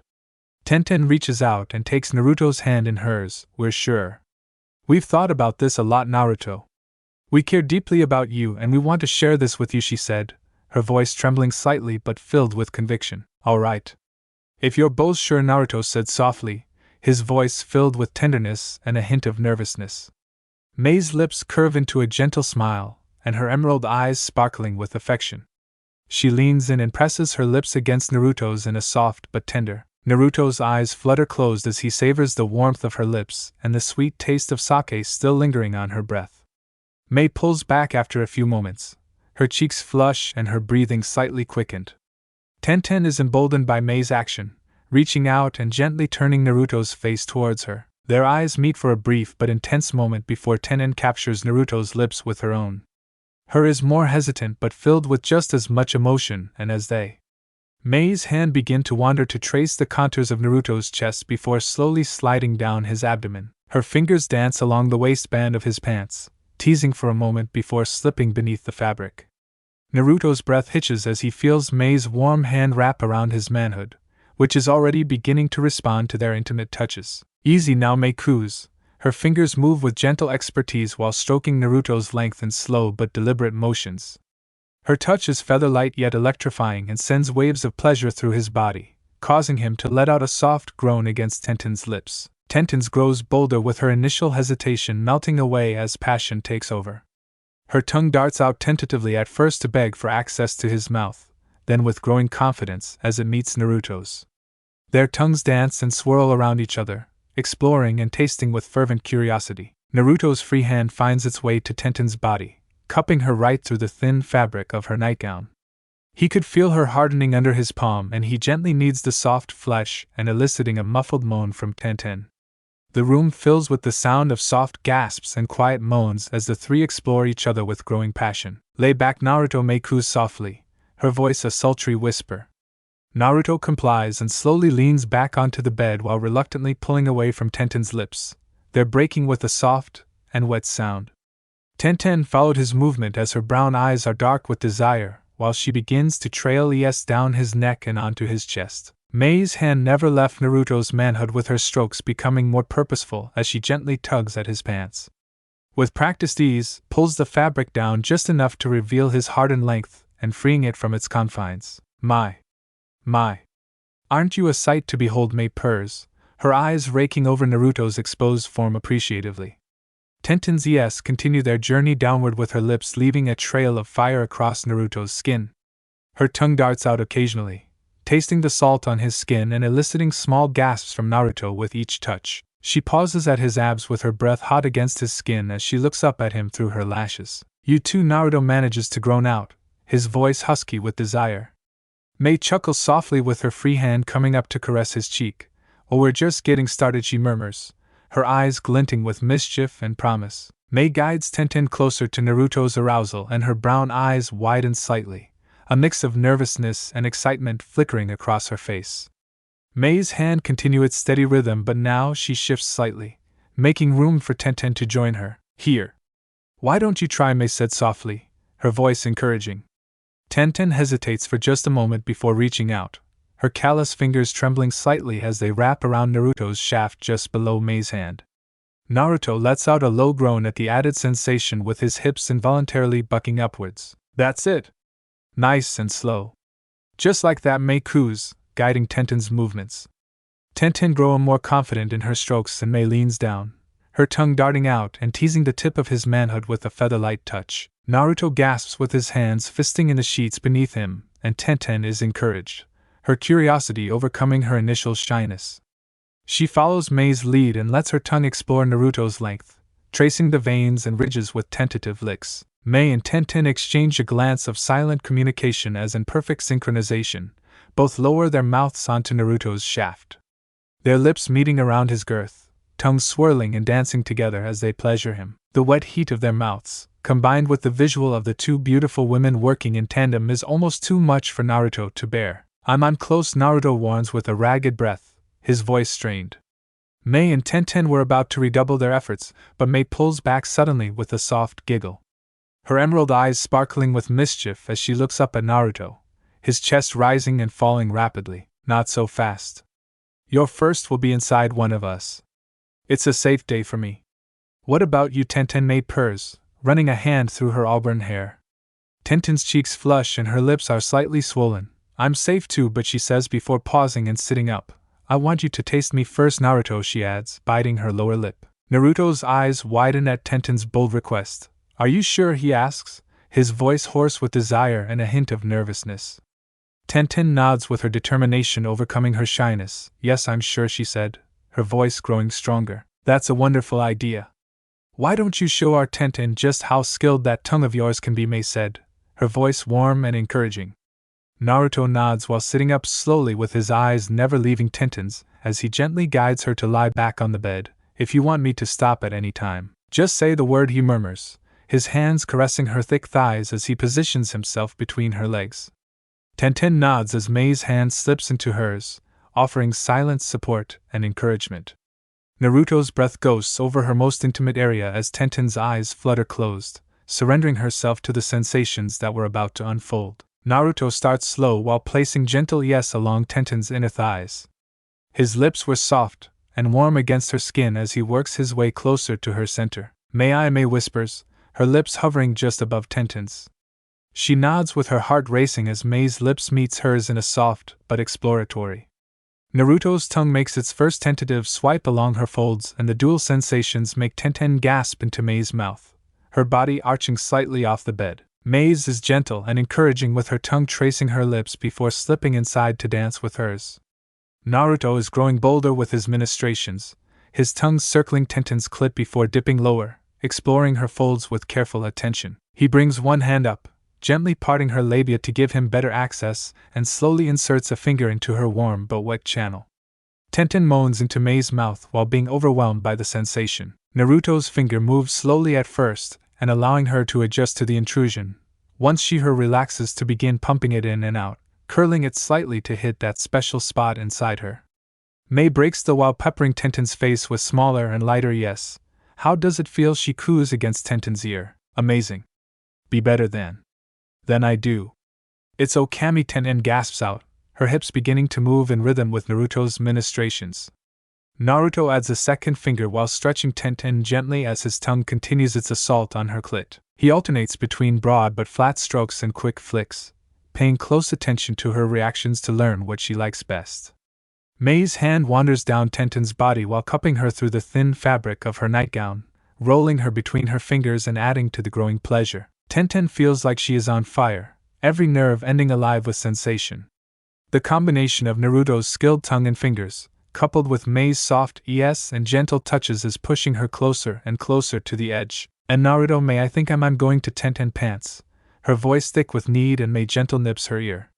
Naruto sends Tenten tumbling over the edge as her body squirms and trembles from her orgasm, her thighs locking him in to taste her essence as it spills out. She slowly comes down with heavy breathing while feeling aftershock as Naruto gives her inner thigh one more. Are you ready, Panda? Naruto asks softly, using the affectionate nickname from their childhood. His manhood grazes her wet slit and Tenten shivers with anticipation. Yes, Foxy. Fill me up, Tenten says with a loving nod. Naruto positions himself carefully with the tip of his manhood pressing against her entrance before slowly pushing inside. Tenten's eyes widen and she lets out a small cry as she feels herself stretching to accommodate him. Her fingers find Mei's hand and seek comfort in the touch. That's it, Mei murmurs encouragingly, stroking Tenten's hair with her free hand. Naruto pauses to allow Tenten to adjust to the new sensation, and her initial discomfort begins to fade, replaced by a feeling of fullness and a growing pleasure. She nods for him to continue and Naruto pushes in further, inch by inch, until he is fully sheathed inside her. Naruto begins to move with slowly and short pumps as the friction creates waves of pleasure that wash over both of them. Tenten's soft moans fill the air while mixing with Naruto's low groans. Mei watches them but slips off her shorts and panties. Naruto. I want Tenten to taste me, she calls out softly, her voice husky with desire. Naruto moves enough to allow Mei to position herself over Tenten's while facing him. Is this okay? Mei asks, her voice gentle and encouraging. Tenten nods eagerly with her hands coming up to rest on Mei's thighs and guiding her down. Naruto resumes his slow but deep thrusts, his eyes locked with Mei's and their gazes full of mutual desire and affection. Tenten's first tentative lick makes Mei gasp softly and her back arch slightly, but encouraged by the response, grows bolder as her tongue explores Mei's folds with growing confidence. The room fills with a symphony of soft moans as the three lovers lost themselves in the throes of passion, their bodies moving together in perfect harmony. Naruto continues to rock his hips as Mei slowly pulls off her crop top, revealing her full S to his hungry eyes. Show me how much you my beautiful S, Mei whispers, a mix of affection and lust in her eyes. Naruto captures her between his lips while suckling gently, his tongue swirling around the sensitive bud, and elicits a soft gasp from Mei. She presses herself closer to his mouth and holds his head while Tenten continues her ministrations on Mei's center, her tongue exploring with growing confidence. The taste of Mei on her tongue, while combined with the sensation of Naruto moving inside her, is overwhelming in the best possible way. Naruto's thrusts become more purposeful while driven by the dual stimulation of Mei's in his mouth and Tenten's warmth enveloping him. He alternates between gentle sucks and playful nips, reveling in the soft sounds of pleasure he draws out of Mei. Naruto continues to move as he feels Tenten's inner walls beginning to flutter around him. Her muffled moans grow more urgent and vibrating against Mei's center as Naruto could feel his impending release coming back with becoming more urgent, more purposeful to chase the peak of pleasure. "I'm close, Panda. Come with me," Naruto coos, his breath coming in short but ragged gasps on Mei's chest. Naruto's pace quickens as the room fills with the sounds of skin against skin, punctuated by their collective moans and gasps of pleasure. Mei is caught up in the increasing intensity and grinds herself harder against Tenten's mouth, her body trembling with each swipe of her friend's tongue. "Oh, Kami!" Mei breathes out, her voice thick with arousal. She could feel her own climax approaching and a tightening coil of pleasure in her lower abdomen. Tenten is overwhelmed by the dual sensations of Naruto's thrusts and Mei's taste on her tongue, feeling herself teetering on the edge. The air crackles with tension and a palpable energy building between the three lovers as they race towards their shared release. All three soon reach their climax in a symphony of pleasure. Tenten's inner walls clamp down on Naruto and pulses rhythmically as waves of ecstasy wash over her. Naruto groans deeply with his release spilling into Tenten as his hips jerk uncontrollably and Mei throws her head back, a cry of bliss escaping her lips as her own orgasm crashes over her, her body shuddering with the intensity of it. Time seems to stand still as they ride out the waves of their shared pleasure, bodies intertwined and breath mingling in the heated air of the room. The intensity of their climax begins to ebb and Naruto slowly but almost reluctantly pulls out of Tenten. A small gasp escapes her lips at the sudden emptiness, followed by a soft moan as she feels their combined essence begin to trickle out of her. Naruto's chest heaves with exertion and falls onto the bed beside Tenten. He lands on her right side with his arm draping lazily across his forehead as he tries to catch his breath. Mei is still trembling slightly from the aftershocks of her own orgasm, gracefully lowering herself onto the bed on Tenten's left side. Her auburn hair is tousled, framing her flushed face as she curls up next to the younger woman. "Amazing, Tenten," Mei says, her fingers intertwining with Tenten's as they both bask in the afterglow. Mei is still flushed from their shared passion and slowly disentangles herself from Tenten's side, crawling over Tenten's body and her eyes locked onto Naruto's form. Tenten watches through hooded lids as Mei's gaze travels down Naruto's body, coming to rest on his manhood. It is still impressively half erect and a testament to Naruto's stamina as Mei lowers her head towards his groin. "Mei," Naruto breathes out, his voice a mix of surprise and renewed arousal. His words were cut off as Mei's warm and wet mouth enveloped his semi-erect member. A low groan escapes his lips while Tenten watches in fascination as Mei works her magic, her skilled tongue and lips coaxing Naruto back to full hardness. The sight is incredibly arousing and Tenten feels a new wave of heat pooling in her lower abdomen. Mei's movements were slow and deliberate, her tongue swirling around the tip before taking him deeper into her mouth. Mei soon releases him with a soft pop. "My turn now, darling," she says, her eyes gleaming with a mixture of satisfaction and desire. Mei shifts her position and guides his hardened length to her entrance, before lowering herself onto him while savoring the feeling of him stretching and filling her. A soft gasp escapes her lips as she takes him in completely, and her inner walls pulsing around him. Naruto's hands instinctively move to Mei's hips and she begins to move, finding a slow but sensual rhythm.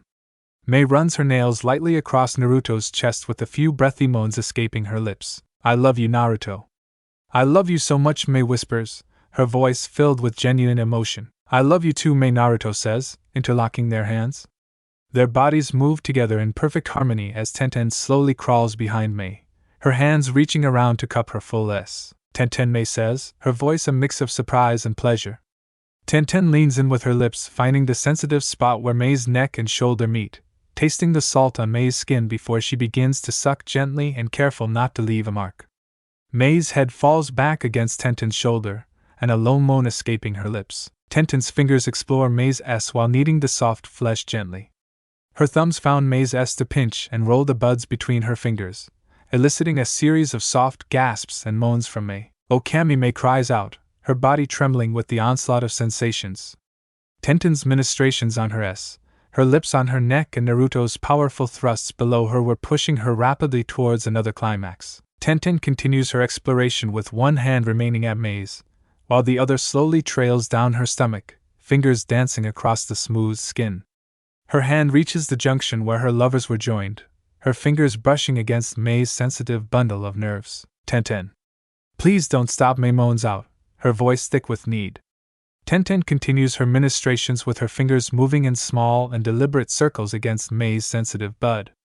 The dual sensations of Tenten's touch and Naruto's thrusts drive Mei wild, her moans growing louder and more urgent with each passing moment. Mei turns her head and seeks out Tenten's lips with their mouths meeting in a passionate, almost desperate, while muffling Mei's increasingly vocal cries of ecstasy. I'm so close! Mei cries, breaking her with Tenten as her inner wall flutter. Tenten's fingers move faster and match the rhythm of Naruto's thrusts. She peppers Mei's neck and shoulder with ES, occasionally nipping at the sensitive skin. Mei. Naruto. Mei. Naruto. Mei and Naruto in tandem, his hips bucking upwards with increased fervor but explodes inside Mei. The sensation of his warm release flooding her depths is the final push Mei needs. Her inner walls clench around Naruto, milking him for every drop as her own orgasm washes through her. Outside their room is Tsunade in the hallway but lets out a long sigh while shaking her head with a mix of exasperation and amusement. Looks like they forgot the silencing seal, she mutters to herself, a smile playing on her lips. Tsunade finds herself acutely aware of the heat that has pooled in her own lower abdomen. The passionate cries and moans she overheard has stirred something within her, a longing she hadn't felt in quite some time. Tsunade continues down the hallway towards her own room, her steps quick and purposeful. She reaches her room and closes the door behind her while leaning against it for a moment. Those three really know how to rile a woman up, she murmurs to herself, a hint of amusement in her voice. She pushes off from the door with a heavy sigh, ready to take care of the desire that had been awakened within her. Thanks for watching this video. You really enjoy this video. Like, subscribe, and comment down below, and turn on that bell notification. Don't forget to support and follow Chamblaze for writing that awesome fanfic, and also make sure to comment on this story, link in the description. See you in the next video. Goodbye.